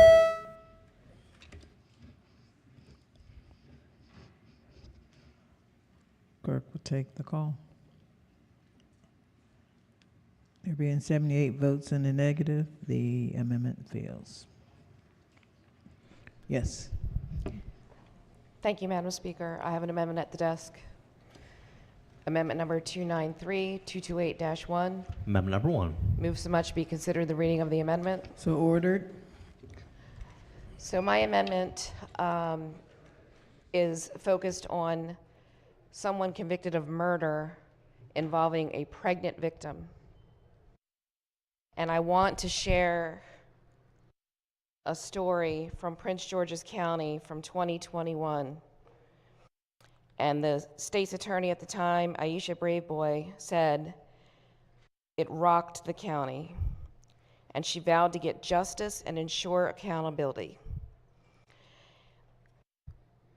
18-year-old Jalyn Quinones was killed pregnant when she was crossing the street with her girlfriend. Her murderer was 21-year-old Malik Johnson and his brother, Michael Johnson, who they think was the father of the child. That baby, according to her mother, is now without his mother because he was able to survive, but he has severe disabilities because of her age and because of what happened. We talk a lot here about women and protecting women. There are stats that say that homicide is the leading cause of death for pregnant women. So, as I usually do, I'm standing up for women, I'm standing up for life, and for someone that would gun down an 18-year-old pregnant mother, they should not be eligible for a second look. So I'm standing for them. Thank you. Yes, go ahead. Thank you, Madam Chair. I'm not chair. Madam I'm Speaker, sitting in the chair, I though. apologize. I was looking at my chair, and I apologize, Madam Speaker.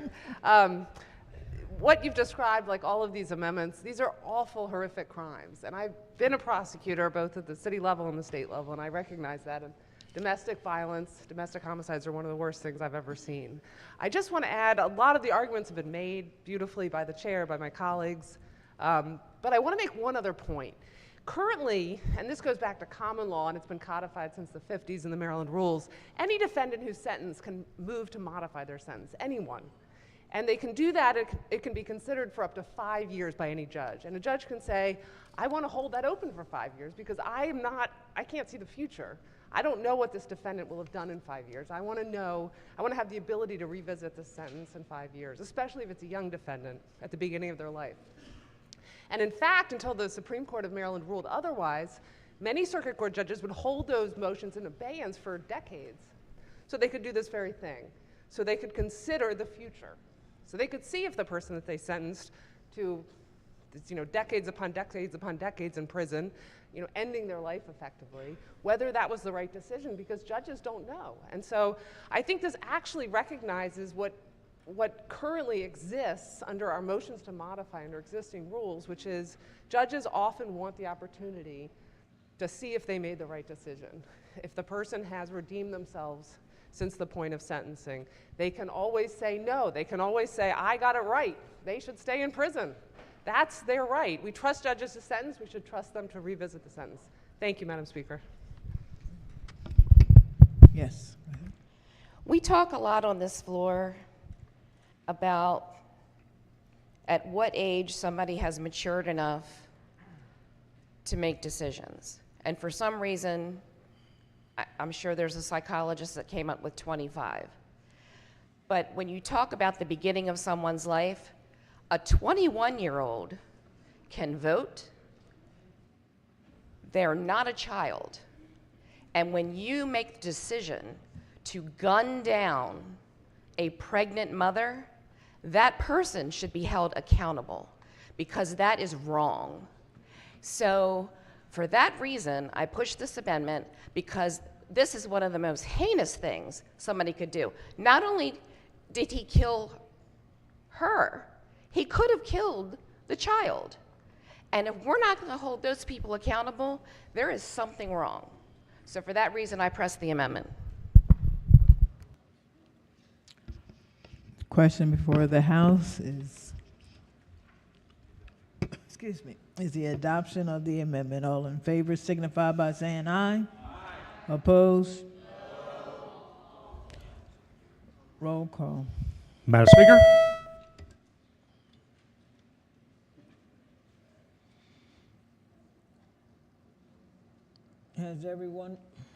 Has everyone recorded their vote? Clerk will take the call. There being 77 votes in the negative, the amendment fails. Madam Speaker.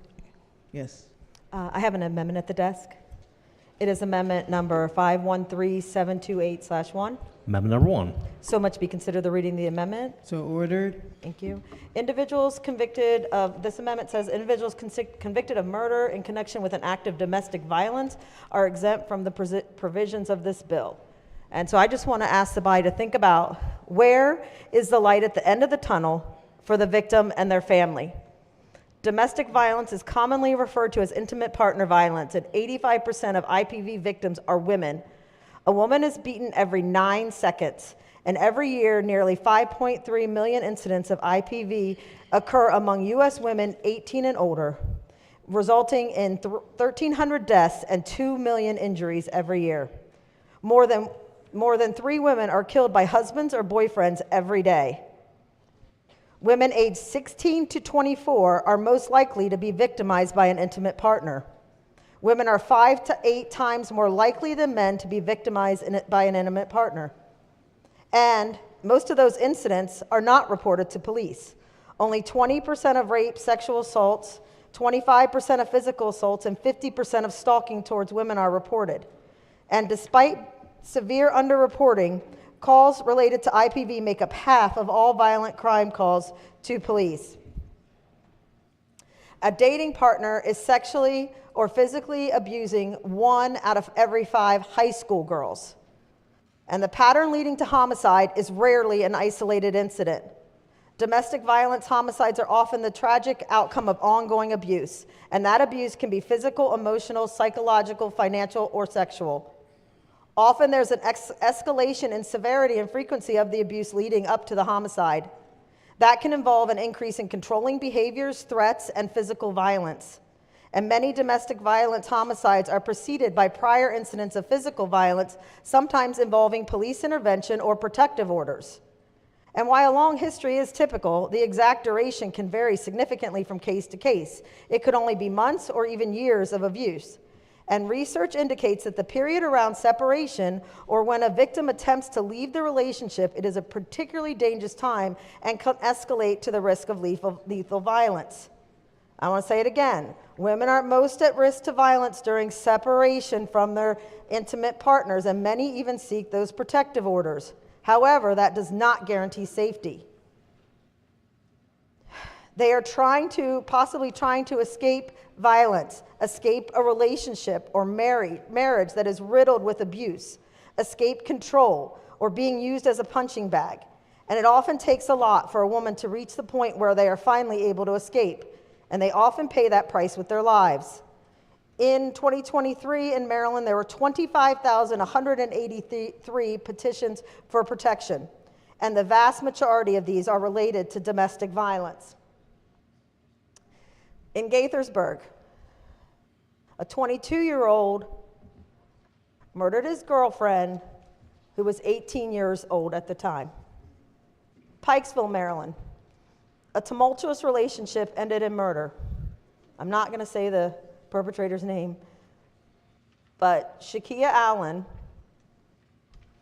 can be heard on a video saying, "I have a restraining order on you." The man replies, "Well, call the police." Shakia is then heard screaming and even warning the man that he's being recorded. A neighbor recording the dispute begins to scream at the man to leave her alone. "He's got a gun," screamed Shakia. And seconds later, she was shot 3 times and then once more. The shooter, her former boyfriend.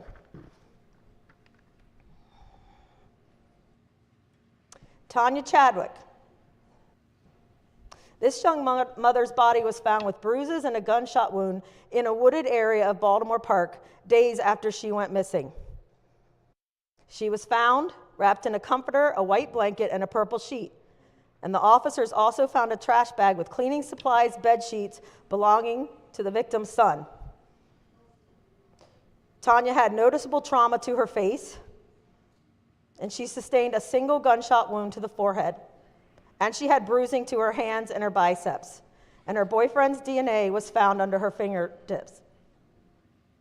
While nothing can bring this mother back to her young child, I pray this sentence brings some peace of mind to this family who has had to endure the unimaginable, said Baltimore State's Attorney Marilyn Mosby.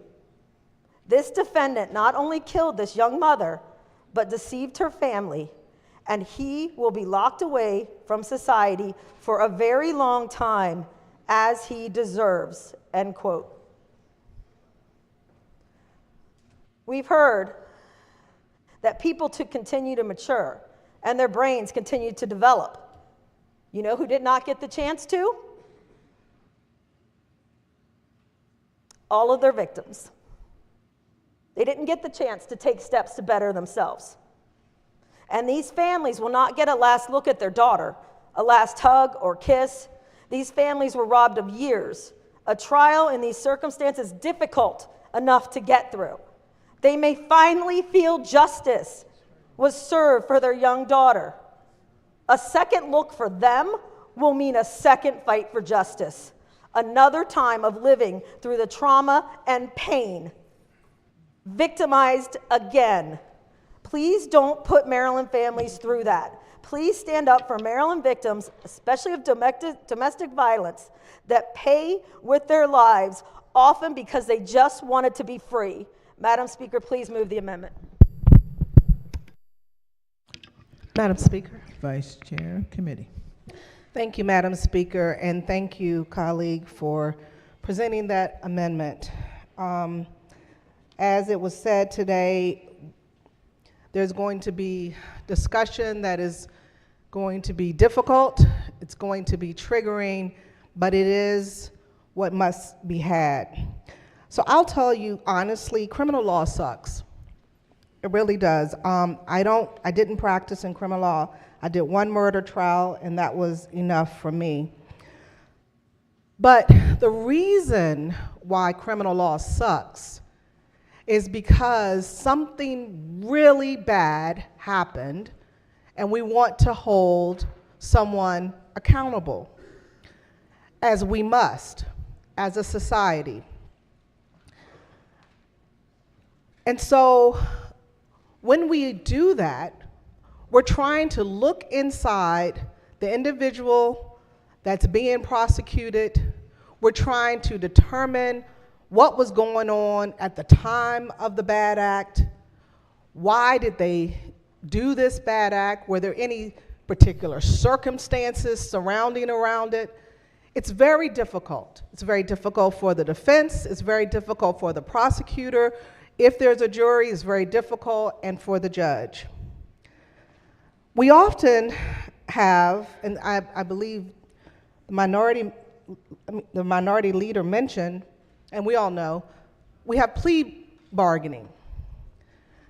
That's not fair. I mean, if you think about it, really. Somebody did something bad, they make a deal, and they get out. It's not necessarily fair, but it's something that is done and that we as a society understand that it's necessary for the system to work. We allow individuals to be released because of a technicality. Not fair, not fair at all. An attorney, a prosecutor, police, a witness makes a mistake, and an individual can be released, just like that. What the second look act is saying, we're going to look at what is going on and what has gone on since you have been incarcerated. The good lady, the good delegate, who is a lady, by all means, mentioned a couple of names, and listen, when it comes to domestic violence, again, it's difficult. But as I sit in Judiciary Committee, I always tell the prosecutors as well as the defense, I don't get to argue for one side and one side only. As a state leader, we have to look at the entire state of Maryland. With that said, I heard testimony from Gordon Pack. And since Gordon has been out, he was incarcerated when he was 15. Met his significant other, or I believe his wife, and I met their little baby. And he calls the little baby a JRA baby. But he was incarcerated when he was 15, and he was just a kid. He made poor decisions, and that led to him being incarcerated for 42 years. And Gordon will tell you, if you ask or if given the opportunity to speak, some of the things that he had to do in order to survive while he was behind the walls. These were life preservation things. He had to do them because as a 15-year-old, as a young man, he was preyed upon. And if he didn't make friends with certain people, he would have been continually preyed upon. But Gordon Pack is not the only one. There's a group called the Ungers. There were, I believe, 250 of them, one woman, and they come in, different ones come in, and they testify, and they tell their stories. And one of the most compelling stories I've heard is from Curtis Alston. He came in and he testified, and he said, "I understand the gravity of the crimes I committed and the pain endured by the victims and their families. Acknowledging this, he also knows firsthand the capacity for change. He was sentenced to 2 life sentences, one without parole, plus 70 years. He states, through God, personal rehabilitation, and self-discovery, he found his path and redeemed his life. Today, he serves on the governor's reentry task force. See, here's the thing. Because people can change, some of those folks who have changed go on to do incredible things. And I know because I hear about them when they come to judiciary and they testify on our bills. They are business owners. They are more than remorseful. They are leaders in their communities. They are advocates. They are your members of your community. They are individuals who, at some point in time, for some reason that we don't know because we weren't there, they made some horrible decisions. Now, let me just mention one more thing, and this does pertain to the amendment, because this is what an individual must overcome in order to even get a hearing, to qualify a hearing, and to get a reduction of their sentence. They must prove that they have essentially done an entire 180, that they've done a 180, that they've turned their entire life around. The prosecutor gets to present arguments that perhaps this is not true. And as it has been said, the victim or the victim's representative gets to be there as well. And lastly, I'll say that what also strikes me while I serve in judiciary are those victim families who have actually testified to the fact that they have forgiven the individual who committed whatever crime it was, and they are asking us to pass second look. Mind-blowing, but true. Thank you, Madam Speaker. Madam Speaker, to finish. Yes, go ahead. Thank you, Madam Speaker. And while I appreciate the commentary, this amendment isn't talking about 15-year-olds who got caught up in the wrong crowd. We are specifically talking about domestic and intimate partner violence to get the exclusion for. And I am sure that these women in this situation were trying to figure out what the frickin' heck was going on in their world. And they were trying to get free. And they were killed. So that is what this amendment is about, and that's who I press this amendment in the name of. Thank you, Madam Speaker. Yes. Madam Speaker, I stand, thank you, I stand in support of this amendment. The sad fact is that we do have victims of domestic violence in our world. And thank God we do have organizations in our counties that actually provide a lifeline for these victims and survivors of domestic violence and provides them hope to allow them to live a safe and empowered life free from abuse and fear. Unfortunately, some of these victims of domestic violence will never, ever reach the status of survival. And their families have to live this horrible act of violence over and over. And now, with this bill, we are letting their loved one's murderer out of jail, which will place them in possible danger and others.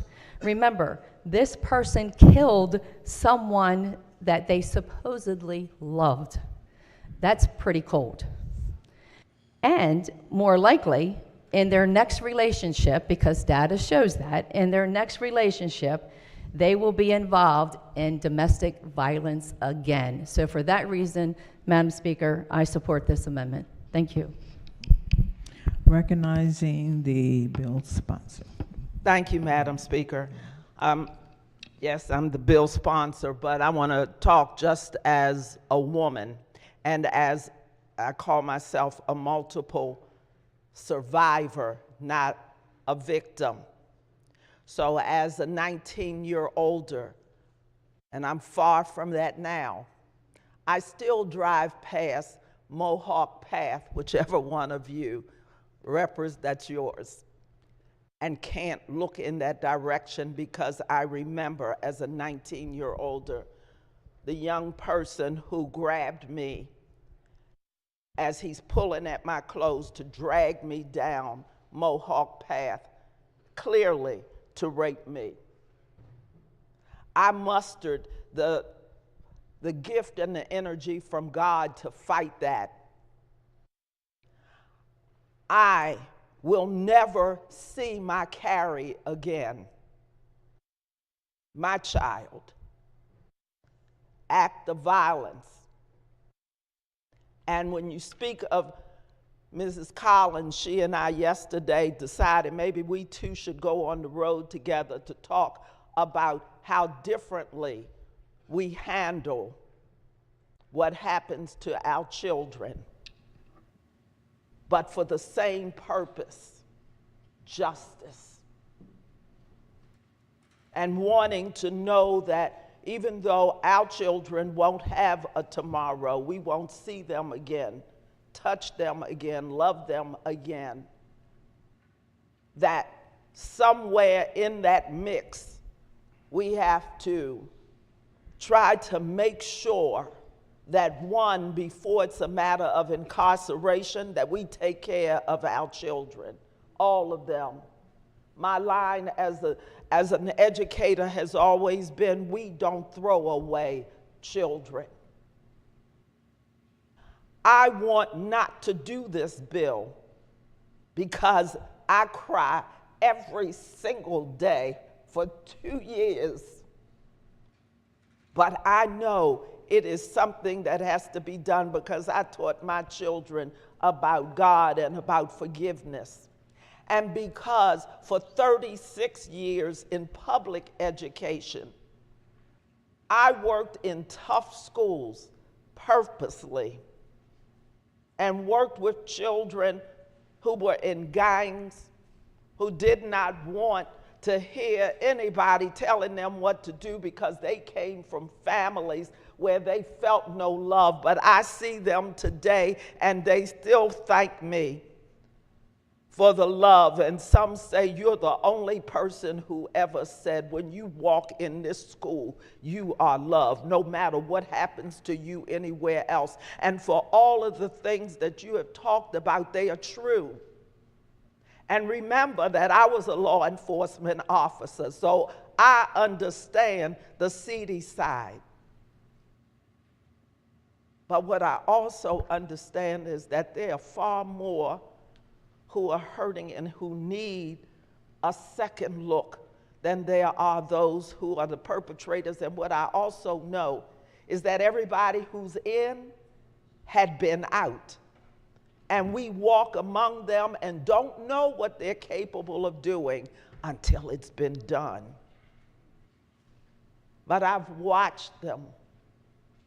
My last one that's incarcerated, when he did in a gang and not sure of what the group did to his best friend, he came to me.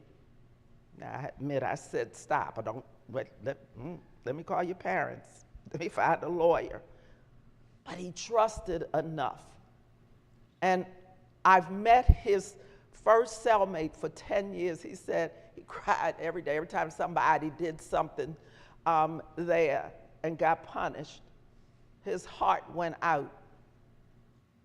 If we're to believe that every child is a monster and that everybody who does wrong is a monster, we're in trouble. There are people in this room who've said and done things, all of us, that we wish we could take back. There are folks here I never thought I would like, but I do.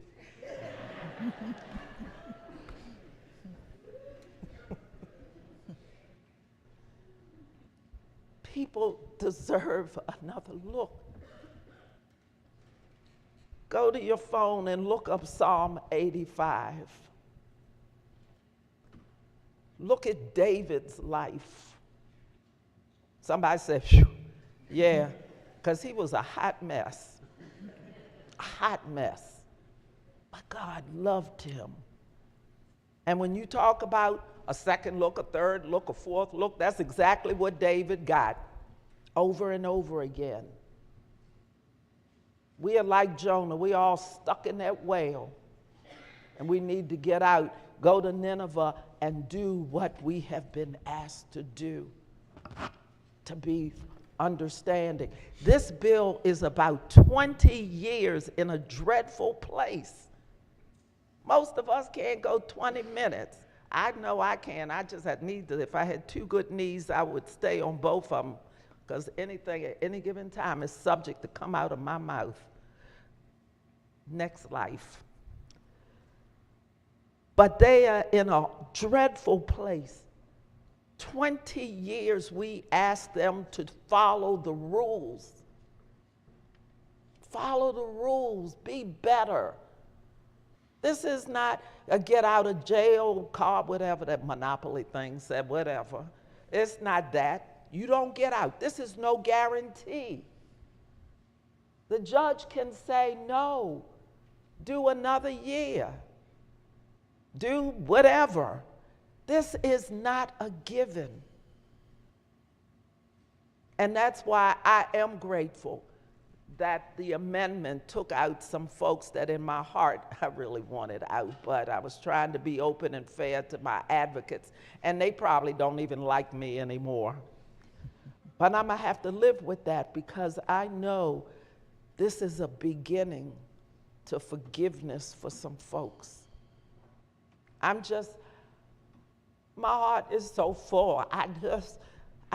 I can't begin to tell you the gravity of what this means, because I look at the children, and I've taught in Baltimore City and Baltimore County and on the college level, and I know what people go through. I know what we need to do to help our schools, and what we need to do when our children go wrong, so they don't have to get that far. I can't call a delegate's name, so I just have to look at you and say, we've got to do something together. It's not an R or a D. Look up. Woo-hoo. Hey, you should be paying attention. You know I love you. No, I love you too, but I was talking to that real big guy. It's not an R or a D for me. This is about all of us having a chance, and giving our children a chance. Okay, I'm done. Thank you. I'm like Thanksgiving turkey. Madam Speaker. Oh, I did. Okay, can I just say this over a leader, whatever her name is, will get off my nerves. I just want you to know that this is not a Maryland thing. that there are 21 states, blue, red, and purple, that already have the Second Look Act, and it was introduced in Congress this year. So this is not a new thing. It's out there. Thank you. Now I'm really finished. Madam Speaker. Yes. Thank you, Madam Speaker. And I very much appreciate the comments that were just made by the bill sponsor. And as a woman who loves the Lord, I do believe in forgiveness, 100%. And forgiveness can be had because this life is not the end. So there is forgiveness and there is a second chance when we're no longer here. But what we're speaking up about are consequences to actions that cannot be undone. And so for that reason, I'm supporting this amendment. Thank you, Madam Speaker. The question before the House is the adoption of the amendment. All in favor signify by saying aye. Aye. Roll call. Madam Speaker?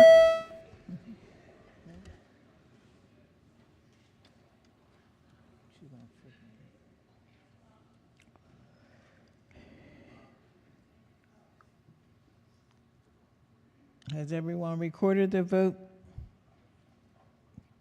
Anyone want to change their vote? If not, clerk will take the call. There being 81 votes in the negative, the amendment fails. Madam Speaker. Yes. I have an amendment at the desk. 893422-1. Amendment number 1. Thank you, Madam Speaker. So my amendment deals with individuals convicted of the murder of a person over the age of 65 or physically, developmentally, or cognitively disabled are exempt from the provisions in this bill. Jermaine Portia Clarkson, a 73-year-old woman with mental disabilities, was murdered in a hate crime in Millington, Maryland. She was gunned down by a road rage incident by a 24-year-old David Wayne Starkley, who was convicted of her murder. This individual will be available to have a look back immediately the day this bill is passed. Hate crime, elderly, developmental disability individual. That's what we're doing. That's the immediate impact of this bill. Everyone here knows I have a 10-year-old son with autism, severe autism. He can be murdered by a 22-year-old in this bill, and in 20 years, be able to be set free. The number one thing that I think about and I talk about, my biggest fear of being a father with a son with severe developmental disability is what happens to him after he dies. And that's a big enough fear as it is, just him being able to live a normal life, right? Just when I die, when me and my wife pass away, what's going to happen to him? I think about that every single day.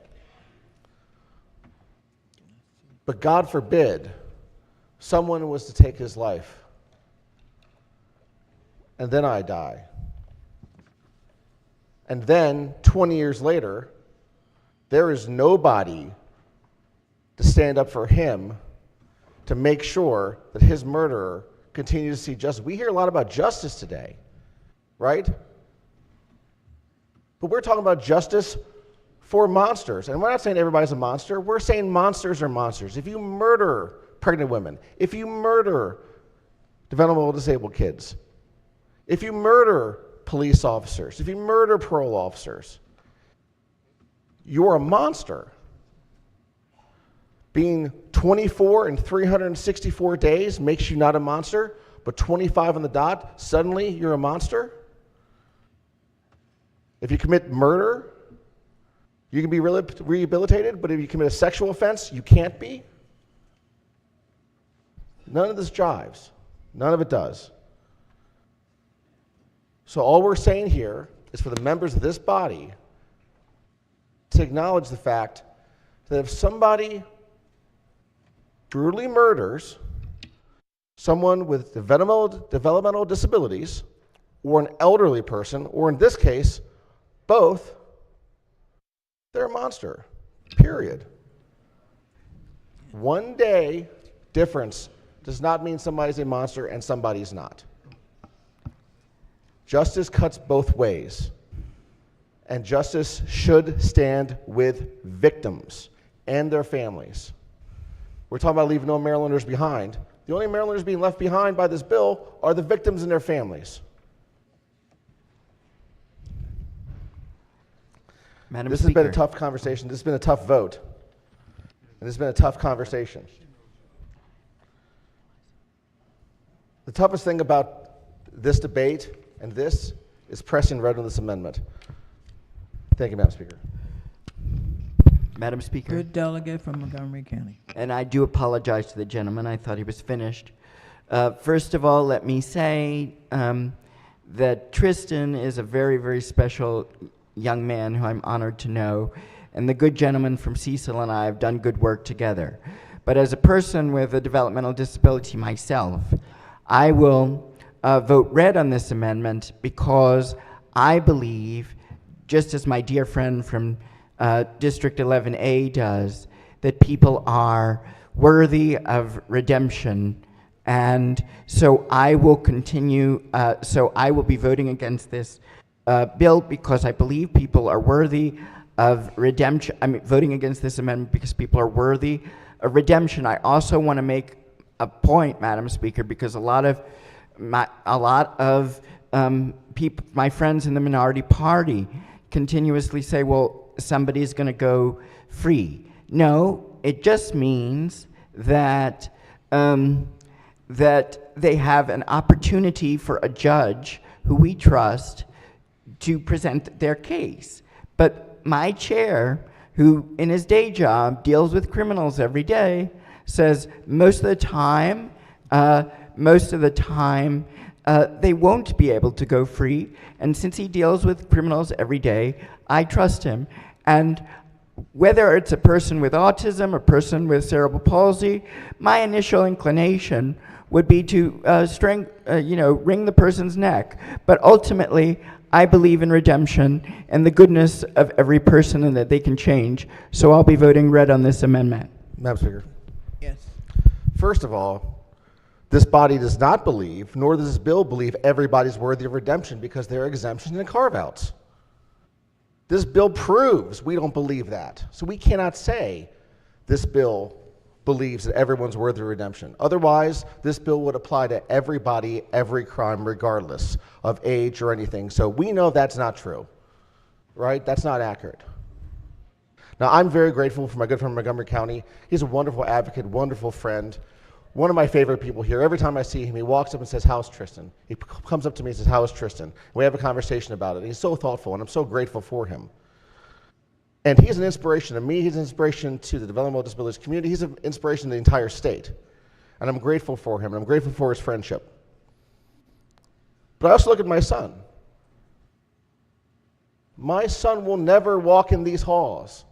My son will never be able to serve in the Maryland General Assembly. My son will probably never be out of diapers. My son will never be able to advocate for himself. He'll never be able to speak for himself. He will never have the privilege that all of us in this room does, including my good friend from Montgomery County. My son and people like him need you to speak for him right now. They need you to speak for him. This is the opportunity.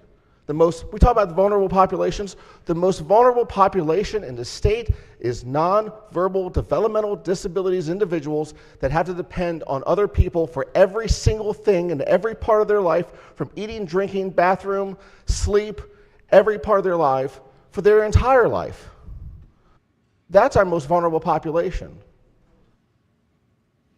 So we've already proven that as a body, we don't feel everyone its ability can be rehabilitated, right? Otherwise, this bill would apply to everybody. So let's stand up for those most vulnerable and say one more group of individuals should not be exempted from this. And that's those who would brutally murder developmental disabilities individuals, and the elderly. With that, Madam Speaker, I move the amendment.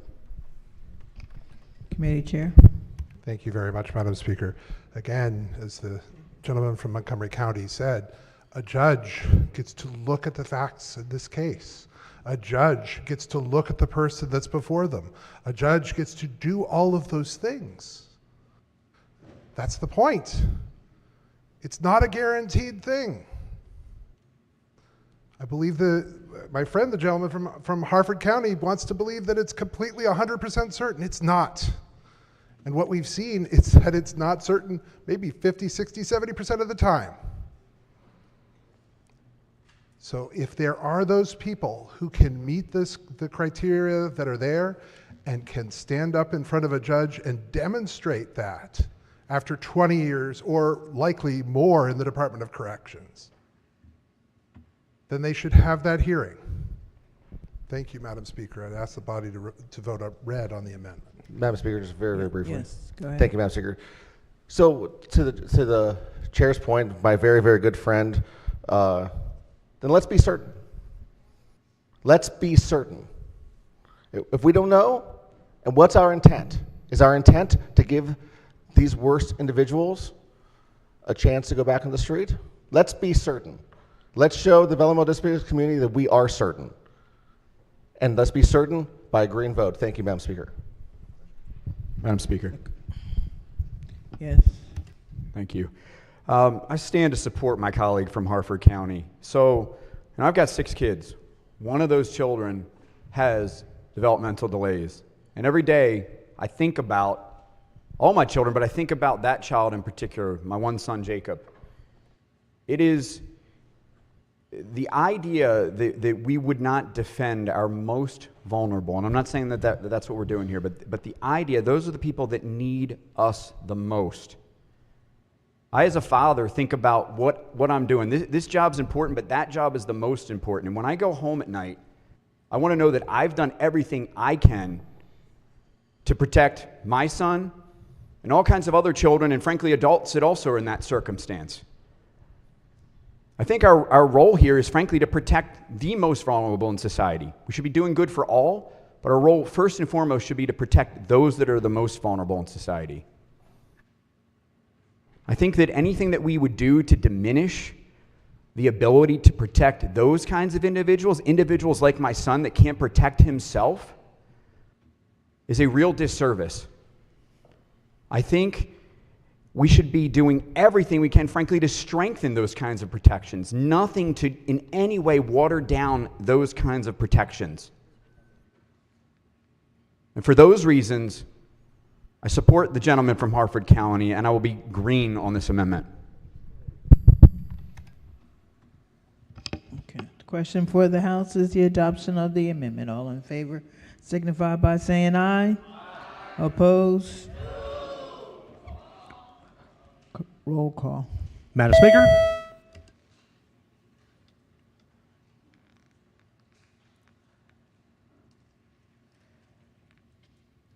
Has everyone recorded their vote? They're all out of their way. Okay. The clerk will take the call. There being 81 votes in the negative, the amendment fails. Madam Speaker. Yes. Thank you, Madam Speaker. I have an amendment at the desk. It's amendment number 823-623/1. Amendment number 1. Move so much be considered the reading of the amendment. So ordered.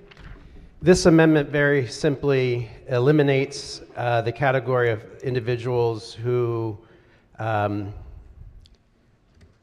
was not convicted of murder involving a victim under the age of 13 years old. So individuals who were convicted of killing a little kid would not have the benefits of this legislation. In 2023, an 18-year-old was charged with murdering his 8-year-old little brother. He shot his little brother over and over and over again with a shotgun. Officers found the little boy upstairs suffering from multiple gunshot wounds to the head, police said. He was later taken to the hospital where he died. In 2021, an 18-year-old, because I refused to say their names, was charged and convicted with capital murder for the death of a 4-year-old. He broke into a home, abducted the child from its bed, stabbed the child to death, and dumped the body on the street. In 2009, an 18-year-old killed a 9-year-old little girl. The murderer lured the child into the woods, strangled her, slit her throat, and stabbed her again and again, later confessing that she wanted to know what it felt like to kill someone. And so, while I respect the good intentions, and I mean that sincerely, there are good intentions in this bill. And as someone who did support the Justice Reinvestment Act, I'm sympathetic to the good intentions in this bill. I mean that sincerely. But as a father of 4 beautiful little souls, I think sometimes policies like this go a little too far. It has been said that it has been said today on the floor, it's the purpose of confinement to rehabilitate the offender, and that we must seek God's grace and mercy. I do agree with that. But I do also think it's appropriate that there are times, especially when innocent little souls are brutalized and murdered. Brutalized and murdered. Little tiny hands, little tiny people with their whole lives ahead of them. I think sometimes it's not just about rehabilitating the offender. I think it's about punishing the offender for the rest of their life. In fact, I think the death penalty is too nice for those people. Punishing them day in and day out for the rest of their life in a very unpleasant place. Because those poor little children who had their souls snatched from them, and their parents, their loved ones, have that hole in their chest, thinking about the horror that their children experienced at the hands of a murderer willing to snuff out the life of a little child. I believe I'm on the right side in standing up for these little kids. I believe that this amendment is wholly appropriate, and that no murderer who snuffs out the life of someone under the age of 13 should ever be given a second look. I move the amendment. Thank you, Madam Speaker. Committee Chair. Thank you, Madam Speaker. And the person who did that horrible crime, that person is going to go in front of a judge and in front of 12 people in a box. And those state's attorney who stands there and argues the case and fights the case will fight to put that person in jail for life without parole, without question. That's what's going to happen in that case. That's what does happen in those cases. And that's why they're not in this bill. That is what will happen here. It's a tragedy when these things happen. We said it over and over again, and I keep not going to stop saying it. The holes that they tear in our hearts are real. But we will prosecute them and we will put them in jail. And under this bill, they will have an opportunity, yes, to go before a judge and try to explain away what they did. And I'm here to tell you, they're going to fail. They're going to fail over and over again. But they're going to have that opportunity. And there is something to be said if one of these people, unless they have truly found some way to find from the depths of their being that they could improve themselves, they somehow manage to get through all of those steps, if they somehow manage to take that next step forward, somehow, after doing these amazingly terrible things, let's give them the hearing. Knowing how incredibly unlikely that is. Again, the people who are going to see the opportunity to use this, they're not going to get it the majority of the time. They're not. But the ability to have the opportunity is part of what makes us human and part of what allows us to continue to believe in the face of that evil, that there is that opportunity for redemption. Because in my belief system, there is no truer expression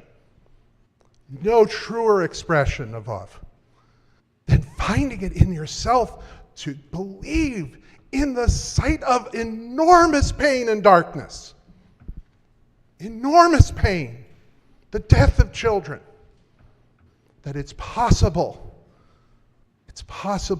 that even God's love is somewhere infinitesimally in there. It's also not my job to determine whether God has placed that there or not. As a state's attorney in the criminal justice system, that is truly up to God at some point. This is hard. But if they somehow manage to redeem themselves from such an absolutely irredeemable crime, they would get a hearing. And I believe they would go back to jail. But it doesn't mean that we shouldn't have this process in place. Thank you, Madam Speaker. I'd ask the body to vote red. Madam Speaker. Yes. Go ahead. Respectfully, I disagree with my good friend, who I'm quite fond of, the chairman. And I do believe in redemption, and I thank God every day for it. And I do believe that God, one who does such a horrible act as this, I do believe that God is so great that in the eyes of God, God, I think, might be able to redeem their soul. But in the eyes of a father who has their little child snuffed out of their life by a vicious murderer, I don't believe they deserve the redemption of this body, of this General Assembly. God is great. God is all-powerful. Anything is possible with God.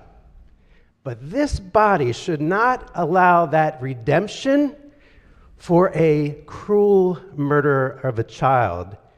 Furthermore, it has been said that it is very unlikely that this person who does this heinous thing would actually be seen in a favorable way by the judge and be allowed out.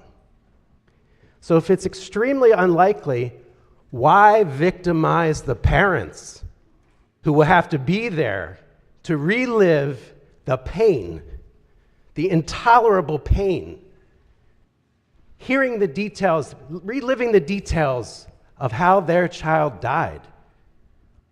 My friends, I just believe that this bill goes too far, despite the efforts to limit its scope. And this is a very reasonable place to say no. This is not where we're going to go as a public policy. In this state, if you brutalize and murder a child, you're going to be put away. It is not acceptable in Maryland. We stand on the sides of little children, little boys and girls. I urge the body to adopt this amendment. Thank you, Madam Speaker. Question for the House is the adoption of the amendment. All in favor signify by saying aye. Opposed? Clerk will call the roll. Madam Speaker.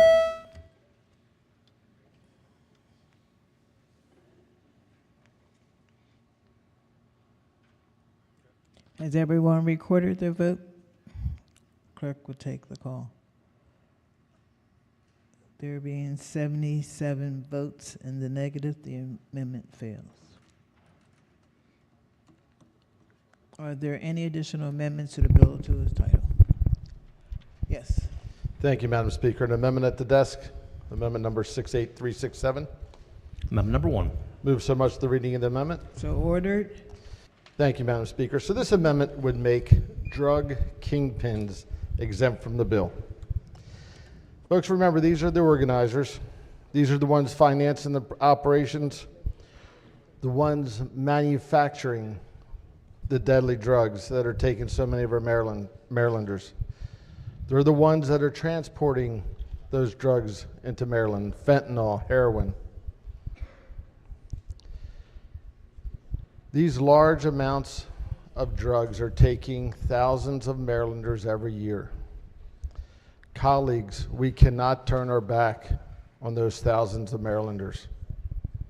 We can't turn our back on those families, their mothers, their fathers, their sisters, their brothers, their children.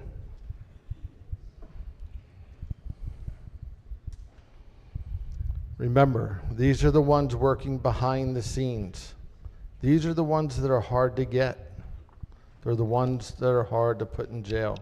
They don't deserve another look. Every life is precious. But when you have one person that represents hundreds of deaths in Maryland, these are the ones that we need to keep in prison. I ask you, body, to accept this amendment.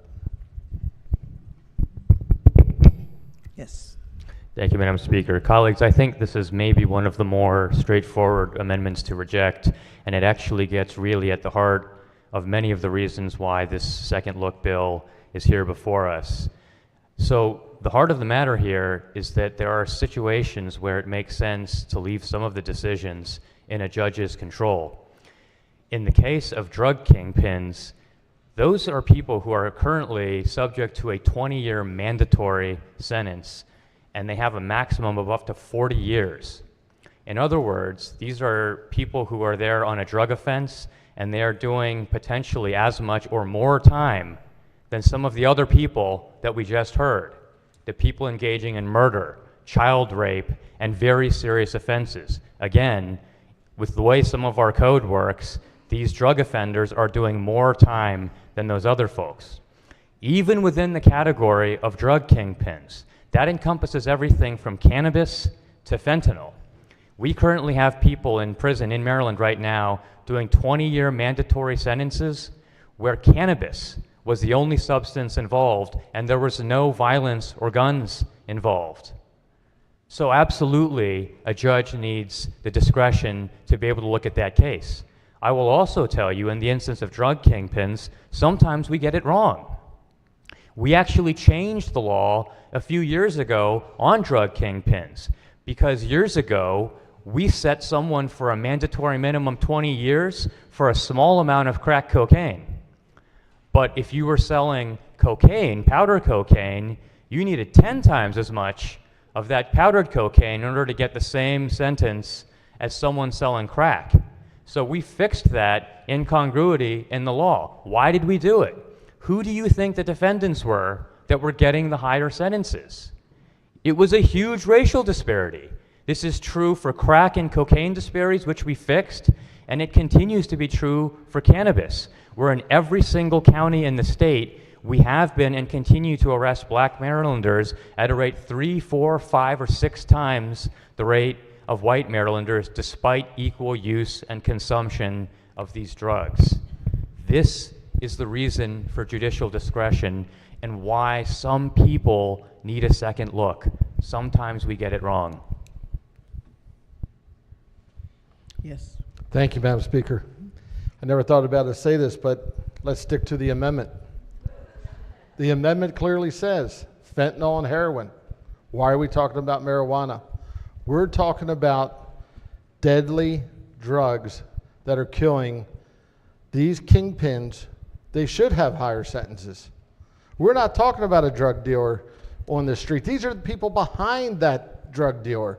These are the people organizing that crime, financing that crime, that are hard to get, and when we get them in jail, they need to stay there. People want two things from us. They want us to make the place affordable, and they want to make it safe.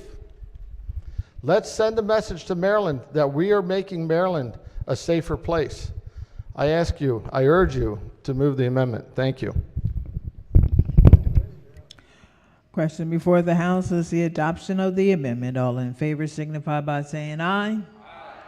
Opposed? Roll call. Clerk. Madam Speaker? Call the roll.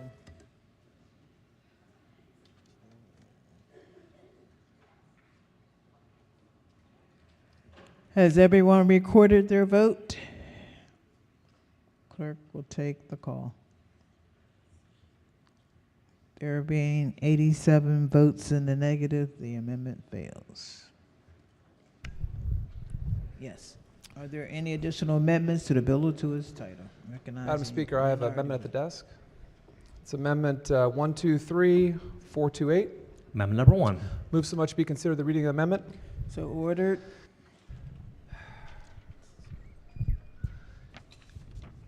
I gotta be honest with you. I'm tired. You know what I mean?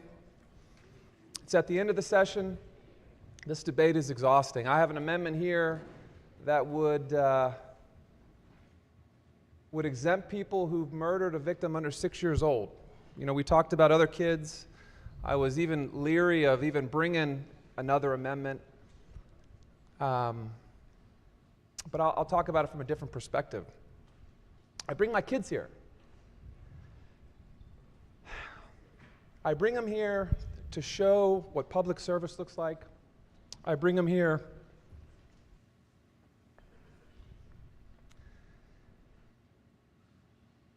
to show them that we're making a difference.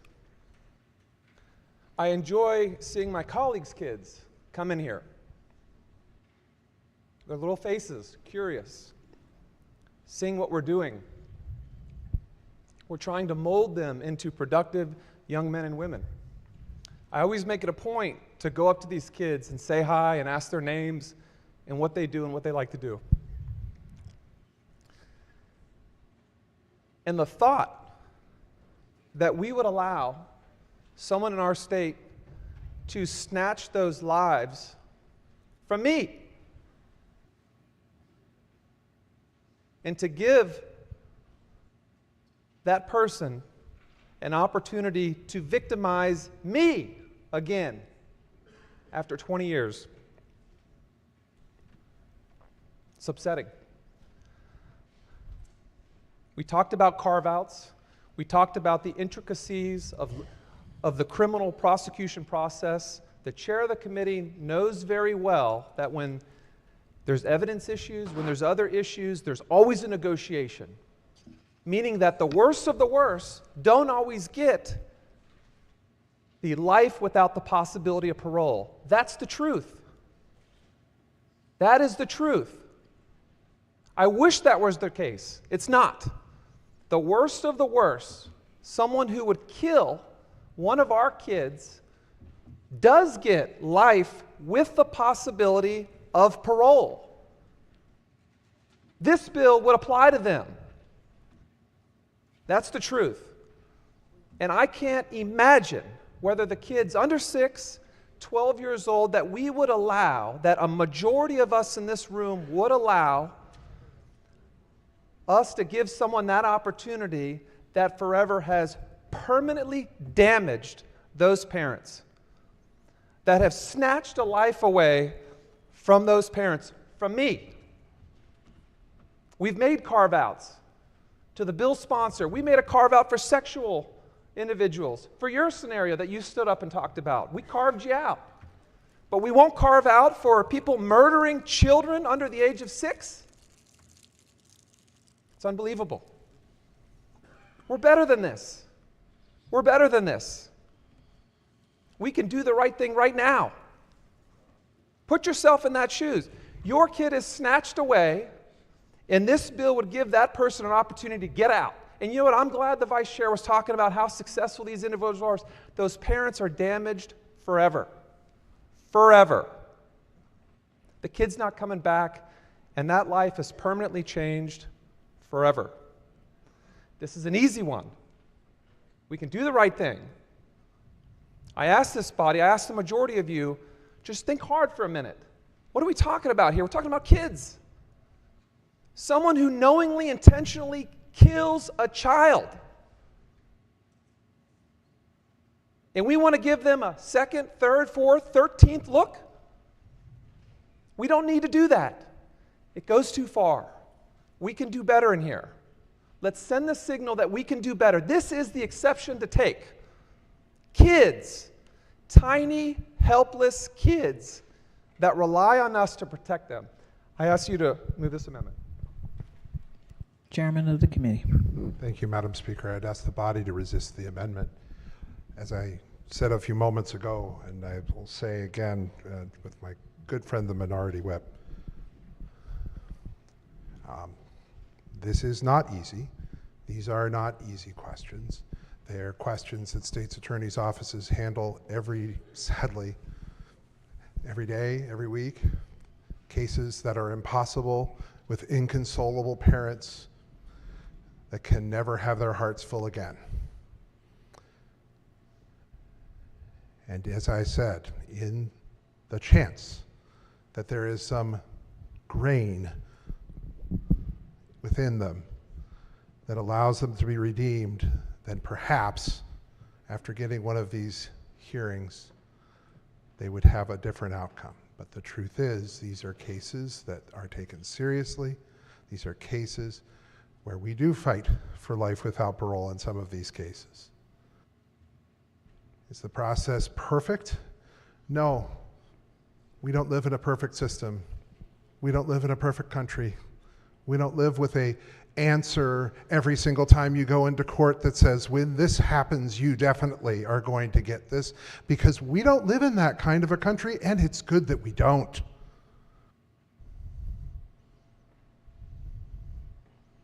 We live in a country with judges, with states' attorneys, and public defenders and defense attorneys who argue cases, who put up the best cases that they can to get the punishment that these people in many cases deserve. And should someone like this come back, those same people will come forward and make those same tough cases. They will make those cases. And they will be before judges who will know the stakes in those cases. It's not an easy thing. Nothing about the criminal justice system is an easy thing. That's why my committee always looks so happy.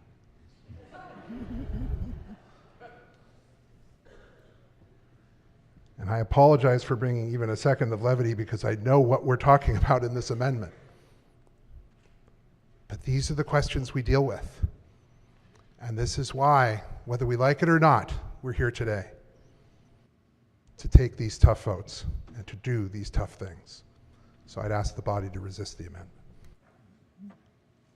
Madam Speaker? Yes.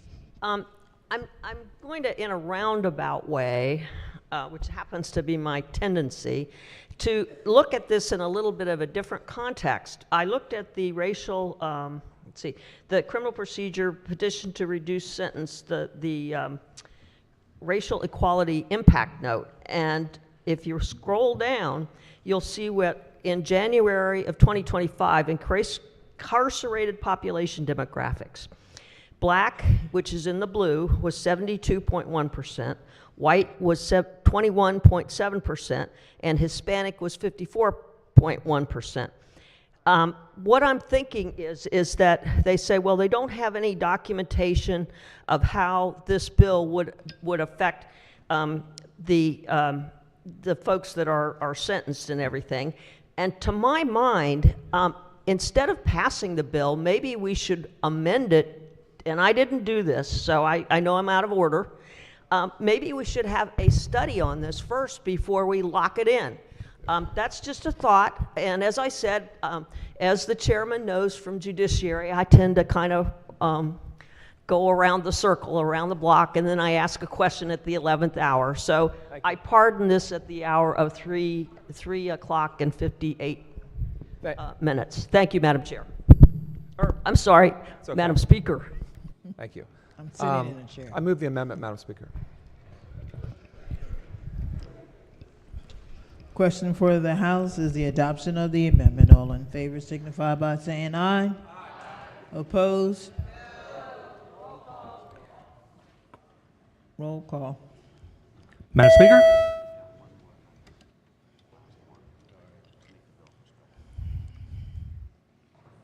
Has everyone recorded their vote? Clerk will take the call. There being 79 votes in the negative, the amendment fails. Are there any additional amendments to the bill or to its title? Madam Speaker. Yes. I have an amendment at the desk, Amendment 493028. Amendment number 1. Move so much be considered the reading of the amendment. So ordered. So I have good news. It's the last amendment we're going to offer. We've heard exempting mass murderers. We've heard people that murder children. We've heard fentanyl dealers.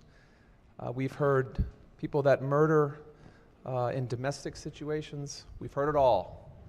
The worst of the worst, every conceivable, horrible thing, we've heard it today. But this is the most important amendment I'm going to offer. This makes the bill prospective, meaning that it goes forward. And I'm going to tell you why this is important.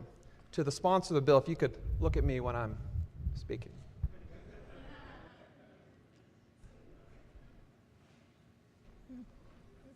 We're looking at re-victimizing every person who's had this situation come before them. Every parent that's had a child murdered, every spouse, everything. Making this perspective would save these families the pain of having to go through this experience again. I think it would get to your goal of making a difference, looking at the criminal justice system differently, but it would spare the most egregious part of this process, which is the re-victimization of all of these families that have already been down this road. This is the bill. This is the amendment that will fix that. It's the compromise that will fix that. Every parent that has had their kids killed, if we give them a second look, they're going to have to get their information back together, get down to the courthouse. All those emotions are going to come back. It's the re-victimization of all of these people in our state. This amendment would solve that. It would still move the issue that you're passionate about forward without damaging all of the existing victims that are here. This is the least we could do. We heard a study, but should this bill move forward, this amendment would solve that issue. The re-victimization of everyone that has been impacted by all these things. The parents of the kids that were died from a fentanyl overdose. The people that were killed, strangled to death in Frederick County. The kids that were killed, their parents that are stuck on this earth without their child for the rest of their lives. This amendment would save them. And to the bill sponsor, I've been watching you today, and I know that you're upset, and I understand, because I don't think it was your intent hearing these stories to cause pain. I believe that. This amendment would solve that issue. This amendment would spare the families that have endured so much from all that pain. And this body right now has the ability to do it. We can do it. And if we don't do it, you know what's coming. You know what's coming. I ask this body to move this amendment. Let's spare these victims from being victimized again and again. And we have the ability to do it. Madam Speaker, I move the amendment. Thank you. Madam Speaker. Yes. Madam Speaker, on the amendment. You're first. Go ahead. Thank you, Madam Speaker. And I appreciate the Minority Whip's amendment. And it actually goes against everything that the Judiciary Committee has been trying to do with this bill. The whole objective is to look at individuals for a second look. We're talking about a period of time of over-incarceration, of 3 strikes and you're out. The individuals that would qualify for this today, looking back retrospectively, deserve the second look. I would tell you, but for the grace of God go I.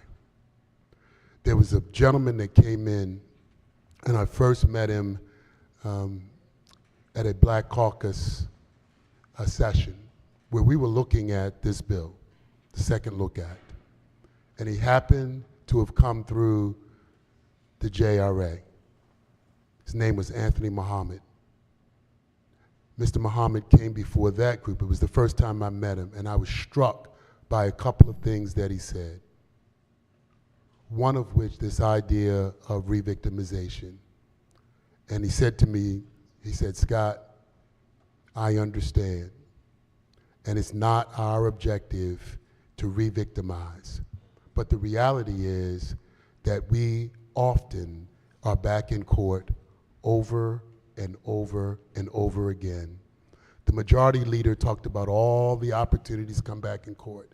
So it's not realistic to think that victims aren't going to have this occur again, whether we do second look or not.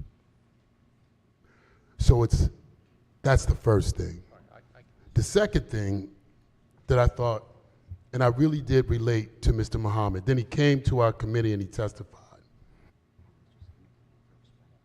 And he said a few things, but I'm just going to quote a couple. He was 15.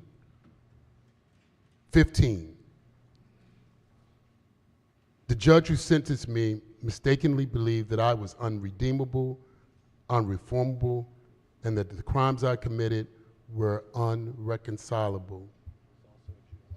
She said that I had little prospect of ever being able to come out and function, and that I showed little hope for rehabilitation. But he then went on to talk about he changed his life, and while in prison, how he impacted his peers. And since he's been released, how he has impacted young people every single day. That's his purpose. I think about him at 15, and I don't believe, I'm looking for other Anthony Muhammads who may have done the same thing at 18 to 25. They deserve that second look. We've heard a lot today, right? But I gotta tell you, you all didn't hear as much as we did over a number of days and hearings and discussions. We have debated this in our committee for 2 years, over and over and over again. We were here last year and we didn't move this bill because there were concerns. We've done the homework. We've really, really thought this through, and this is a good bill. And so for that reason, I am asking this body to reject this amendment and to support this bill. It is time to get this done. And I'll end with this. I had an opportunity to meet the Speaker of the House of Virginia, a gentleman by the name of Don Scott. Don Scott went to prison, and he went to prison, federal prison. He came out, he's redeemed himself, he's redeemed his life. He's now the Speaker of the House of the state of Virginia. There is an opportunity for redemption. Thank you. Gentleman from Carroll. Thank you, Madam Speaker. This bill weighs heavier on me than any other member of the entire General Assembly. I was a juvenile offender for a violent crime. I also was a victim of an extremely brutal attempted murder. Someone broke into my house, beat me in my head 3 times with a hammer, then tried to stab to death my 2 roommates. And when I came conscious and started stumbling around the house, they proceeded to try to stab me to death. This bill weighs extremely heavy upon me, more than you. I fear that that individual will get out and victimize me again. So this bill tears at me. It tears at me in two directions. One, I know the redemption of Christ. I know that children make mistakes, and there's a chance for them to find that redemption. I believe in the story of Saul turning into Paul. We as Christians, are we to dispense of St. Paul? Yes, St. Paul because he was Saul? No, we do not. And that is why ultimately I am siding with this bill. The fear I had about my assailant getting out, I addressed behind the scenes in committee. I know that as a member of this body and a minority party, I can't pass a bill of this magnitude. I can't even make an amendment of this magnitude. But what I can do is converse with the members of the majority party and its leadership to influence the fact that this bill exempts those who have a life sentence. It exempts those who are sexual predators. The individual who tried to smash my head in with a hammer got a life sentence. And before he came to my house to try to murder me, he raped his 12-year-old stepdaughter. That is why it was so thoroughly important to me to influence this legislation to exempt those two items. I feel more comfortable with this bill now. And I hear all these stories about all these terrible things that happen. I appreciate my colleagues of the minority party bringing these stories forward. But there are stories to you. They're a reality to me. Therefore, I stand to tell you that we need to pass this bill. I also belong to a party that is responsible for the 13th, 14th, and 15th Amendments. This state has the most racist incarceration rate in the nation. We need to stand up and start doing something about it. And this is a step in the right direction. All these stories we hear about all these sentences and the possible getting out, well, the system, as the chair of the committee said, has the safeguards in place. It is the discretion of the judge in how they sentence them.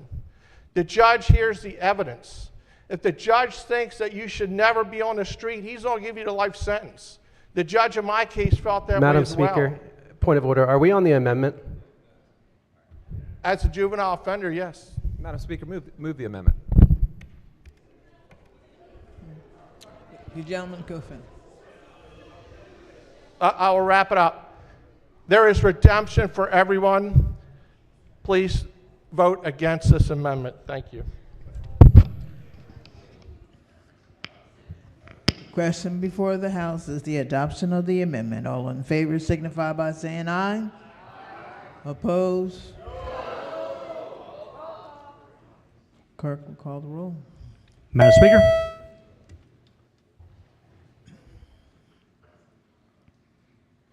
Has everyone recorded their vote? Clerk will take the call. There being 93 votes in the negative, the amendment fails. Are there any additional amendments to the bill or to its title?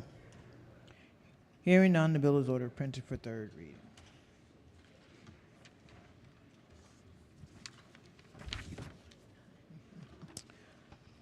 I'd like to thank everyone for the passionate and respectful debate. We will take a 10-minute break and then reconvene to finish our work. Again, that's 10 minutes. Recognizing the chair of HU. Thank you, Madam Speaker. If I may have a minute, please. The Health and Government Operations Committee, if we can go to the Silver Room, please, quickly. Thank you. HGL Silver Room. Now.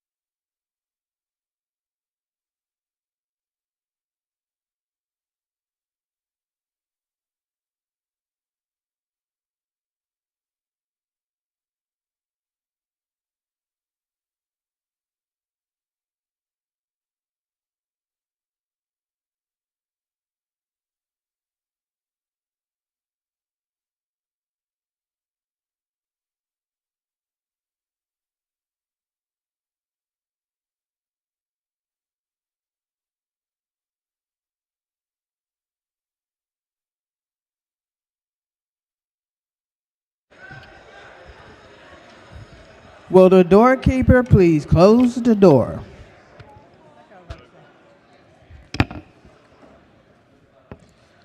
Quorum call. Madam Speaker.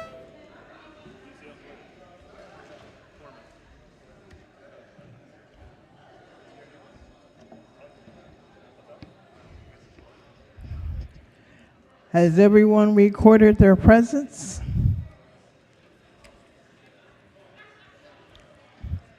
Are people out of? If so, the clerk will take the call. There being 134 members present, the House is still in session.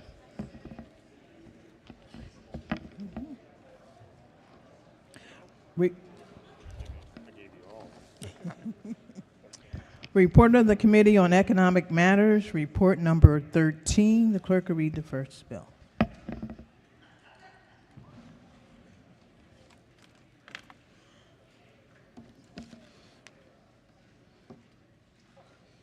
House Bill 409, Anne Arundel County Board of License Commissioners, part-time Deputy Chief Inspector, compensation favorable. Question before the House is the adoption of the favorable report. All in favor signify by saying aye. Opposed? The ayes have it. The favorable report is adopted. Are there any amendments to the bill or to its title? Hearing none, the bill is ordered, printed for third reading. Clerk, read next bill. House Bill 472, Baltimore City Alcoholic Beverages, 45th Alcoholic Beverages District, licenses favorable. Question for the House is the adoption of the favorable report. All in favor signify by saying aye. Opposed? The ayes have it. Favorable report is adopted. Are there any amendments to the bill or to its title? Hearing none, the bill is ordered, printed for third reading. Clerk will read next bill. House Bill 515, Anne Arundel County Alcoholic Beverages licenses, veterans organizations. Question for the House is the adoption of the favorable report. All in favor signify by saying aye. Opposed? The ayes have it. Favorable report is adopted. Are there any amendments to the bill or to its title? Hearing none, the bill is ordered, printed for third reading. Clerk, read next bill. House Bill 784, Baltimore City 46th Alcoholic Beverages District, licenses favorable. Question for the House is the adoption of the favorable report. All in favor signify by saying aye. Opposed? The ayes have it. Favorable report is adopted. Are there any amendments to the bill or to its title? Hearing none, the bill is ordered, printed for third read. Clerk will read the next bill. House Bill 835, Charles County Alcoholic Beverages Baseball Stadium license alterations favorable. Question for the House is the adoption of the favorable report. All in favor signify by saying aye. Opposed? The ayes have it. The favorable report is adopted. Are there any amendments to the bill or to its title? Hearing none, the bill is ordered, printed for third reading. Clerk will read the next bill. House Bill 1387, Howard County Alcoholic Beverages Class D licenses delivery favorable. Question for the House is the adoption of the favorable report. All in favor signify by saying aye. Opposed? The ayes have it. Favorable report is adopted. Are there any amendments to the bill or to its title? Hearing none, the bill is ordered, printed for third reading. Report of the Committee on Economic Matters, report number 14. Clerk, read the first bill. House Bill 476, St. Mary's County Alcoholic Beverages Class A license quota favorable. Question for the House is the adoption of the favorable report. All in favor signify by saying aye. Opposed? The ayes have it. The favorable report is adopted. Are there any amendments to the bill or to its title? Hearing none, the bill is ordered, printed for third reading. Clerk will read next bill. House Bill 481, Washington County Board of License Commissioners membership favorable. Question before the House is the adoption of the favorable report. All in favor signify by saying aye. Opposed? The ayes have it. Favorable report is adopted. Are there any amendments to the bill or to its title? Hearing none, the bill is ordered, printed for third reading. Clerk, read next bill. House Bill 486, St. Mary's County Alcoholic Beverages Civil Penalty for Sales Violations favorable. Question before the House is the adoption of the favorable report. All in favor signify by saying aye. Opposed? The ayes have it. Favorable report is adopted. Are there any amendments to the bill or to its title? Hearing none, the bill is ordered, printed for third reading. Clerk, read next bill. House Bill 512, Frederick County Barbershop and Beauty Salon Beer and Wine License alterations favorable. Question before the House is the adoption of the favorable report. All in favor signify by saying aye. Opposed? The ayes have it. Favorable report is adopted. Are there any amendments to the bill or to its title? Hearing none, the bill is ordered, printed for third reading. Clerk will read the next bill. House Bill 566, Dorchester County Alcoholic Beverages Licenses, Fees, favorable. Question before the House is the adoption of the favorable report. All in favor signify by saying aye. Opposed? The ayes have it. Favorable report is adopted. Are there any amendments to the bill or to its title? Hearing none, the bill is ordered, printed for third reading. Clerk will read the next bill. House Bill 569, Dorchester County Alcoholic Beverages, Beer, Wine, and Liquor Tasting License, favorable. Question for the House is the adoption of the favorable report. All in favor signify by saying aye. Opposed? The ayes have it. The favorable report is adopted. Are there any amendments to the bill or to its title? Hearing none, the bill is ordered, printed for third reading. Clerk will read the next bill. House Bill 655, Wicomico County Alcoholic Beverages, Temporary To-Go Event Permit, and Class C Per Diem Municipal To-Go Beer, Wine, and Liquor License, favorable. Question for the House is the adoption of the favorable report. All in favor signify by saying aye. Opposed? The ayes have it. Favorable report is adopted. Are there any amendments to the bill or Madam to Speaker. its title? Yes.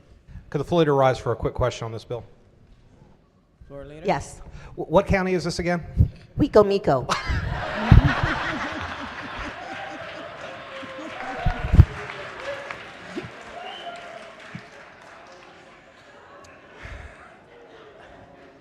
Okay.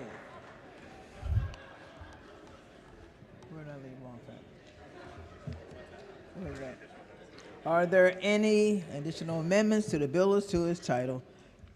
Hearing none, the bill is ordered, printed for third reading. Clerk, read next bill. House Bill 712, Harford County Alcoholic Beverages, Multiple Licenses, Golf Simulator Facilities, favorable. Question for the House is the adoption of the favorable report. All in favor signify by saying aye. Opposed? The ayes have it. Favorable report is adopted. Are there any amendments to the bill or to its title?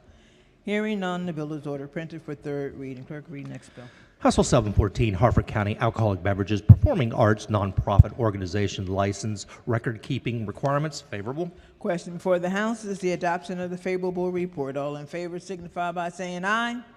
Opposed? The ayes have it. Favorable report is adopted. Are there any amendments to the bill or to its title? Hearing none, the bill is ordered, printed for third reading. Clerk, read next bill. House Bill 715, Harford County Alcoholic Beverages, Alteration of License Quota, favorable. Question before the House is the adoption of the favorable report. All in favor signify by saying aye. Opposed? The ayes have it. Favorable report is adopted. Are there any amendments to the bill or to its title? Hearing none, the bill is ordered, printed for third reading. Clerk, read next bill. House Bill 754, Harford County Alcoholic Beverages, Hearing Notice, favorable. Question before the House is the adoption of the favorable report. All in favor signify by saying aye. Opposed? The ayes have it. Favorable report is adopted. Are there any amendments to the bill or to its title? Hearing none, the bill is ordered, printed for third reading. Clerk, read next bill. House Bill 866, Frederick County Alcoholic Beverages, Class C Theater, Beer, Wine, and Liquor License, favorable. Question for the House is the adoption of the favorable report. All in favor signify by saying aye. Opposed? The ayes have it. Favorable report is adopted. Are there any amendments to the bill or to its title? Hearing none, the bill is ordered, printed for third reading. Clerk, read next bill. House Bill 1026, Frederick County Alcoholic Beverages, Tasting Permits, favorable. Question for the House is the adoption of the favorable report. All in favor signify by saying aye. Opposed? The ayes have it. The favorable report is adopted. Are there any amendments to the bill or to its title? Hearing none, the bill is ordered, printed for third reading. Clerk, read next bill. House Bill 1108, Allegheny County Alcoholic Beverages, Minimum Age for Employment of Underage Individuals, favorable. Question before the House is the adoption of the favorable report. All in favor signify by saying aye. Opposed? The ayes have it. Favorable report is adopted. Are there any amendments to the bill or to its title? Hearing none, the bill is ordered, printed for third reading. Clerk, read next bill. House Bill 1238, Somerset County Alcoholic Beverages, Liquor Tasting License, favorable. Question before the House is the adoption of the favorable report. All in favor signify by saying aye. Opposed? The ayes have it. The favorable report is adopted. Are there any amendments to the bill or to its title? Hearing none, the bill is ordered printed for third reading. Clerk will read next bill. House Bill 1259, Anne Arundel County Alcoholic Beverages License and Permit Distance Requirements. Favorable. Question for the House is the adoption of the favorable report. All in favor signify by saying aye. Opposed? The ayes have it. Favorable report is adopted. Are there any amendments to the bill or to its title? Hearing none, the bill is ordered printed for third reading. Report of the Committee on Economic Matters, report number 17. Clerk will read the first bill. House Bill 267, Veterans Benefits Matters, Claims Servicers, Prohibitions and Requirements. Favorable. Question for the House is the adoption of the favorable report. All in favor signify by saying aye. Opposed? The ayes have it. Favorable report is adopted. Are there any amendments to the bill or to its title?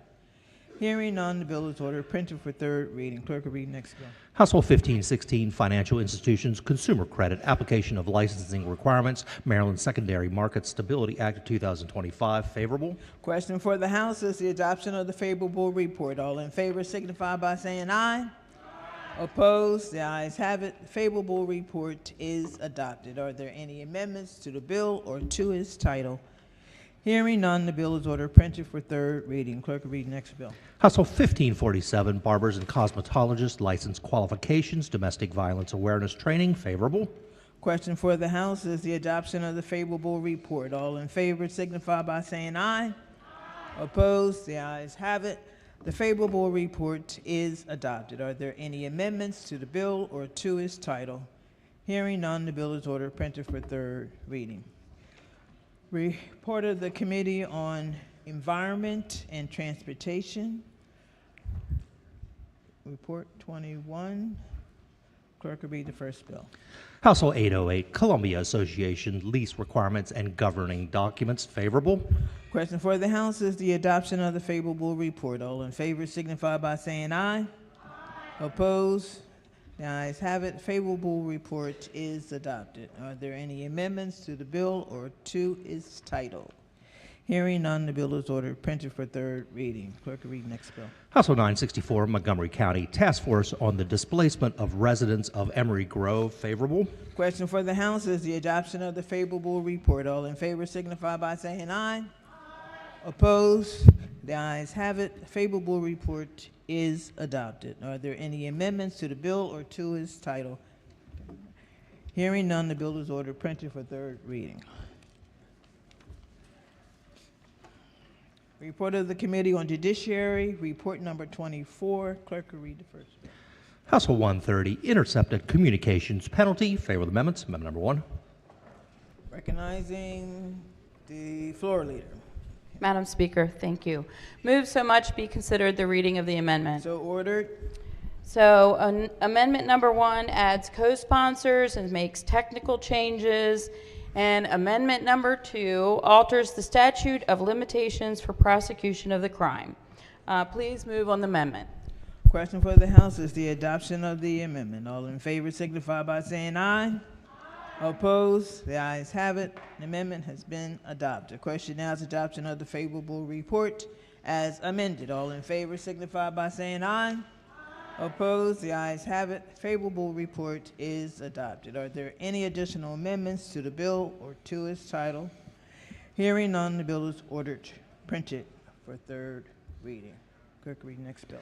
House Bill 210, Criminal Law, Theft, Mail, and Packages, Porch Piracy Act of 2025. Favorable amendments. Amendment number 1. Question before the House is adoption of the amendment. Recognizing the floor leader. Thank you, Madam Speaker. So much we considered the reading of the amendments. So ordered. Amendment number 1 adds co-sponsors. Amendment number 2 strikes the original provisions and instead alters provisions against taking and breaking letter, prohibiting theft of mail under certain circumstances, prohibiting possession of an arrow key, providing concurrent jurisdiction in the district and circuit court, and authorizing facial recognition for mail theft. Move the amendments. Question for the House is the adoption of the amendments. All in favor signify by saying aye. Opposed? The ayes have it. The amendments have been adopted. Question now to adoption of the favorable report as amended. All in favor signify by saying aye. Opposed? The ayes have it. Favorable report is adopted. Are there any additional amendments to the bill or to its title? Hearing none, the bill is ordered printed for third reading. Report of the Committee on Health and Government Operations, report number 21. Clerk will read the first. House Bill 850, Procurement, Public Work Contracts, Data Dashboard, Maryland Public Works, and Apprenticeship Transparency Act. Favor of the amendments. Amendment number 1.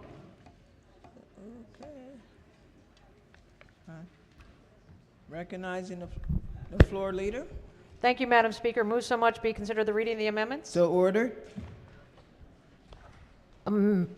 Sorry. Amendment number 1 is technical and adds co-sponsors. Amendment number 2 strikes the bill and establishes the work group on the creation of a data dashboard for public work contracts and apprentices to study the most efficient and cost-effective method to create a publicly available data dashboard that disaggregates information regarding public work contracts with the state and makes recommendations. Move the amendments. Question before the House is the adoption of the amendment. All in favor signify by saying aye. Opposed? The ayes have it. The amendment has been adopted. Question now to adoption of the favorable report as amended. All in favor signify by saying aye. Opposed? The ayes have it. Favorable report is adopted. Are there any additional amendments to the bill or to its title? Hearing none, the bill is ordered printed for third reading. Clerk, read next bill. House Bill 1004, Public Health, Alzheimer's disease and related dementia, information on prevalence and treatment. Favor of the amendments. Amendment number 1. Recognizing the floor leader. Thank you, Madam Speaker. Move so much be considered the reading of the amendments. So ordered. Amendment number 1 adds sponsors. Amendment number 2 requires the outreach information to educate health care providers on treatment use and outcomes and increase public understanding on the treatments approved by FDA for Alzheimer's disease and related dementias, including relevant information on treatment outcomes based on biological sex. Move the amendments. Question before the House is the adoption of the amendments. All in favor signify by saying aye. Opposed? The ayes have it. The amendments have been adopted. Question now is adoption of the favorable report as amended. All in favor signify by saying aye. Opposed? The ayes have it. Favorable report is adopted. Are there any additional amendments to the bill or to its title? Hearing none, the bill is ordered printed for third reading. Clerk, read next bill. House Bill 1208, Public Health, Prohibited Ingredients in Food. Favor of the amendments. Amendment number 1. Recognizing the floor leader. Thank you, Madam Speaker. Move so much be considered the reading of the amendment. So ordered. Amendment number 1 adds co-sponsors and makes technical changes. Amendment number 2 strikes the provisions of the bill as introduced that would have prohibited a person beginning October 1 of 2025 from selling food that contains red dye number 3 in the state unless the food was packaged in with a conspicuous warning label stating that the food contained red dye number 3. Move the amendments. Question for the House is the adoption of the amendments. All in favor signify by saying aye. Opposed? The ayes have it. The amendment has been adopted. Question now is adoption of the favorable report as amended. All in favor signify by saying aye. Opposed? The ayes have it. The favorable report is adopted. Are there any additional amendments to the bill or to its title? Hearing none, the bill is ordered printed for third reading. Clerk, read next bill. House Bill 1292, Health Insurance Provider Directory, required updates. Favor of the amendments. Amendment number 1. Recognizing the floor leader. Thank you, Madam Speaker. Move so much be considered the reading of the amendments. So ordered. Amendment number 1 adds sponsors and makes technical changes. Amendment number 2 alters the information required to be included in a provider directory and provides that the requirement to update the carrier's online provider directory within 2 working days does not apply to dental plan organizations. Move the amendments. Question for the House is the adoption of the amendments. All in favor signify by saying aye. Opposed? The ayes have it. The amendment has been adopted. Question now is adoption of the favorable report as amended. All in favor signify by saying aye. Opposed? The ayes have it. Favorable report is adopted. Are there any additional amendments to the bill or to its title? Hearing none, the bill is ordered printed for third reading. Clerk will read next bill. House Bill 1478, Public Health, Home Health Care Providers Directory. Favor of the amendments. Amendment number 1. Recognizing the floor leader. Thank you, Madam Speaker. Move so much be considered the reading of the amendments. So ordered.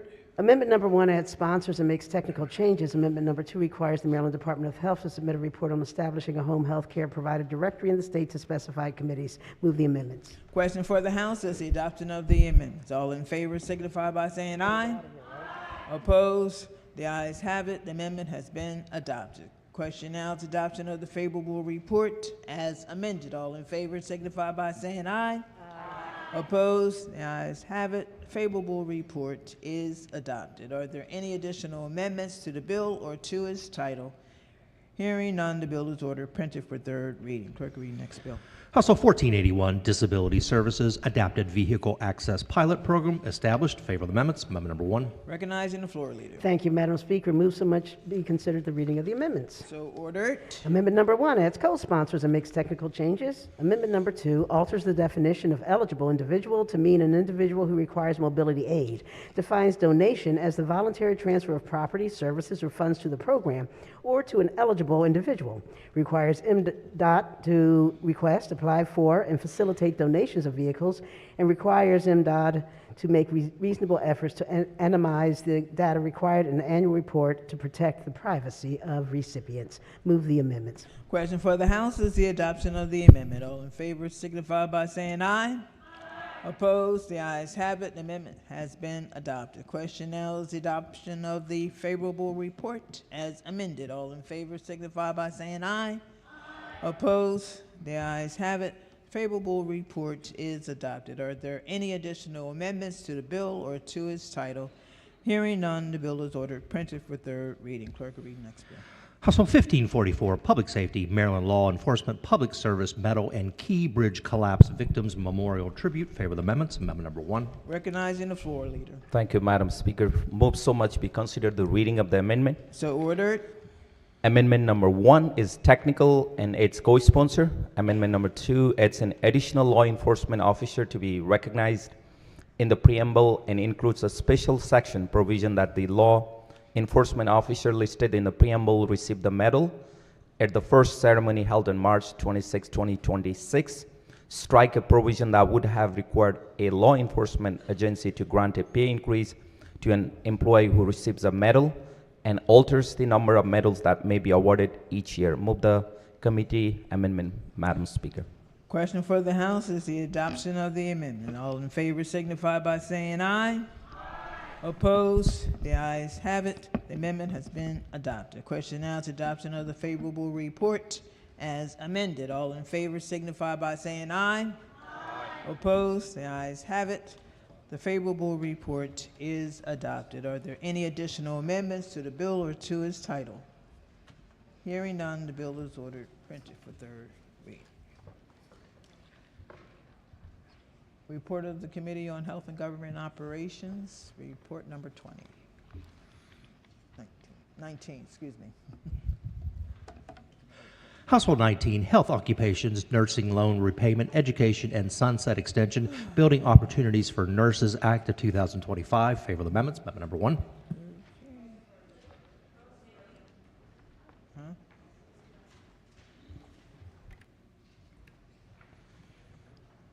Move so much be considered the reading amendments. So ordered.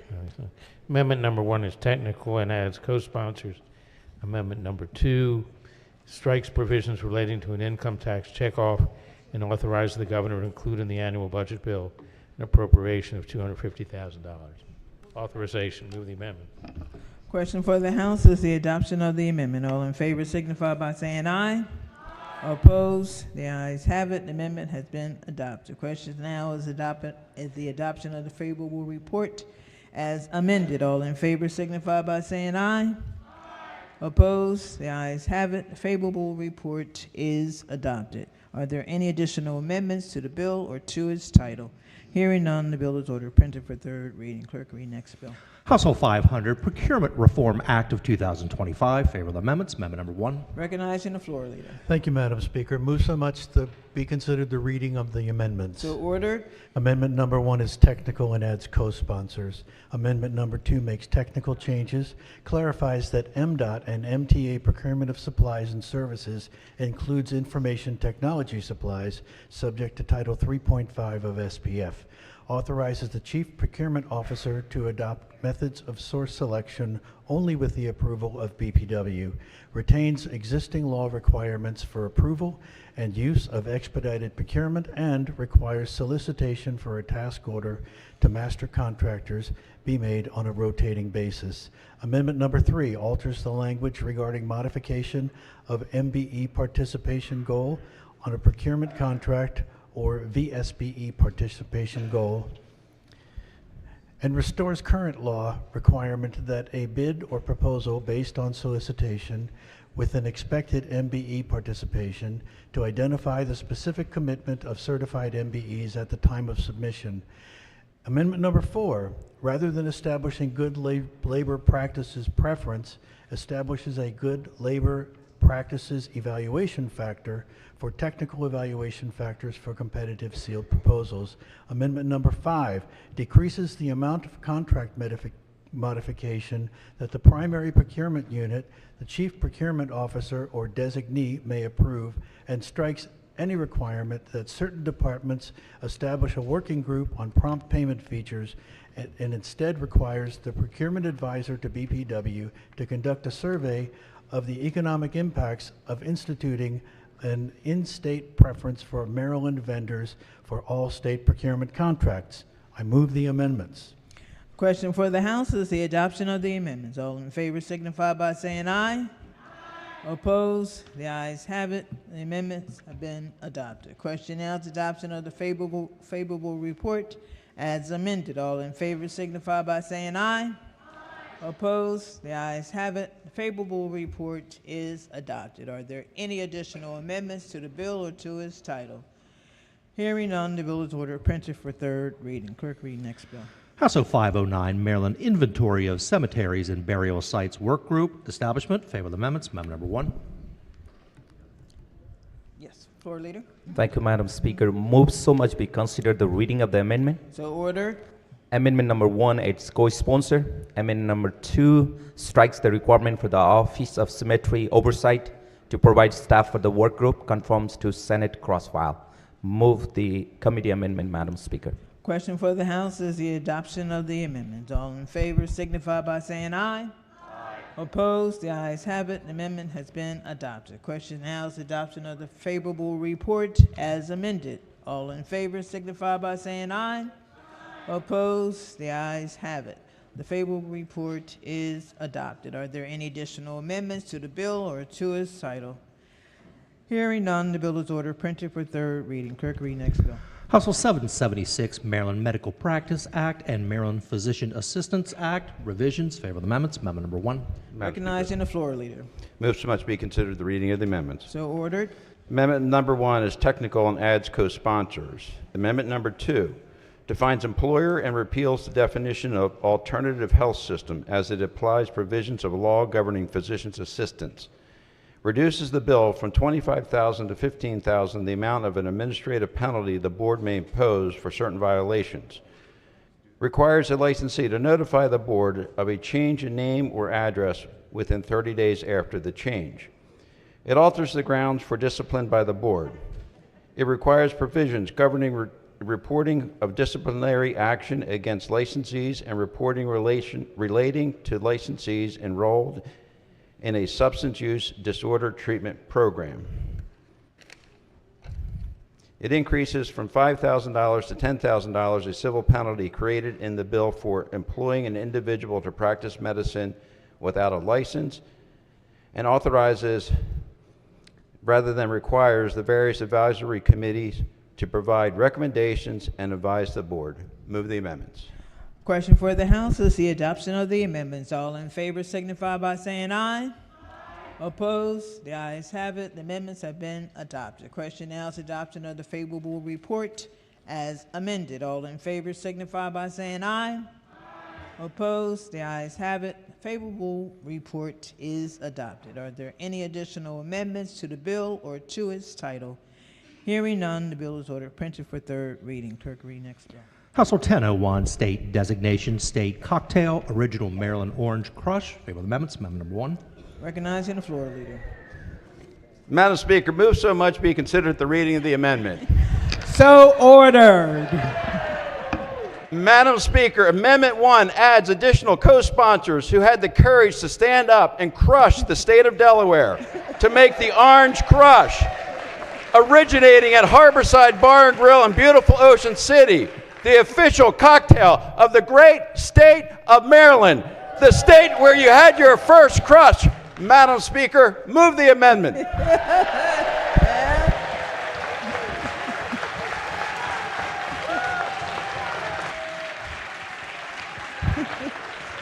It's a shame you're so shy. I'm a one-trick pony. The question before the House is the adoption of the amendment. All in favor signify by saying aye. The ayes have it. The amendment is adopted. The question now is adoption of the favorable report as amended. All in favor signify by saying aye. Opposed? The ayes have it. The favorable report is adopted. Are there any additional amendments to the bill or to its title? Hearing none, the bill is ordered printed for third reading. Report of the Committee on Health and Government Operations, report number 23. Clerk will read the first bill. House Bill 333, Cybersecurity, Healthcare Ecosystem. Favor of the amendments. Amendment number 1. Recognizing the floor leader. Thank you, Madam Speaker. Move so much be considered the reading of the amendments. So ordered.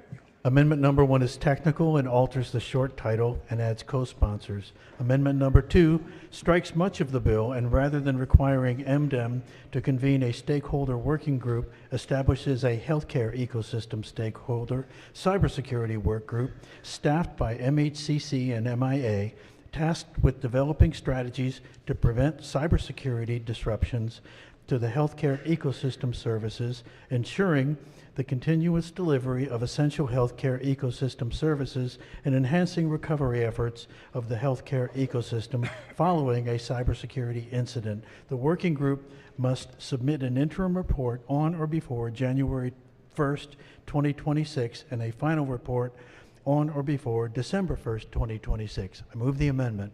Question for the House is the adoption of the amendments. All in favor signify by saying aye.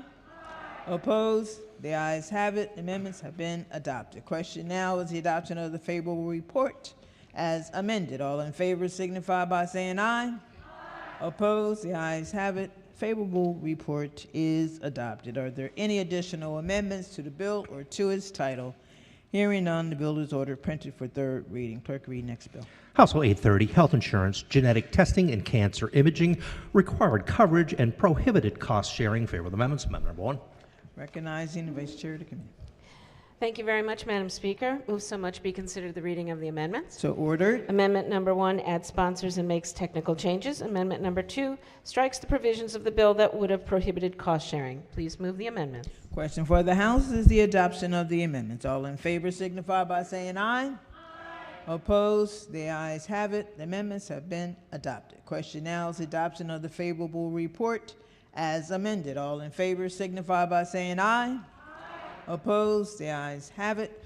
Favorable report is adopted. Are there any additional amendments to the bill or to its title? Hearing none, the bill is ordered printed for third reading. Clerk, read next bill. House Bill 838, Health Occupations, License, Direct Entry, Midwives, Revisions. Favor of the amendments. Amendment number 1. Recognizing the Vice Chair. Thank you, Madam Speaker.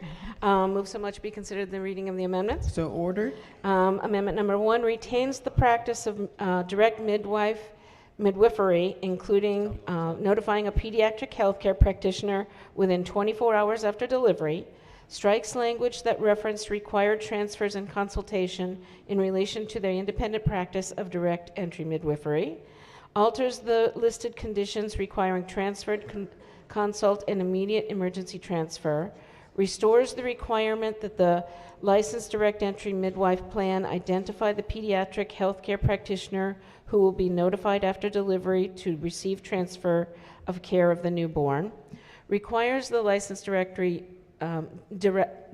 entry midwife accompany the patient to the hospital only if determined to be appropriate by the licensed direct entry midwife and the receiving healthcare provider, requires the licensed direct entry midwife provide records as determined by the board in regulations, and establishes that licensed direct entry midwives be subject to reporting requirements adopted by the board in regulations in consultation with the advisory committee and other stakeholders. Please move the amendments. Question for the House is the adoption of the amendments. All in favor signify by saying aye.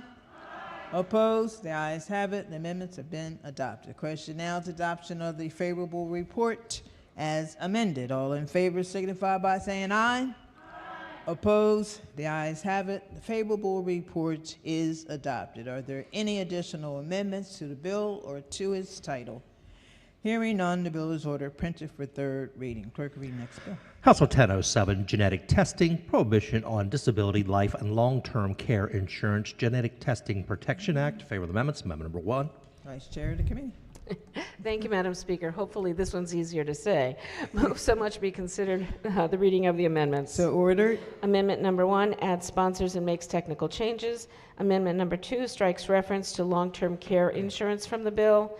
Amendment number 3 specifies that carriers may not unfairly discriminate against an individual by taking certain actions related to coverage based on the medical information, including the results of a genetic test for which there is not a relationship between the medical information and the cost of the insurance risk, prohibits carriers from accessing sensitive medical information without consent, and prohibits carriers from mandating genetic testing or full genome sequencing as a prerequisite for life insurance or disability insurance eligibility or coverage. Please move the amendments. Question for the House is the adoption of the amendments. All in favor signify by saying aye. Opposed? The ayes have it. The amendment has been adopted. Question now is the adoption of the favorable report as amended. All in favor signify by saying aye. Opposed? The ayes have it. The favorable report is adopted. Are there any additional amendments to the bill or to its title? Hearing none, the bill is ordered printed for third reading. Clerk, read next bill. House Bill 1087, Health Insurance, Step Therapy, or Fail First Protocols, Drugs to Treat Associated Conditions of Advanced Metastatic Cancer. Favor of the amendments. Amendment number 1. Madam Speaker. Recognizing floor leader. Thank you, Madam Speaker. Move so much be considered the reading of the amendments. So ordered. Amendment number 1 adds sponsors and makes technical changes. Amendment number 2 provides that the drug must be prescribed by a treating physician and covered under the terms of the policy or contract. Please move the amendments. Question for the House is the adoption of the amendment. All in favor signify by saying aye. Opposed? The ayes have it. The amendments have been adopted. Question now to adoption of the favorable report as amended. All in favor signify by saying aye. Opposed? The ayes have it. The favorable report is adopted. Are there any additional amendments to the bill or to its title? Hearing none, the bill is ordered printed for third reading. Clerk, read next bill. House Bill 1315, Health Insurance, Coverage for Child Wellness Services, Immunizations. Favor of the amendments. Amendment number 1. Recognizing floor leader. Thank you, Madam Speaker. Move so much to be considered the reading of the amendments. So ordered. Thank you. Amendment 1 makes technical changes. Amendment 2 specifies that pharmacists' authority to administer vaccinations is based on the recommendations of the CDC's Advisory Committee on Immunization Practice in effect on December 31, 2024, or at a later date to account for new recommendations. Amendment number 3 provides that coverage requirement for childhood and adolescent immunizations are also based on the recommendations of the CDC's Advisory Committee on Immunization Practice in effect on December 31, 2024, or at a later date to account for new recommendations. Please move the amendments. Question for the House is the adoption of the amendments. All in favor signify by saying aye. Opposed? The ayes have it. The amendments have been adopted. Question now is adoption of the favorable report as amended. All in favor signify by saying aye. Opposed? The ayes have it. Favorable report is adopted. Are there any additional amendments to the bill or to its title? Madam Speaker, Yes? I just have some questions. And? I'm going to ask them. I just want to wait for the floor leader. Could you just explain to us what the bill does now with all the amendments? Sure. It doesn't do a whole lot, actually. Okay. It keeps the immunizations and the pharmacist's ability to provide them right like they are right now. Okay. And If there are changes and additions of new immunizations in the future, those will be added to the list that we have currently. Okay, so right now, doesn't vaccines for children cover all that?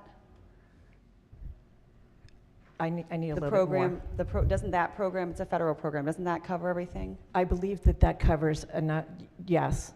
Okay. I believe that's a funding mechanism for covering. Okay, so what does this bill do then in relation to that program? It doesn't change that program. This is just this bill is specifically about the immunization schedule, essentially. The immunizations that are provided. That are provided by who? Pediatricians, pharmacists, health clinics. So it tells them what they're allowed to provide? Which is what the current regulation is. The list that they work off of is from the CDC. Those are the recommendations from the CDC. Okay, so they do from it the right AP. now. I think I'm confused about why do we need the bill if they do it right now?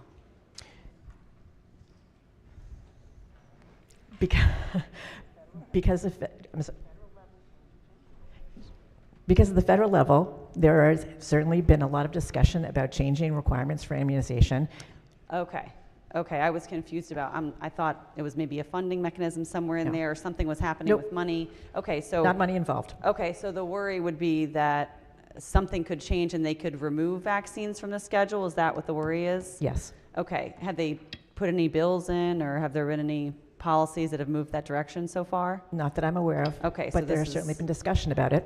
Okay, all right. Thank you for answering my questions. I appreciate it. Are there any additional amendments to the bill or to its title? Hearing none, the bill is ordered printed for third reading.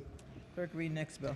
House Bill 1351, Health Insurance Provider Panels, Credentialing for Behavioral Health Care Professionals. Favor of the amendments. Amendment number 1. Recognizing the floor leader. Thank you, Madam Speaker. Move so much be considered the reading of the amendments. So ordered. Amendment 1 makes technical changes and adds sponsors. Amendment 2 limits the practitioners the bill applies to and requires completion of credentialing within 60 days instead of 30 days of receiving a completed application. Please move the amendments, Madam Speaker. Question for the House is the adoption of the amendments. All in favor signify by saying aye. Opposed? The ayes have it. Amendments have been adopted. Question now is the adoption of the favorable report as amended. All in favor signify by saying aye. Opposed? The ayes have it. The favorable report is adopted. Are there any additional amendments to the bill or to its title? Hearing none, the bill is ordered printed for third reading. Clerk, read next bill. House Bill 1473, State Government, Equal Access to Public Services for Individuals with Limited English Proficiency and Individuals with Disabilities. Favor of the amendments. Amendment number 1. Recognizing the floor leader. Thank you, Madam Speaker. Move so much be considered the reading of the amendments. So ordered. Amendment number 1 adds co-sponsors. Amendment number 2 strikes the mandated $400K appropriation to the Governor's Office of Immigrant Affairs and restores the existing percentage under current law of 3% of the limited English proficiency population for which vital documents must be translated. Move the amendments. Question for the House is the adoption of the amendment. All in favor signify by saying aye. Opposed? The ayes have it. Amendment has been adopted. Question now is adoption of the favorable report as amended. All in favor signify by saying aye. Opposed? The ayes have it. Favorable report is adopted. Are there any additional amendments to the bill or to its title? Hearing none, the bill is ordered printed for third reading. Clerk, read next bill. House Bill 1474, Licensed Professional Counselors, Telehealth, Students Enrolled in Institutions of Higher Education. Favor of the amendments. Amendment number 1. Recognizing the floor leader. Thank you, Madam Speaker. Move so much be considered the reading of the amendments. So ordered. Amendment number 1 adds sponsors. Amendment number 2 clarifies that the counselor must be in good standing and with the regulatory authority in the other state, requires the counselor to notify the board when they're providing telehealth services, strikes language that would have limited the amount of services that would be covered under the bill, requires that the student-counselor relationship have existed for at least 6 months, and strikes provisions that would have terminated the bill if the state entered the Interstate Licensed Professional Counselors Compact and instead sunsets the bill in 3 years. Move the amendment. Question for the House is the adoption of the amendments. All in favor signify by saying aye. Opposed? The ayes have it. Amendments have been adopted. Question now is the adoption of the favorable report as amended. All in favor signify by saying aye. Opposed? The ayes have it. Favorable report is adopted. Are there any additional amendments to the bill or to its title? Hearing none, the bill is ordered printed for third reading. Clerk, read next bill. House Bill 1499, State Procurement, Construction and Services Contract Modification. Favor the amendments. Amendment number 1. Recognizing the floor leader. Thank you, Madam Speaker. Move so much be considered the reading of the amendments. So ordered. Amendment number 1 is technical and adds co-sponsors. Amendment number 2 makes the required clause for construction contracts applicable to a contract that is for 3 years or more in duration and valued greater than $1 million. Limits the required clauses for service contracts to contracts of security services that are for 3 years or more in duration and valued at greater than $1 million. Specifies that a contract modified under this bill is contingent on approval of BPW and delays the effective date of the bill. Move the amendments, Madam Speaker. Question for the House is the adoption of the amendments. All in favor signify by saying aye. Opposed? The ayes have it. The amendments have been adopted. Question now is adoption of the favorable report as amended. All in favor signify by saying aye. Opposed? The ayes have it. Favorable report is adopted. Are there any additional amendments to the bill or to its title? Hearing none, the bill is ordered printed for third reading. Clerk, read next bill. House Bill 1555, Funeral Establishments, Crematories and Reduction Facilities Oversight, Ensuring Dignity and Accountability in Crematory and Funeral Home Operations Act. Favor the amendments. Amendment number 1. Thank you, Madam. Excuse me, I speak first, then you go. Recognizing the agenda. Go ahead. Recognizing the floor leader. Thank you, Madam Speaker. Move so much be considered the reading of the amendment. So ordered. Amendment number 1 is technical, makes the bill an emergency bill, and its co-sponsor. Amendment number 2 strikes the requirement to adopt regulation on refrigeration, holding facilities, requires twice yearly unannounced inspections by staff only of certain facilities, strike the requirement for inspection within 30 days after sanitation violation, strikes language regarding inspection staffing, alters the information to be published on the database, strikes reporting and notice requirement. For the Board of Mortician, requires the governor to designate board president, expand option for a governor to remove appointed members of the board, establishes quorum and voting requirements, authorizes the executive director to direct immediate investigation of certain complaints, alters provision related to disciplinary action and states pending appeal, and alters procedure for preparing charging documents. For 3 years only, authorizes the Secretary of Health to employ staff for the board, designate the ED, and set compensation for the board, and removes the prohibition against other state money being used to support the Board of Mortician and Funeral Directors Fund. Move the committee amendments, Madam Speaker. Question for the House is the adoption of the amendments. All in favor signify by saying aye. Opposed? The ayes have it. Amendments have been adopted. Question now is adoption of the favorable report as amended. All in favor signify by saying aye. Opposed? The ayes have it. Favorable report is adopted. Are there any additional amendments to the bill or to its title? Hearing none, the bill is ordered printed for third reading. Report of the Committee on Health and Government Operation, report number 24. Clerk will read the first bill, sorry. House Bill 535, Abandoned and Neglected Cemeteries Fund, Establishment and Income Tax Checkoff. Favorable amendments. Amendment number 1. Recognizing the floor leader. Thank you, Madam Speaker. Move so much be considered the reading of the amendments. So ordered. Thank you. Amendment number 1 is technical and adds co-sponsors. Amendment number 2 strikes provisions relating to an income tax checkoff and authorizes the governor to include in the annual budget bill an appropriation of $250,000 to the fund. Move the amendments. Question for the House is the adoption of the amendments. All in favor signify by saying aye. Opposed? The ayes have it. Amendments have been adopted. Question now is adoption of the favorable report as amended. All in favor signify by saying aye. Opposed? The ayes have it.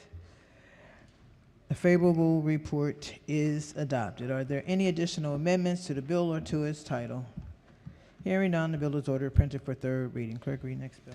House Bill 859, access to health insurance for child care professionals, outreach, and qualifying nonprofit satellite organizations. Favor the amendments. Amendment number 1. Recognizing the floor leader. Thank you, Madam Speaker. Move so much be considered the reading of the amendments. So ordered.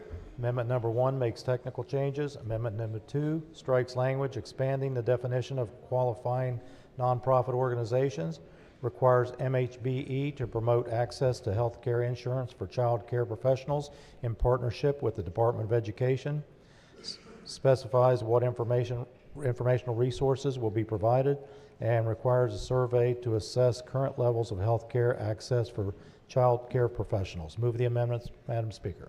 Question for the House is the adoption of the amendments. All in favor signify by saying aye. Opposed? The ayes have it. Amendments have been adopted. Question now is adoption of the favorable report as amended. All in favor signify by saying aye. Opposed? The ayes have it. Favorable report is adopted. Are there any additional amendments to the bill or to its title? Hearing none, the bill is ordered, printed for third reading.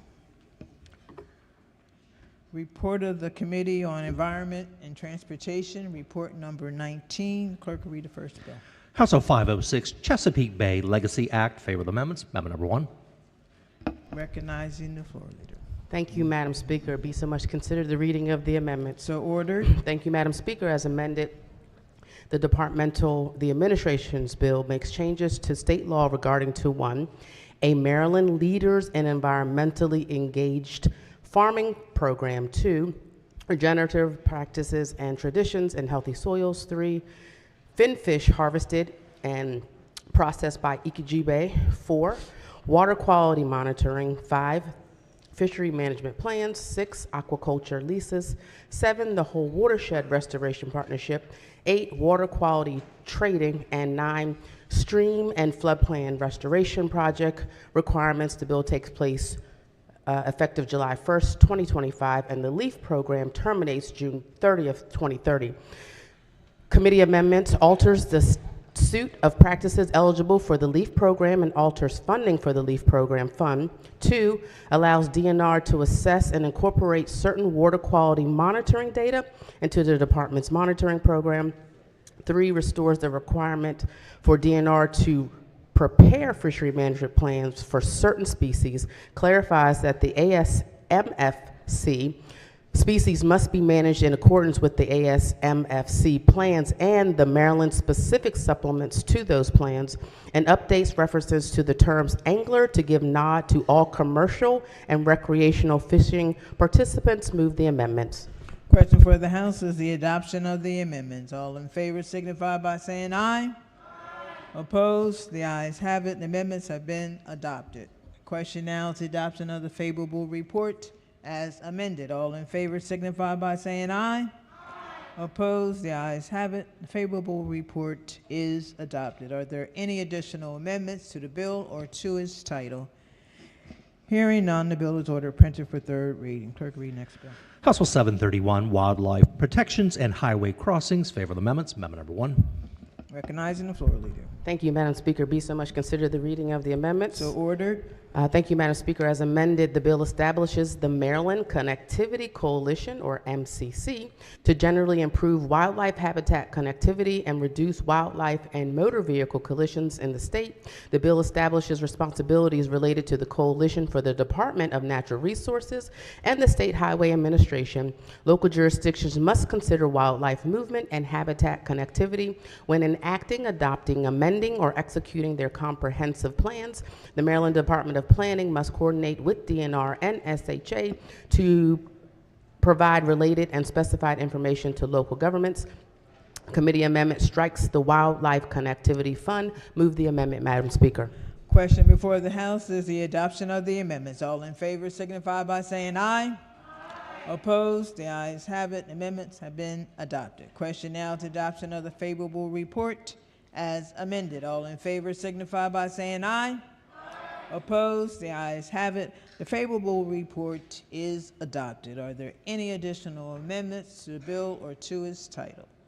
Hearing none, the bill is ordered, printed for third reading. Clerk, read next bill. House Bill 744, motor vehicles, reckless, negligent, and aggressive driving. Favorable amendments. Amendment number 1. Recognizing the floor leader. Thank you, Madam Speaker. I move so much be considered the reading of the amendments. So ordered. The amendment returns aggressive driving to 3 offenses and adds a sponsor. Move the amendments. Question for the House is the adoption of the amendment. All in favor signify by saying aye. Opposed? The ayes have it. The amendment has been adopted. Question now is adoption of the favorable report as amended. All in favor signify by saying aye. Opposed? The ayes have it. Favorable report is adopted. Are there any additional amendments to the bill or to its title? Madam Speaker. Thank you, Madam Speaker. I have an amendment at the desk. It's amendment number 713424-1. Amendment number 1. Madam Speaker, the amendment renames the bill the Sergeant Patrick Kep Act. Move the amendment. Okay. Question before the House is the adoption of the amendment. All in favor signify by saying aye. Opposed? The ayes have it. What is it? Yeah, the amendment has been adopted. Are there any additional amendments to the bill or to its title? Hearing none, the bill is ordered, printed for third reading. Clerk will read next bill. House Bill 1144, State Public Transit Service and Stations, exclusion for assault and bodily injury. Favorable amendments. Amendment number 1. Recognizing the floor leader. Thank you, Madam Speaker. I move so much be considered the reading of the amendments. So ordered. The amendment directs MTA to implement a comprehensive internal safety program. Move the amendment. Question for the House is the adoption of the amendment. All in favor signify by saying aye.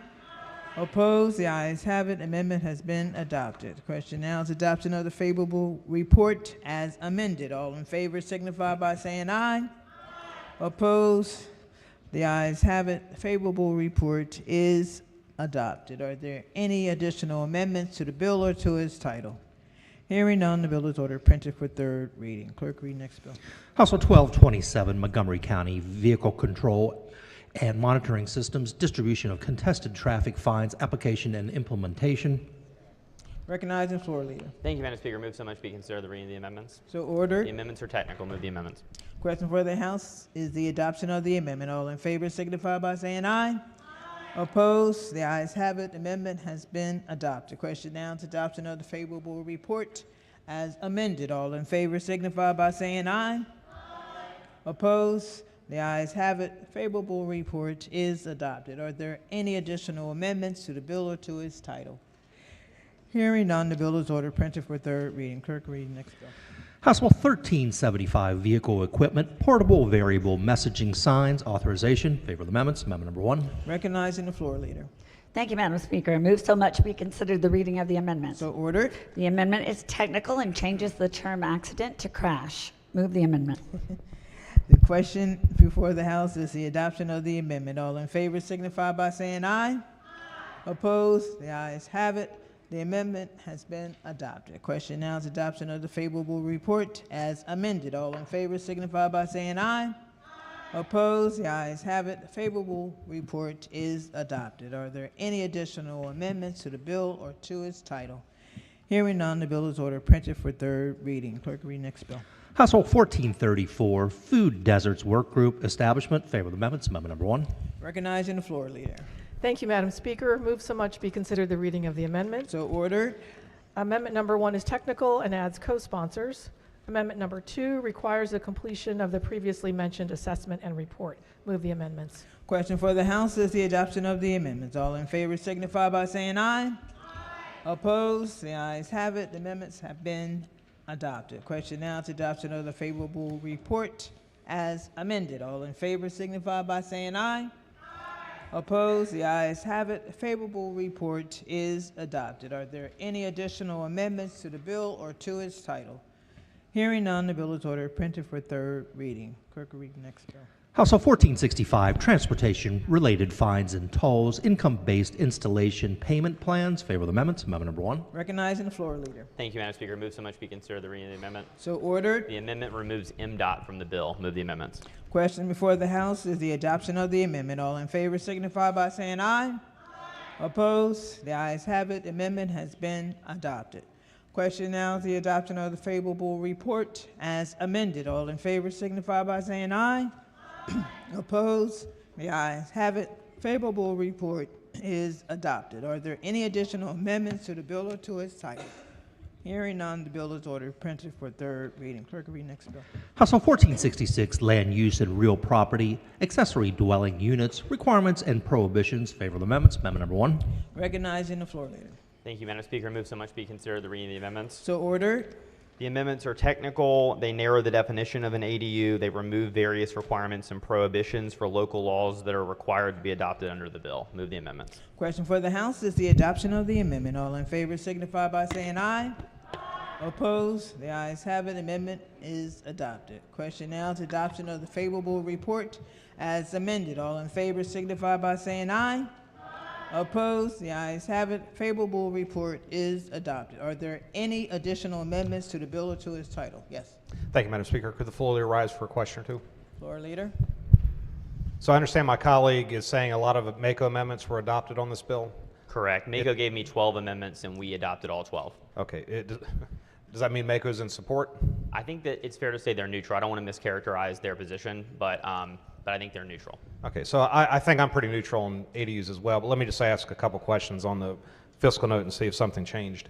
There is talk about authorizing HOAs with relationship to ADUs, so is it still possible under the bill? And maybe I should have asked this question last because I think it requires local jurisdictions to create rules related to ADUs, but let me just ask it. Are we going to see accessory dwelling units located in homeowners association? No, we took out the homeowners association provisions of the bill. Okay, is that to prohibit HOAs from having these ADUs, or what's the? The bill is silent on HOAs. Silent. Okay, so if it happens, the bill doesn't stop it, but it doesn't like force it to occur. HOAs aren't part of the bill in any way.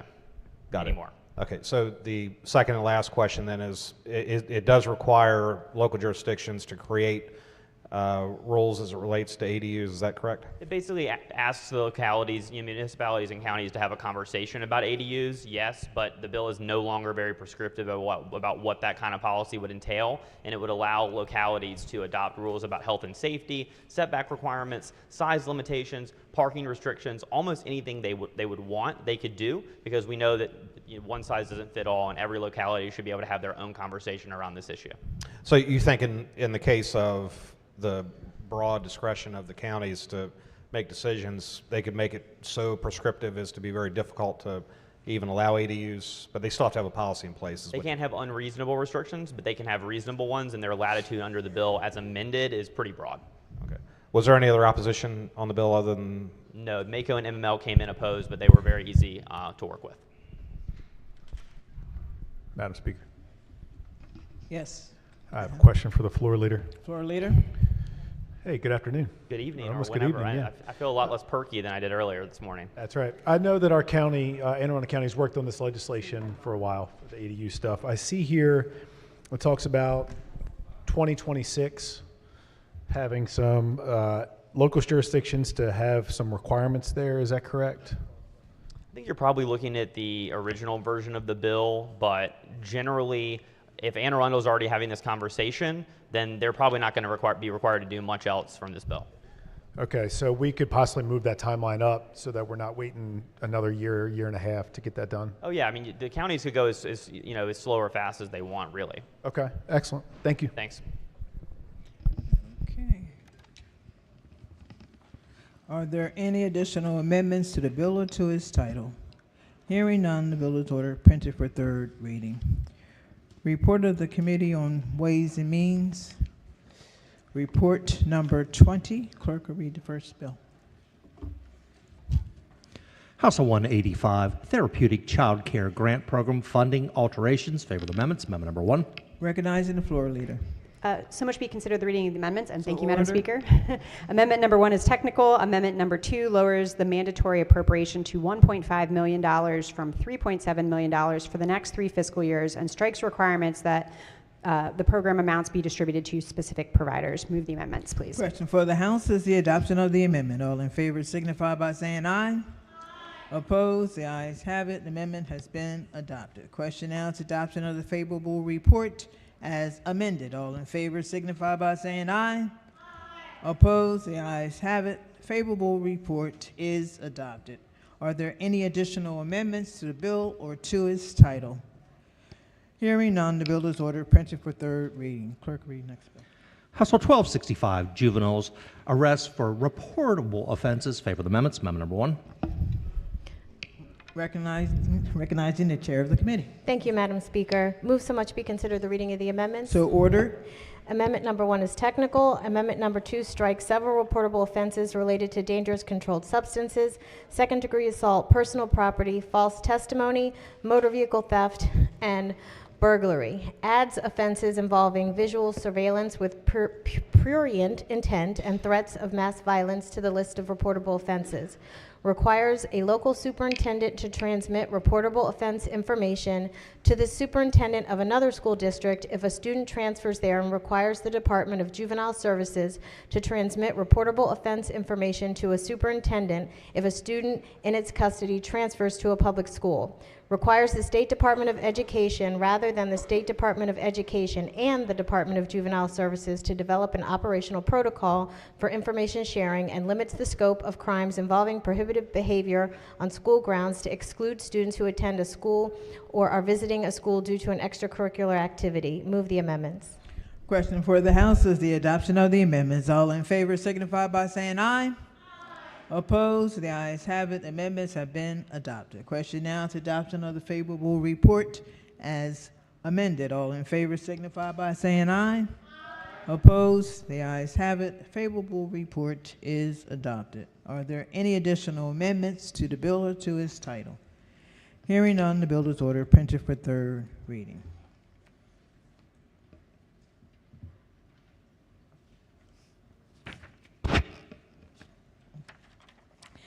Report of the Committee on Ways and Means, report number 21. Clerk will read the first bill. House Bill 772, Education Career Counseling Program for Middle and High School Students. Alterations. Favor the amendments. Amendment number 1. Madam Speaker. Recognize the floor leader. Thank you, Madam Speaker. So much be considered the reading of the amendments. So ordered. Amendment number 1 is technical.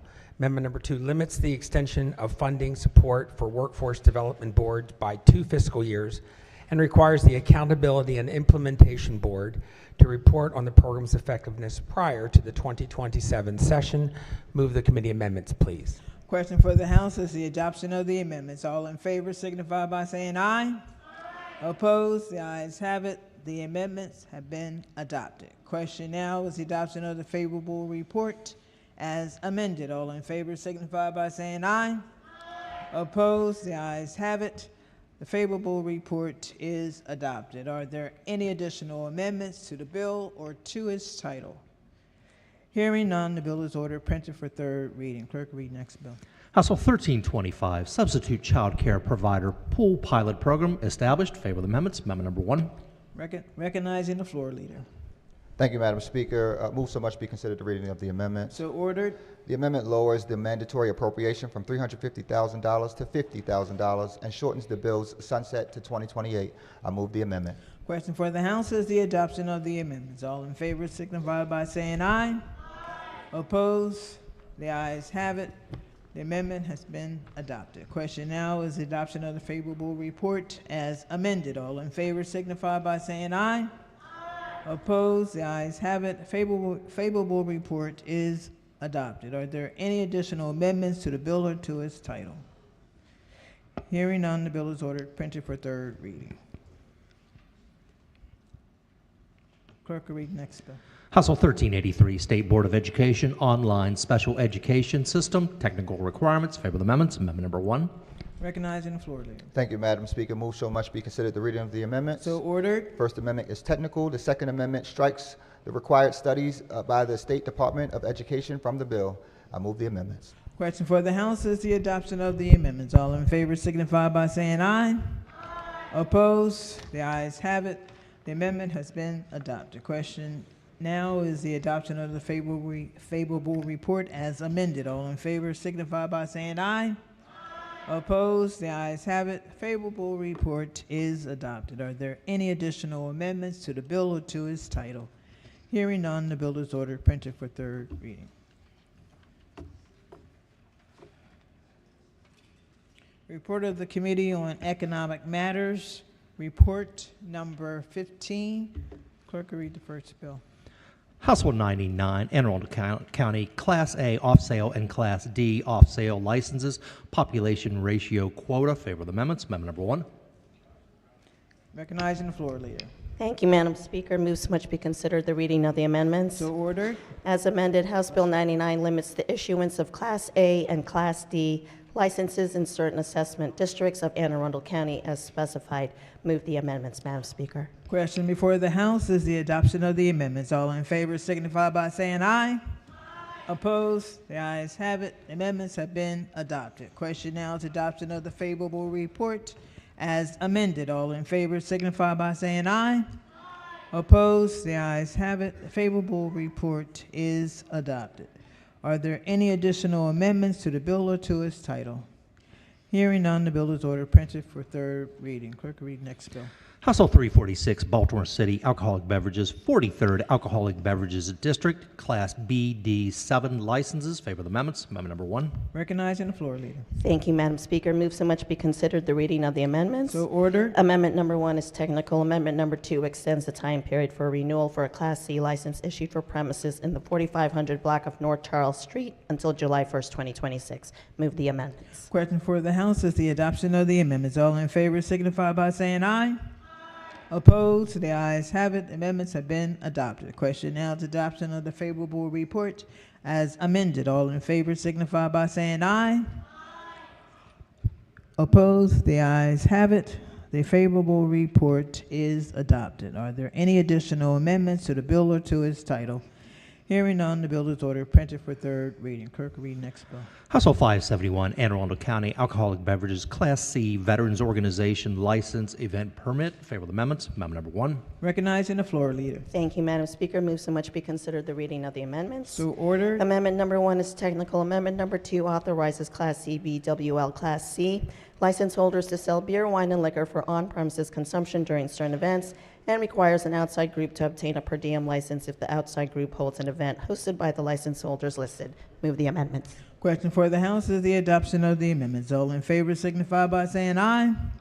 Opposed? The ayes have it. Amendments have been adopted. Question now is the adoption of the favorable report as amended. All in favor signify by saying aye.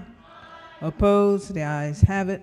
The favorable report is adopted. Are there any additional amendments to the bill and to its title? Hearing none, the bill is ordered printed for third reading. Clerk, read next bill. House Bill 746, Baltimore County Alcoholic Beverages Licenses, Transfers. Favor of the amendments. Amendment number 1. Recognizing the floor leader. Thank you, Madam Speaker. Move so much be considered the reading of the amendments. So ordered. The amendment changes the sponsor. Move the amendments. Question before the House is the adoption of the amendments. All in favor signify by saying aye. Opposed? The ayes have it. The amendments have been adopted. Question now is adoption of the favorable report as amended. All in favor signify by saying aye. Opposed? The ayes have it. The favorable report is adopted. Are there any additional amendments to the bill or to its title? Hearing none, the bill is ordered printed for third reading. Clerk, read next bill.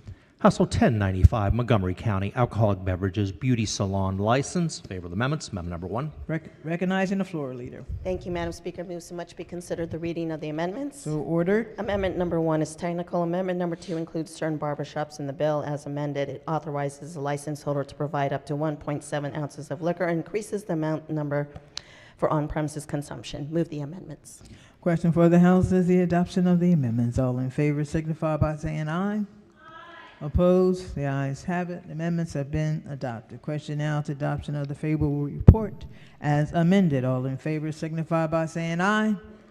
Opposed? The ayes have it. The favorable report is adopted. Are there any additional amendments to the bill or to its title? Hearing none, the bill is ordered printed for third reading. Clerk, read next bill. House Bill 1141, Baltimore County Alcoholic Beverages Change of Location. Favor of the amendments. Amendment number 1. Recognizing the floor leader. Thank you, Madam Speaker. Move so much be considered the reading of the amendments. So ordered. The amendment changes sponsor and as amended authorizes the Baltimore County Board of License Commissioners to approve a change of location of a license as specified. Move the amendments. Question for the House is the adoption of the amendment. All in favor signify by saying aye. Opposed? The ayes have it. The amendments have been adopted. Question now is adoption of the favorable report as amended. All in favor signify by saying aye. Opposed? The ayes have it. Favorable report is adopted. Are there any additional amendments to the bill or to its title? Hearing none, the bill is ordered printed for third reading. Clerk, read next bill. House Bill 1145, Baltimore County Alcoholic Beverages Waiting Period After License Denial. Favor of the amendments. Amendment number 1. Recognizing the floor leader. Thank you, Madam Speaker. Move so much be considered the reading of the amendments. So ordered. The amendment changes the sponsor. Move the amendments. Question before the House is the adoption of the amendment. All in favor signify by saying aye. Opposed? The ayes have it. The amendment has been adopted. Question now is adoption of the favorable report as amended. All in favor signify by saying aye. Opposed? The ayes have it. The favorable report is adopted. Are there any additional amendments to the bill or to its title? Hearing none, the bill is ordered printed for third reading. Clerk, read next bill. House Bill 1172, Baltimore City Alcoholic Beverages Authorizations and Revisions. Favor of the amendments. Amendment number 1. Recognizing the floor leader. Thank you, Madam Speaker. Move so much be considered the reading of the amendments. So ordered. Amendment number 1 is technical. Amendment number 2 requires the board to adopt regulations relating to limiting the number of Class C per diem license that may be issued to a person for the same location within a calendar year. And it strikes the language related to issuing a Class B beer, wine, and liquor license for a restaurant on the even side of the 1100 block of Holland Street in the 40th Alcoholic Beverages District. And finally, it prohibits the license holders in certain areas of the 40th Alcoholic Beverages District from selling alcoholic beverages from 10 a.m. or after 10 p.m. Move the amendments, Madam Speaker. Question for the House is the adoption of the amendments. All in favor signify by saying aye. Opposed? The ayes have it. The amendments have been adopted. Question now is adoption of the favorable report as amended. All in favor signify by saying aye. Opposed? The ayes have it. The favorable report is adopted. Are there any additional amendments to the bill or to its title? Hearing none, the bill is ordered printed for third reading. Clerk, read next bill. House Bill 1174, Montgomery County Alcoholic Beverages Class BD BWL licenses, multiple licenses. Favor of the amendments. Amendment number 1. Recognizing the floor leader. Thank you, Madam Speaker. Move so much be considered the reading of amendments. So ordered. As amended, House Bill 1174 increases the number of Class BD BWL licenses from 1 to 2 that a licensee can hold in Montgomery County. You went and they blocked you out? Did it block? Oh, there we go. Move the amendments, Madam Speaker. That's what they get. They don't, pay attention. And they don't do. Got it. Question for the House is the adoption of the amendment. All in favor signify by saying aye. Opposed? The ayes have it. Amendments have been adopted. Question now is adoption of the favorable report as amended. All in favor signify by saying aye. Opposed? The ayes have it. The favorable report is adopted. Are there any additional amendments to the bill or to its title? Hearing none, the bill is ordered printed for third reading. Clerk, read next bill. House Bill 1281, Anne Arundel County Alcoholic Beverages Limited Cultural Event Permit. Favor of the amendments. Amendment number 1. Recognizing the floor leader. Thank you, Madam Speaker. Move so much be considered the reading of the amendments. So ordered. Amendment number 1 is technical. Amendment number 2 changes the permit from a cultural event permit to a special event permit and removes the one-day limitation on the permit. Move the amendments, Madam Speaker. Question for the House is the adoption of the amendment. All in favor signify by saying aye. Opposed? The ayes have it. The amendment has been adopted. Question now is the adoption of the favorable report as amended. All in favor signify by saying aye. Opposed? The ayes have it. Favorable report is adopted. Are there any additional amendments to the bill or to its title? Hearing none, the bill is ordered printed for third reading. Report of the Committee on Economic Matters, report number 16. Clerk, read the first bill. House Bill 564, Dorchester County Alcoholic Beverages Venue Beer, Wine, and Liquor License. Favor of the amendments. Amendment number 1. Recognizing the floor leader. Thank you, Madam Speaker. Move so much be considered the reading of the amendments. So ordered. Amendment number 1 is technical. Amendment number 2 requires certain consent for a waiver of distance restrictions. Move the amendments. Question for the House is the adoption of the amendment. All in favor signify by saying aye. You can do a little better than that. Opposed? The ayes have it. The amendment has been adopted. Question now is adoption of the favorable report as amended. All in favor signify by saying aye. Opposed? The ayes have it. Favorable report is adopted. Are there any additional amendments to the bill or to its title? Hearing none, the bill is ordered, printed for third reading. Clerk will read next bill. House Bill 574, St. Mary's County Alcoholic Beverages Licenses, Multiple Licensing Plans. Favorable amendments. Amendment number 1. Recognizing the floor leader. Thank you, Madam Speaker. Move so much be considered the reading of the amendment. So ordered. Amendment number 1 limits the sale for off-premises consumption. Move the amendments. Question for the House is the adoption of the amendment. All in favor signify by saying aye. Opposed? The ayes have it. The amendments have been adopted. Question now is adoption of the favorable report as amended. All in favor signify by saying aye. Opposed? The ayes have it. The favorable report is adopted. Are there any additional amendments to the bill or to its title?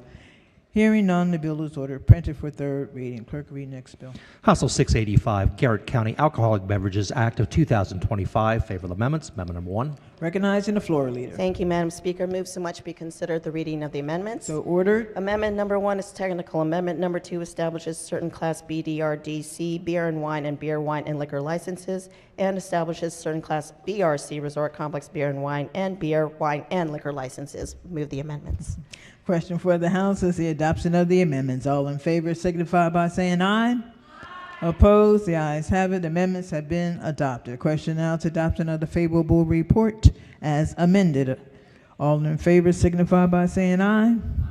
Opposed? The ayes have it. The favorable report is adopted. Are there any additional amendments to the bill or to its title? Hearing none, the bill is ordered, printed for third reading. Clerk, read next bill. House Bill 987, Baltimore County Alcoholic Beverages Distance from Place of Worship Restriction Exception. Favorable amendments. Amendment number 1. Recognizing the floor leader. Thank you, Madam Speaker. Move so much be considered the reading of the amendments. So ordered. Amendment number 1 is technical. Amendment number 2, it limits the kind of establishments that may be issued a license. It limits the number of licenses that may be issued in Baltimore County, and it also alters the distance requirements. And finally, it requires the place of worship to consent in writing to the license. Move the amendments. Question for the House is the adoption of the amendments. All in favor signify by saying aye. Opposed? The ayes have it. The amendment has been adopted. Question now is adoption of the favorable report as amended. All in favor signify by saying aye. Opposed? The ayes have it. Favorable report is adopted. Are there any additional amendments to the bill or to its title? Hearing none, the bill is ordered, printed for third reading. Clerk, read next bill. House Bill 1335, Caroline County Alcoholic Beverages Multiple Event Licenses. Favorable amendments. Amendment number 1. Recognizing the floor leader. Thank you, Madam Speaker. Move so much be considered the reading of the amendments. So ordered. Amendment number 1 is technical. Amendment number 2, it alters the provisions related to alcohol storage, specifically is allowing for secure on-premises storage of alcohol by all multiple event licenses holders in the county. Move the amendments. The question for the House is the adoption of the amendment. All in favor signify by saying aye. Opposed? The ayes have it. Amendment has been adopted. Question now is adoption of the favorable report as amended. All in favor signify by saying aye. Opposed? The ayes have it. Favorable report is adopted. Are there any additional amendments to the bill or to its title? Hearing none, the bill is ordered, printed for third reading. Report of the Committee on Economic Matters, report number 18. Recognizing the clerk will read the first bill. House Bill 31, Consumer Protection, Right to Repair Powered Wheelchairs. Favorable amendments. Amendment number 1. Recognizing the committee chair. Thank you, Madam Speaker. So much be considered the reading of the amendments. So ordered. Amendment number 1 adds sponsors. Amendment number 2 exempts certain customized wheelchairs. Please move the amendments. Question for the House is the adoption of the amendment. All in favor signify by saying aye. Opposed? The ayes have it. The amendments have been adopted. Question now is adoption of the favorable report as amended. All in favor signify by saying aye. Opposed? The ayes have it. Favorable report is adopted. Are there any additional amendments to the bill or to its title? Hearing none, the bill is ordered, printed for third reading. Clerk, read next bill. House Bill 861, Transportation Network Companies, Itemized Receipts and Operator Data Reporting. Favorable amendments. Amendment number 1. Somebody. All right. Thank you, Madam Speaker. Move so much to be considered a reading of the amendments. So ordered. Thank you. Amendment number 1 is technical. Amendment number 2 strikes the itemized reporting requirements under the bill and requires certain weekly fare and earnings summaries be provided to operators. Move the amendment. Question for the House is the adoption of the amendment. All in favor signify by saying aye. Opposed? The ayes have it. The amendment has been adopted. The question now is adoption of the favorable report as amended. All in favor signify by saying aye. Opposed? The ayes have it. Favorable report is adopted. Are there any additional amendments to the bill or to its title? Hearing none, the bill is ordered printed for third reading. Clerk, read next bill. House Bill 960, Investor-Owned Electric, Gas and Electric Companies, Cost Recovery, Limitations and Reporting Requirements, Ratepayer Freedom Act. Favorable amendments. Amendment number 1. Recognizing the Vice Chair of the Committee. Thank you, Madam Speaker. Move so much be considered the reading of the amendments. So ordered. Amendment number 1 is technical. Amendment number 2 strikes many provisions of the bill and alters the bill to prohibit the recovery through certain rates, certain costs associated with trade associations and private planes. Please move the amendments. Question for the House is the adoption of the amendment. All in favor signify by saying aye. Opposed? The ayes have it. The amendment has been adopted. Question now is adoption of the favorable report as amended. All in favor signify by saying aye. Opposed? The ayes have it. Favorable report is adopted. Are there any additional amendments to the bill or to its title? Madam Speaker? Yes. Who said yes? Gentleman over here. Go ahead. Gentleman from Wicomico County. Madam Speaker, I have an amendment at the desk of 713-4281. Amendment number 1. Move so much considered the reading of the amendment. So ordered. Amendment number 1 is technical. Amendment number 2 strikes the IOU language so that it does not apply to the munis and co-ops. What was that? What did you just say? Madam Speaker, please move the amendment. I didn't hear that word you were saying. Madam Speaker. Yes. I'm sorry. A Munez? Yes. Is that? Yes. Yeah. In other words, it's munis. It's munis. Munis. I'm only messing with you, man. You had a rough day. Munis. Yes. The committee accepts your amendment as friendly. Well,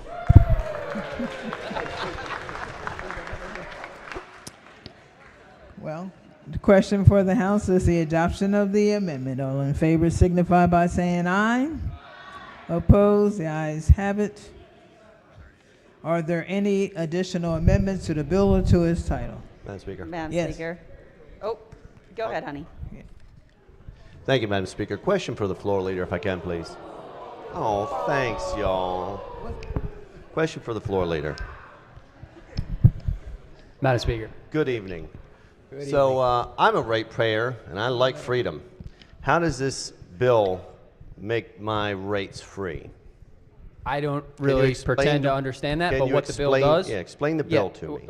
Basically, what we have said now is that the investor-owned utilities can no longer recover costs for their private jet, as well as pay for certain lobbying trade associations. Sounds reasonable. The emails I'm getting from constituents think this bill is going to help with rate costs. How does it do that? So, well, I mean, naturally, a ratepayer would no longer pay for CEOs' private plane travels all throughout the U.S. Is that what's driving the cost of energy, is CEOs' plane flights? I mean, it is a part of it. All right, I appreciate the answers. Madam Speaker, would it be okay if I special ordered this bill to the appropriate time Monday for the purpose of an amendment? Committee? Madam Speaker, the appropriate time Monday? Sounds good. Okay. Question for the House is Special Order HB 960 to the appropriate time on Monday. All in favor signify by saying aye. It will be special order on for Monday. Clerk will read next bill. Household 1021, real estate appraisers, licensure and certification qualifications. Favor the amendments. Amendment number 1. Recognizing the floor leader. Madam Speaker, move so much be considered a reading of the amendments. So ordered. Thank you. Amendment number 1 is technical. Amendment number 2 clarifies that an applicant may not be required to hold a bachelor's degree or higher for residential certification. Move the amendments. Question for the House is the adoption of the amendments. All in favor signify by saying aye. Opposed? The ayes have it. The amendments have been adopted. Question now is adoption of the favorable report as amended. All in favor signify by saying aye. Opposed? The ayes have it. Favorable report is adopted. Are there any additional amendments to the bill or to its title? Madam Speaker, Yes. I have a question for the floor leader, please. Yes. Thank you. You read that quickly. Did you say this bill requires the No, person? it's the opposite. The Okay, bill says you cannot require someone to have a bachelor's degree in order to qualify for a residential license for real estate appraiser. Sounds like a great idea. Thank you. Thank you. Are there any additional amendments to the bill or to its title? Hearing none, the bill is ordered printed for third reading. Clerk, read next bill.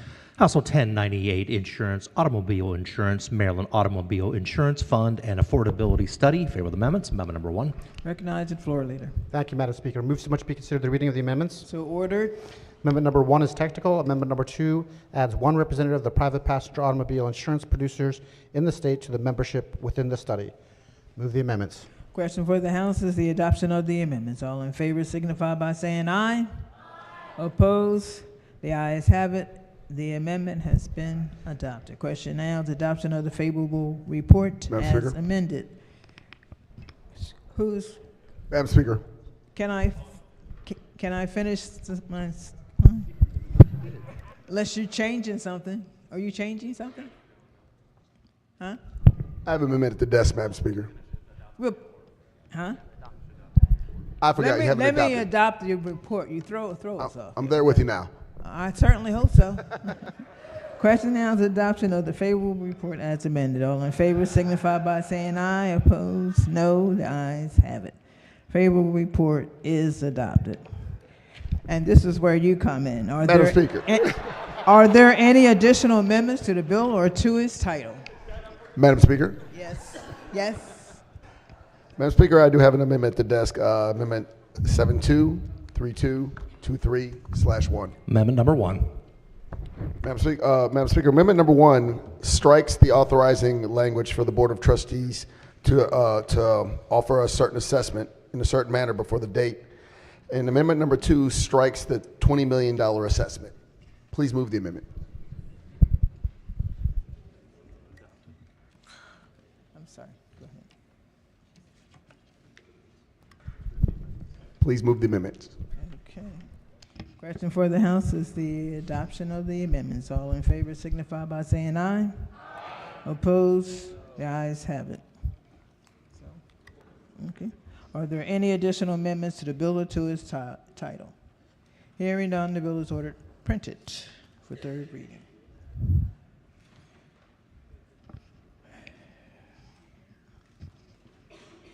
Clerk will read next bill. Household 1148, property and casualty insurance, lapses in coverage, prohibition on denial. Favor of the amendments. Amendment number 1. Madam Speaker. Floor leader.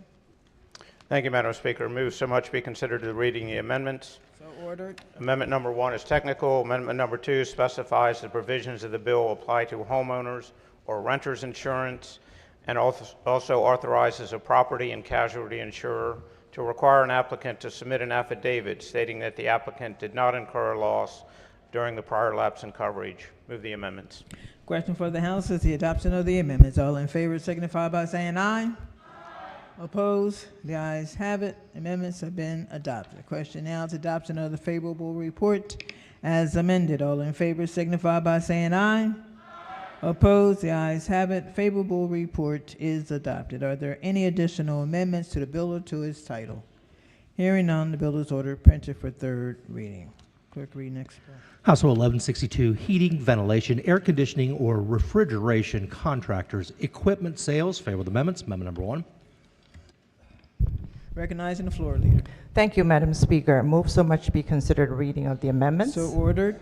Thank you. Amendment number 1 is technical. Amendment number 2 strikes a definition and clarifies that the bill does not apply to a person who sells construction materials that are not related to the installation of HVAC equipment and derives less than 25% of the person's revenue from HVAC equipment. It specifies that a person may not knowingly sell or offer HVAC equipment to another person unless the purchaser meets certain requirements.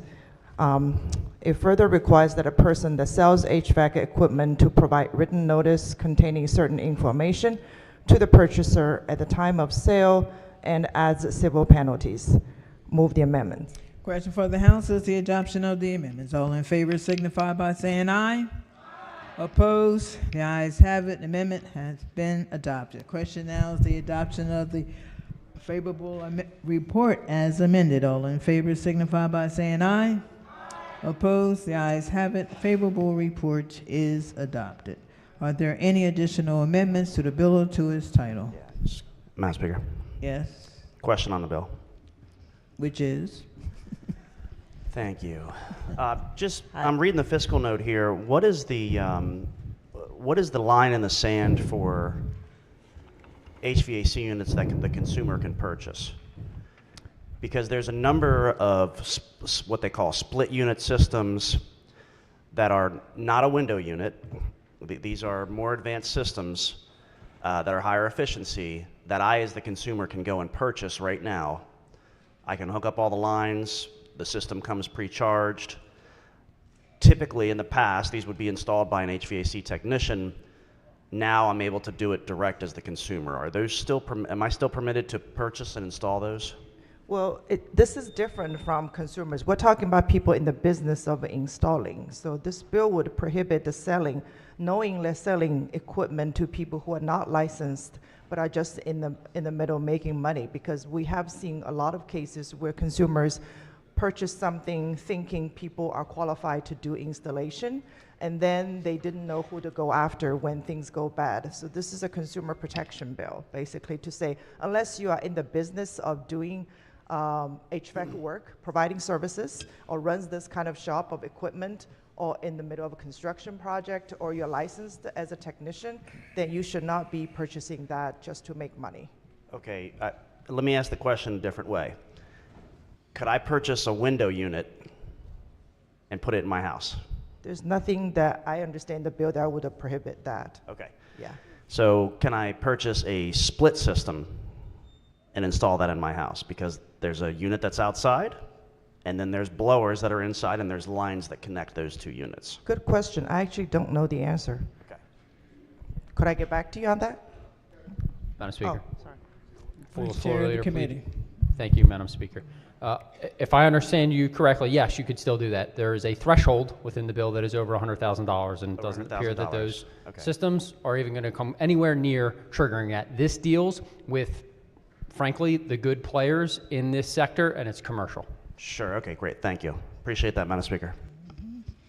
Are there any additional amendments to the bill or to its title? Hearing none, the bill is ordered, printed for third reading. Clerk, read next bill. House Bill 1229, Montgomery County Alcoholic Beverages Licenses, Health and Safety Regulations. Favorable amendments. Amendment number 1.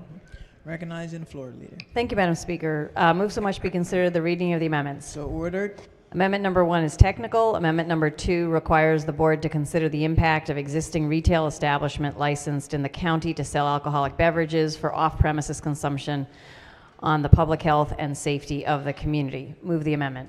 Question for the House is the adoption of the amendment. All in favor signify by saying aye. Opposed? The ayes have it. The amendment has been adopted. Question now is adoption of the favorable report as amended. All in favor signify by saying aye. Opposed? The ayes have it. The favorable report is adopted. Are there any additional amendments to the bill or to its title?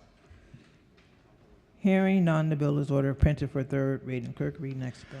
House Bill 1494, Howard County Alcoholic Beverages Class MT Movie Theater License. Favorable amendments. Amendment number 1. Recognizing the floor leader. Somebody.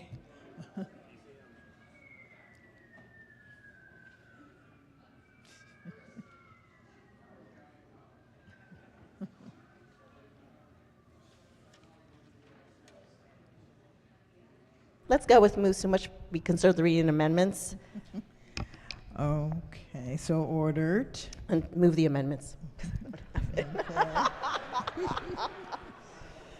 Okay. It's not here.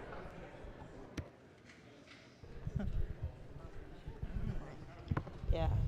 I'm not let me- Yeah, you took mine. Madam Speaker. Yes, yes. Thank you, Madam Speaker.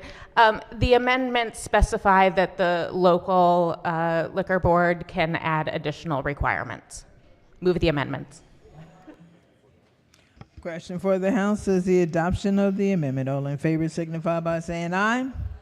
Opposed? The ayes have it. The amendment has been adopted. I think I'm repeating myself, but the question now is the adoption of the favorable report as amended. All in favor signify by saying aye. Opposed? The ayes have it. Favorable report is adopted. Are there any additional amendments to the bill or to its title? Hearing none, the bill is ordered printed for third reading. Report of the Committee on Environment and Transportation. Report number 22. Clerk will read the first.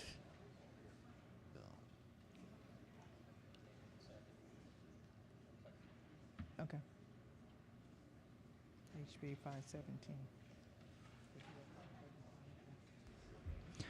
Household 517, Transportation, Maryland Area Rail Commuter Rail Authority Establishment, Mark Rail Authority Act of 2025. Favor of the amendments. Amendment number 1. Question, yes, the chairman of the committee. Thank you, Madam Speaker. Be so much to consider the reading of the amendments. So ordered. The amendment establishes a work group. Move the amendment. Question for the House is the adoption of the amendment. All in favor signify by saying aye. Opposed? The ayes have it. The amendment has been adopted. Question now is adoption of the favorable report as amended. All in favor signify by saying aye. Opposed? The ayes have it. The favorable report is adopted. Are there any additional amendments to the bill or to its title? Hearing none, the bill is ordered printed for third reading. Clerk, read next bill. House Bill 1130, Baltimore City Speed Monitoring Systems on Interstate 83, Unpaid and Overdue Citations. Favor of the amendments. Amendment number 1. Recognizing the floor leader. Thank you, Madam Speaker. Move so much be considered the reading of the amendment. So ordered. The amendment strikes the authorization for vehicle immobilization. Move the amendment. Question for the House is the adoption of the amendment. All in favor signify by saying aye. Opposed? The ayes have it. The amendment has been adopted. Question now is adoption of the favorable report as amended. All in favor signify by saying aye. Opposed? The ayes have it. Favorable report is adopted. Are there any additional amendments to the bill or to its title? Yes. Thank you, Madam Speaker. Would the floor leader rise, please? Floor leader. Good evening. Hi, good evening. I know we all want to go home. The portion of the bill, oh, some people want to stay. The portion of the bill that says on this, let me tell you what page I'm reading on. The reprint, page 3 of 4. On the sale of the vehicle, the new owner may be responsible for the payment of unpaid and overdue citations before the administration registers the vehicle. So are you transferring a debt from a previous owner to the new owner? No. As amended, all this bill does is require Baltimore City to report to MVA information about people who have accumulated large sums of speed camera tickets. I mean, I'm reading the reprint where it has the language stricken out, and it still says that on this. Oh, that's current law. No, this is brand new, bold. I know how to read a bill. On the sale of the vehicle, it's lines 28 to 30. On the sale of the vehicle, the new owner may be responsible for the payment of unpaid and overdue citations.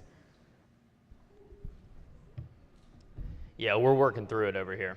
Thank you. I appreciate it, because certainly no one in Baltimore City will want to buy a car if they're going to have to assume the tickets from the previous owner. So I think this language is consistent with what the current law is, which is that you have to fix any flags when you are selling the vehicle. Yes, we know that, but this says the new owner may be responsible. That is brand new language. When you buy a car, a used car, you do not assume the tickets and fines and violations from the previous owner. So what we're hearing is that the buyer has the option, basically as part of the contract, the buyer would have essentially the option of they would know as part of the contract whether or not these things are already on there and are already flagged. And so the buyer could be responsible, but they would also know that those flags exist when they purchase the vehicle. That sounds like it's setting up a predatory problem where someone could sell their car. Well, they don't have to buy the car. I mean, the buyer would know when they're buying the car if there are flags associated with tickets, and so it's not predatory. The buyer can still purchase the vehicle under that scenario. Yeah, this is something new. I don't think in any other MBA speed, and we're putting speed cameras everywhere. This sounds like did you all debate this in committee? We had a bill hearing. Why, obviously. And I appreciate that about this legislature. Our bills get a bill hearing. Well, thank you. I'm going to do a little more homework, but this sounds like a terrible part of the bill. Thank you. Yes. Yeah, Madam Speaker, I have a question as well. So, I mean, there are transactions that happen outside of like dealerships. It can be direct owner to seller or buyer. You basically have a title, you sign the title over, and how would the buyer know that the title's flagged? I mean, I assume that's what's happening here. So it doesn't have to often involve a dealership. Yeah, so in general, you cannot sell a vehicle or transfer the ownership of the vehicle regardless of the setting or the scenario of the sale until the flags are gone. MVA will not let you transfer the ownership of the vehicle until the flags are gone. But if, like, I have a car and I'm selling it and you and I directly one-on-one meet, like at, say, my house, I've got the title, and you hand me $1,000, $1,500 or whatever it is, and I say, okay, here, I'll sign the title over. I create a bill of sale. I think this is how this would work. And you and I conduct a transaction. We sign the bill of sale. You get the car and you get the title, and then you wouldn't find out as the buyer of my car that there was a problem until you went to DMV to go get it titled. I think that's probably the issue, right? That's what we're saying. Then you find out, well, wait a minute, there's a flag. We can't actually let you title the vehicle until you clear the debt. Yeah, I mean, this is a current existing problem under current law, which is that buyer beware. The seller, you can't transfer ownership unless you take care of the tags. And so if we were making that kind of arrangement and I was going to try to purchase a vehicle from you, I need to do my due diligence to make sure you're not overloaded with speed camera tickets. But that's how things are today. The bill does not change that in Baltimore City. That's the case in every jurisdictions in the state already, is that the buyer has to. Can I special order the bill? You want to special order this local bill to the appropriate time? You know, that's actually a good point. I'm reluctant to special order the bill, but I think I'm asking a question that is not getting answered the way like to say buyer, I'm sorry, let me just go back. No, I'm not going to special order the bill. To say let the buyer beware under that circumstance is probably a step far from my perspective, so my instinct is to special order it and fix it, but no, I don't necessarily want to special order the bill. I appreciate it. Okay, I try to address it. It is current law today, right, that if I have speed camera tickets that are unpaid on my tags, I cannot transfer my vehicle to a new person. The MVA will not accept that transfer. That is current law today. So your problem is not with this bill, it's with current law. It's with our predecessors who set that system up. It was before you and I got here. All right, Madam Speaker, the chairman's absolutely right. It's a local bill. Local courtesy should rule. I'm going to not special order the bill, but I'm surely going to speak on it on third reader. Madam Speaker. I'm sure you will. Yes, Madam Speaker, I would like to special order the bill because I don't think this is a local bill. When you're selling a car, you can sell a car from any location and receive it from any location. So it's really a statewide bill. So I'd like to special order the bill for the purposes of looking at it for an amendment. We're going to special order this local bill to the appropriate time on Monday. Yep, thank you. Are you serious? Because I was going to oppose it. Madam Speaker, I would ask that we special order the bill to the appropriate time on Monday. With all due respect with all due respect to the city delegation, this bill came out of my committee. I'd ask that we special order the bill. Okay. Thank you, Madam Speaker. Question before the House is a special order HB 1130 and until the appropriate time next session. All in favor signify by saying aye. Opposed? I don't think people really can. The bill has been special ordered. Clerk will read next bill. House Bill 1277, Department of Natural Resources, Savage River Lodge, Hotel Rental Surcharge. Favor of the amendments. Amendment number 1. Recognizing the floor, Leader. Thank you, Madam Speaker. Be so much consider the reading of the amendments. So ordered. Thank you, Madam Speaker. The bill requires DNR beginning in fiscal year 2027 to 1, assess and collect an 8% hotel rental surcharge on rental units on the property of Savage River Lodge, and 2, remit the proceeds from the surcharge to the comptroller for distribution to Garrett County from the part of the surcharge collected that is attributable to a rate of 6%. Garrett County must designate a portion of the promotion of the county, and the part of the surcharge collected that is attributable to the rate greater than 6% must be distributed to the general fund of the county. Committee amendments delay assessments until fiscal year 2027. Move the amendment. Question for the House is the adoption of the amendment. All in favor signify by saying aye. Opposed? The ayes have it. The amendment has been adopted. Question now is the adoption of the favorable report as amended. All in favor signify by saying aye. Opposed? The ayes have it. Favorable report is adopted. Are there any additional amendments to the bill or to its title? Hearing none, the bill is ordered printed for third reading.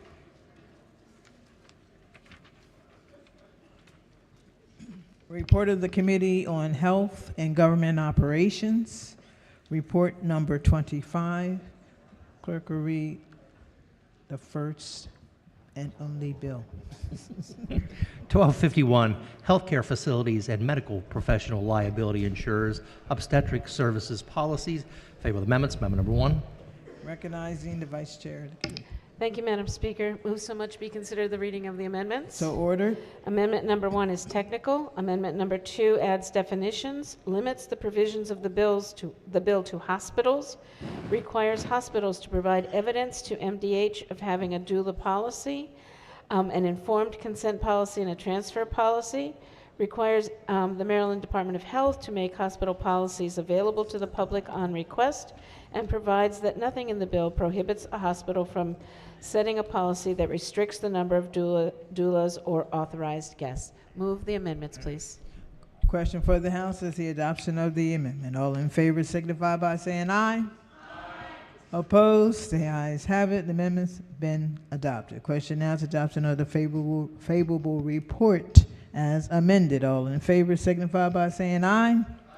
Opposed? The ayes have it. Favorable report is adopted. Are there any additional amendments to the bill or to its title? Hearing none, the bill is ordered printed for third reading.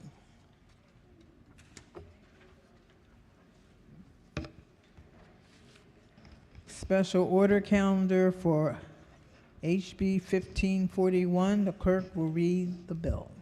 House Bill 1541, Condominiums, Mandatory Insurance Coverage. Favor report is amended and adopted. Maker of the motion. Thank you, Madam Speaker. I'll yield to my friend on the E&T Committee for an amendment. You have been yielded to. Move so much be the reading of the amendment, Madam Speaker. So ordered.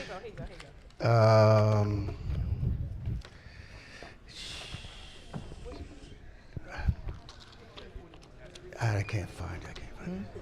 What is the floor amendment? Oh, here you go, Madam Speaker. Madam Speaker, the amendment, moves so much be the reading of the amendment. That amendment is 403822-1. Amendment number 1. And the amendment, Madam Speaker, inserts the language of detached units of, and this goes to page number 1 of the bill, and it reads, section does not apply to detached units of a condominium. Move the amendments, Madam Speaker. Okay. Question for the House is the adoption of the amendment. All in favor signify by saying aye. Opposed? We're taking up, huh? Ayes have it. Are there any additional amendments to the bill or to its title? Hearing none, the bill is ordered printed for third reading. Special order calendar number 38. Clerk will read the bill.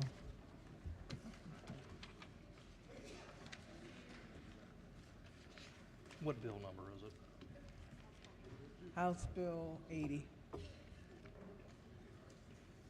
That's all right, I'll just read it off of this. House Bill 80, Land Use Transit-Oriented Development Alterations. Favor report as amended adopted. Yes, maker of the motion. Go ahead. Thank you, Madam Speaker. I have an amendment at the desk. It is Amendment 693226/1. Amendment number 1. Move so much be considered the reading of the amendment. So ordered. Thank you so much, Madam Speaker.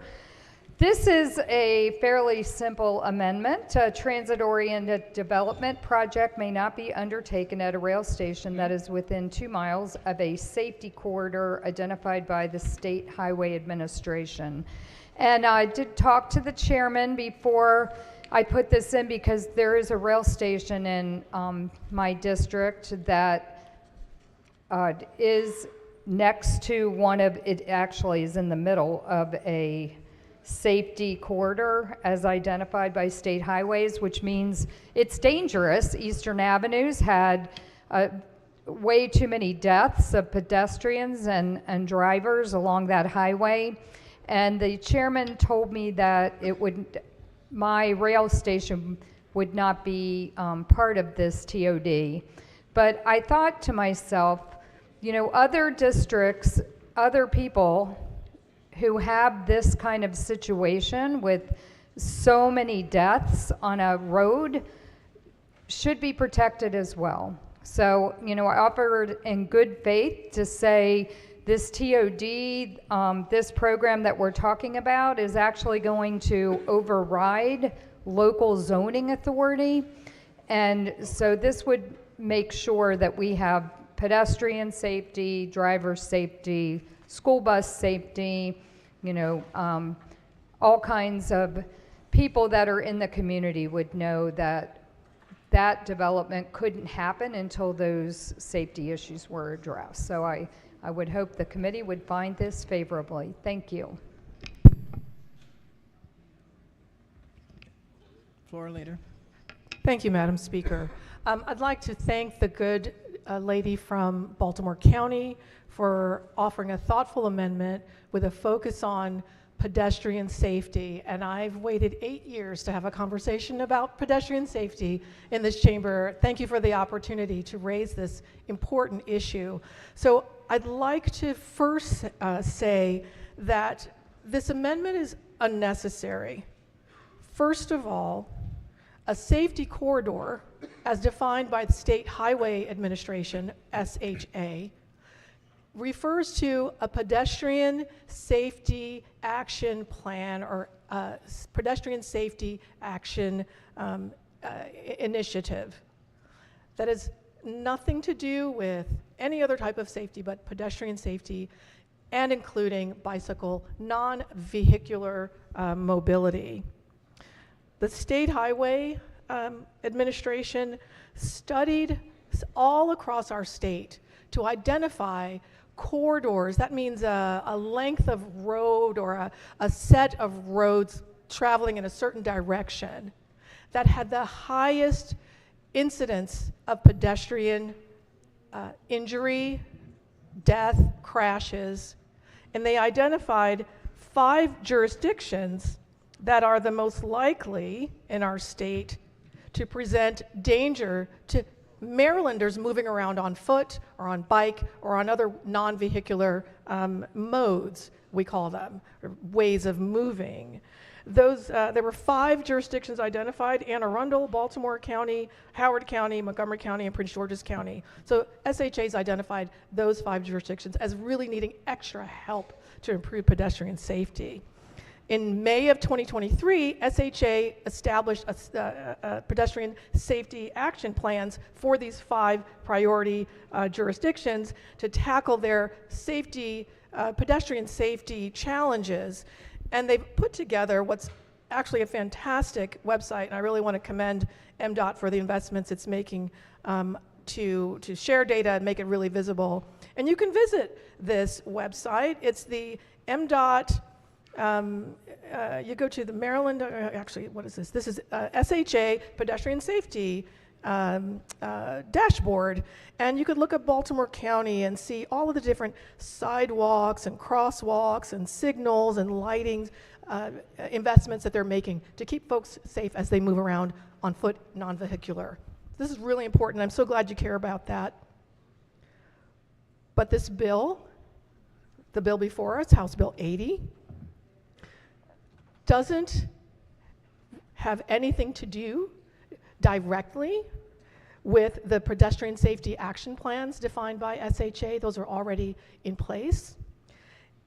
And I'd like to mention, just in case the good lady was concerned about other types of safety or perhaps security, MDOT's already clarified that if there are security concerns near a transit-oriented development designated site, MDOT will work with the jurisdiction, work with law enforcement, work with communities, whatever's needed to address those things. But pedestrian safety is already being addressed. And with that, I would ask the body to resist the First Amendment. Madam Speaker. Yes. Thank you so much. I appreciate that lesson, and the good delegate from Baltimore City. Yes, we care deeply about pedestrian safety, and I think there have been 4 pedestrians that have been hit, and some have 4 of them have perished along that stretch of highway. And so, you know, I think that's one of the reasons that TOD hasn't happened at our rail station. But under this bill, that without the amendment, the TOD could certainly happen in an area where a safety, I'm trying to get the right words, a safety corridor gets identified in the future. So you don't think that this would just be good safety measure to make sure that we're including that before TOD takes place at one of those rail stops? So I see where you're going. You're thinking about future planning, future decisions, future investments we might make as a state to enhance mobility, to make it easier for Marylanders to move around. I would say that under this bill, the committee worked really hard to focus in on the characteristics or features of a potential TOD site that would meet the criteria for really offering significant benefits that TOD can offer. So there's certain conditions for potential TOD sites, and they're defined in the bill. And those include existing or planned rail transit stations that have high frequency service, and high frequency is defined in the bill as Monday to Friday, 8 a.m. to 6 p.m. hourly service. So not every transit rail site meets those criteria. So we put those in the bill to make it really clear that, for example, there is a rail station in, I'm not sure if it's exactly in your district, but it's in Baltimore County. Martin Airport has a rail stop. That's the one that I talked to the chairman about, and that's how he assured me that Martin State Airport rail station at this time would not qualify because it does not have that frequency. So I appreciate the thoughtfulness that the committee put into it. But, you know, as other jurisdictions, again, I thought, well, I could just, you know, be like, all right, we don't need to worry about it. But certainly if a TOD development was proposed in another district where this could be a problem, I just wanted to make sure that we were taking into consideration all of those issues, because we've seen them firsthand in on the Eastern Avenue Boulevard. So you're assuring me that under this bill, that this is not going to become a problem, that you've already dealt with it? We tried really hard to deal with it, and I'll add one other, just highlight for you one other provision in the bill that makes it unlikely that a rail station like the Martin Airport Station and others that have low frequency rail service wouldn't really meet the characteristics for a TOD site. They wouldn't deliver the benefits. The point is to deliver economic vitality, stimulate housing investment, create opportunities for retail and small business, right? To make all those good things that I think many Marylanders really want. So one of the other provisions we defined carefully in the bill was that one of the other characteristics of a meaningful and eligible transit-oriented development site is one that's on state-owned land, that's contiguous to the high-frequency rail service as defined, and that that land would have to be ready for or be a transportation use of transportation use, and further is right on the tip of my tongue. Bear with me one second. And it has a transportation-oriented development plan developed by MDOT in partnership with the local jurisdiction legislative body. So it's pretty unlikely, I think, given the concern that exists in Baltimore County about Martin Airport's rail site, that it would be very unlikely that a transit-oriented development plan would be approved. So it's one of those things that, of all the things we have to worry about in our 90 days here, it's one that I think you can rest aside. All right, well, thank you very much, Floor Leader, and with that, I'll withdraw my amendment. Thank you, Madam Speaker. Madam Speaker. Madam Speaker. Yes. Thank you, Madam Speaker. I have an amendment at the desk. Amendment number 833127/1. Amendment number 1. Move so much to be considered the reading of the amendment. So ordered. Thank you, Madam Speaker. This is a super simple amendment, y'all. It essentially takes the area where a TOD can be from 0.5 miles outside to 0.25 miles. It's going to match it with the policy in the bill already that allows parking structures to be built within 0.25. The committee had dropped it down from 0.5 to 0.25. This just includes all the other pieces of the TOD as well in that 0.25 area.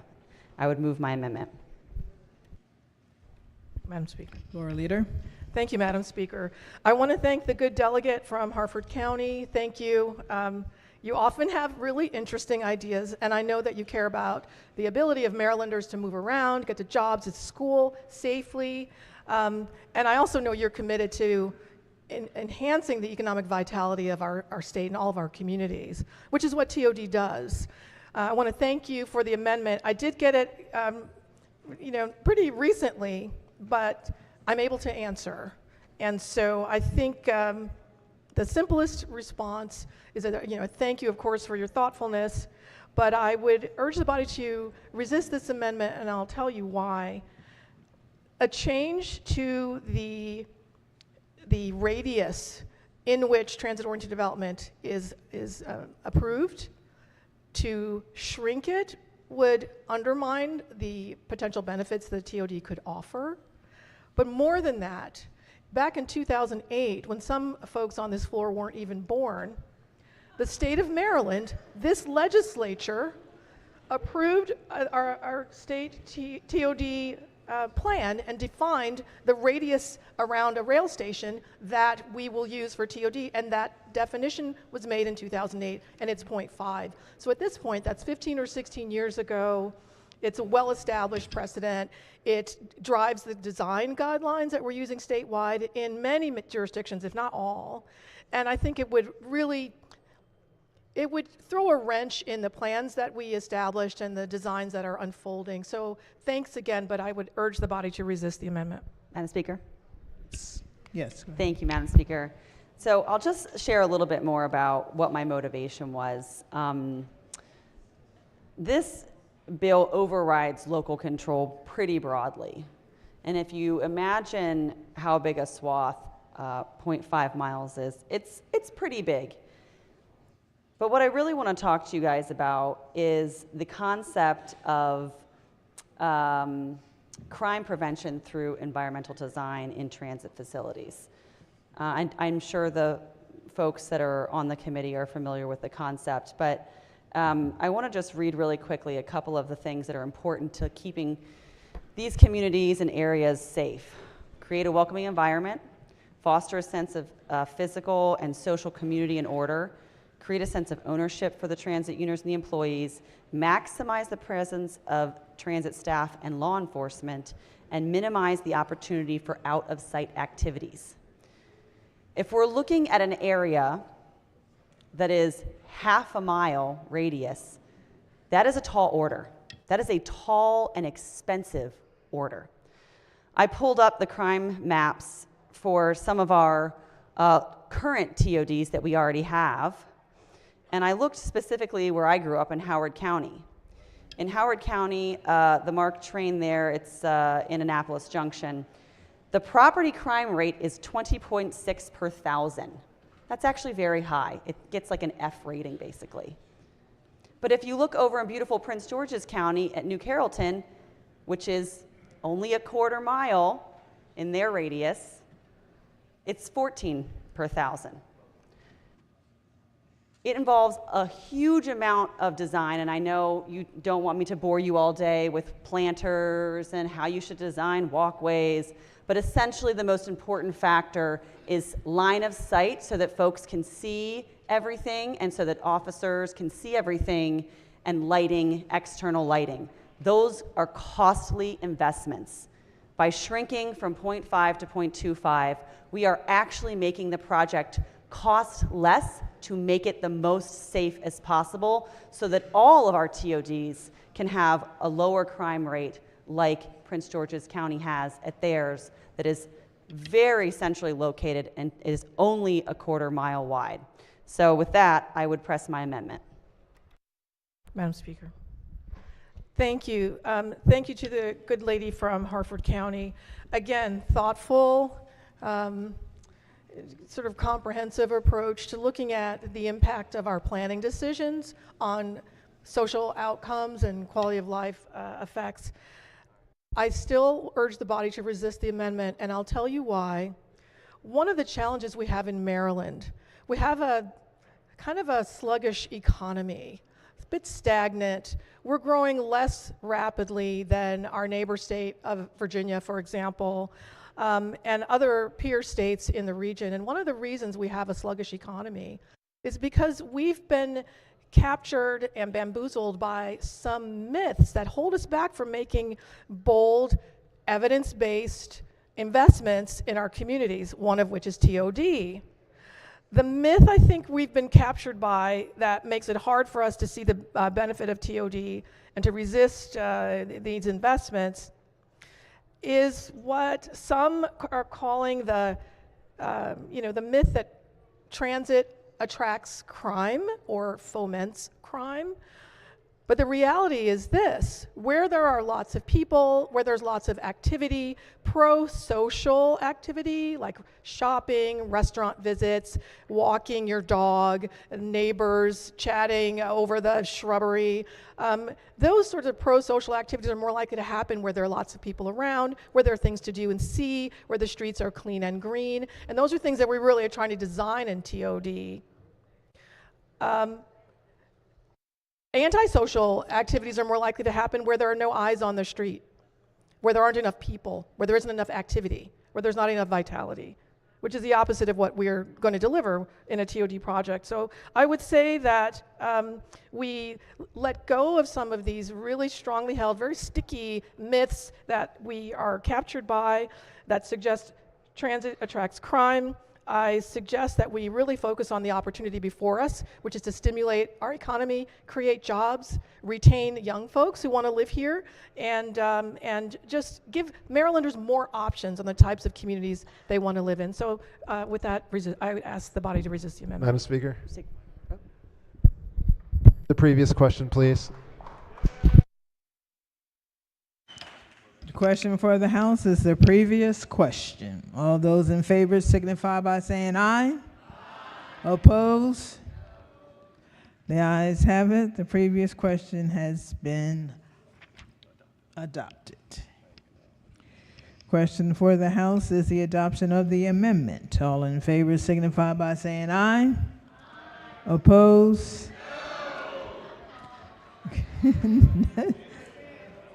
The amendment fails.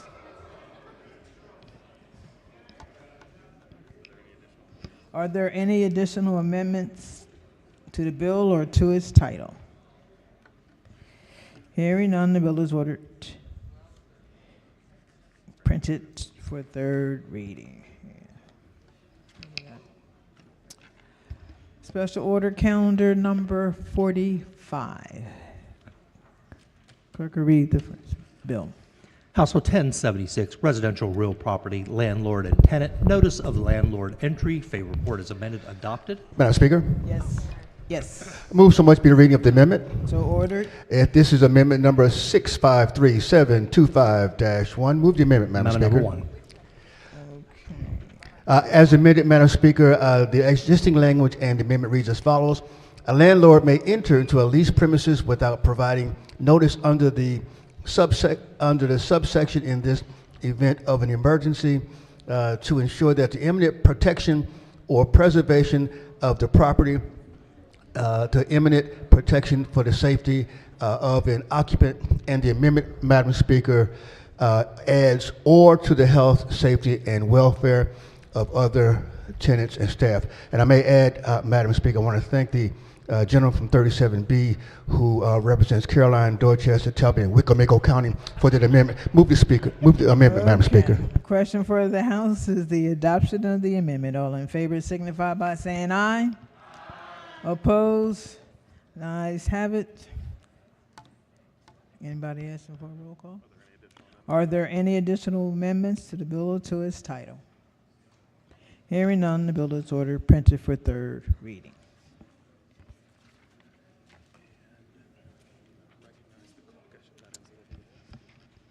That ends the work at the desk. I said the desk. Okay. I didn't say if you need to get up. We doing here? And caucus announcements. Yes. Thank you, Madam Speaker. Colleagues, good evening. The House Democratic Caucus will be meeting at 10 a.m. on Monday.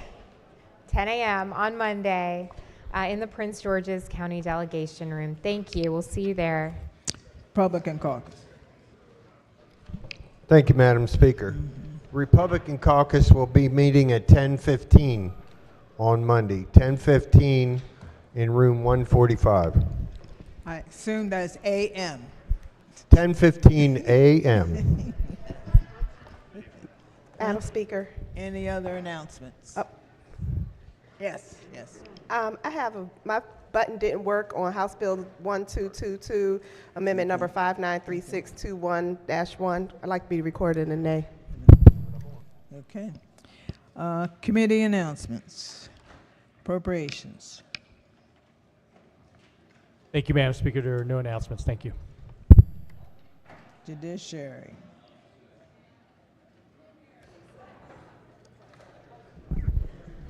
Judiciary. Thank you, Madam Speaker. Ladies and gentlemen, the House Judiciary Committee will meet at 9:30 a.m. on Monday. Okay. Environment and Transportation. Thank you, Madam Speaker. The House Environment and Transportation Committee will meet on Monday at 9:30 a.m. for a brief voting session. Ways and Means. Thank you, Madam Speaker. The Ways and Means Committee will not be meeting. Economic Matters. Madam Speaker, House Economic Matters Committee will not be meeting. Health and Government Operations. Thank you, Madam Speaker. The Health and Government Operations Committee will be meeting at 9:15 a.m. for a very brief voting session. 9:15. Thank you. And what day is that? Monday. Thank you, Madam Speaker. Okay. Any subcommittee announcements? Any delegation announcements? Yes, Howard County. Thank you, Madam Speaker. The House delegation, Howard County, will meet Monday, 12 noon. 12 noon, okay. Any, I don't know, we don't have any personal or guest announcement? All right, if not, quorum call. Madam Speaker,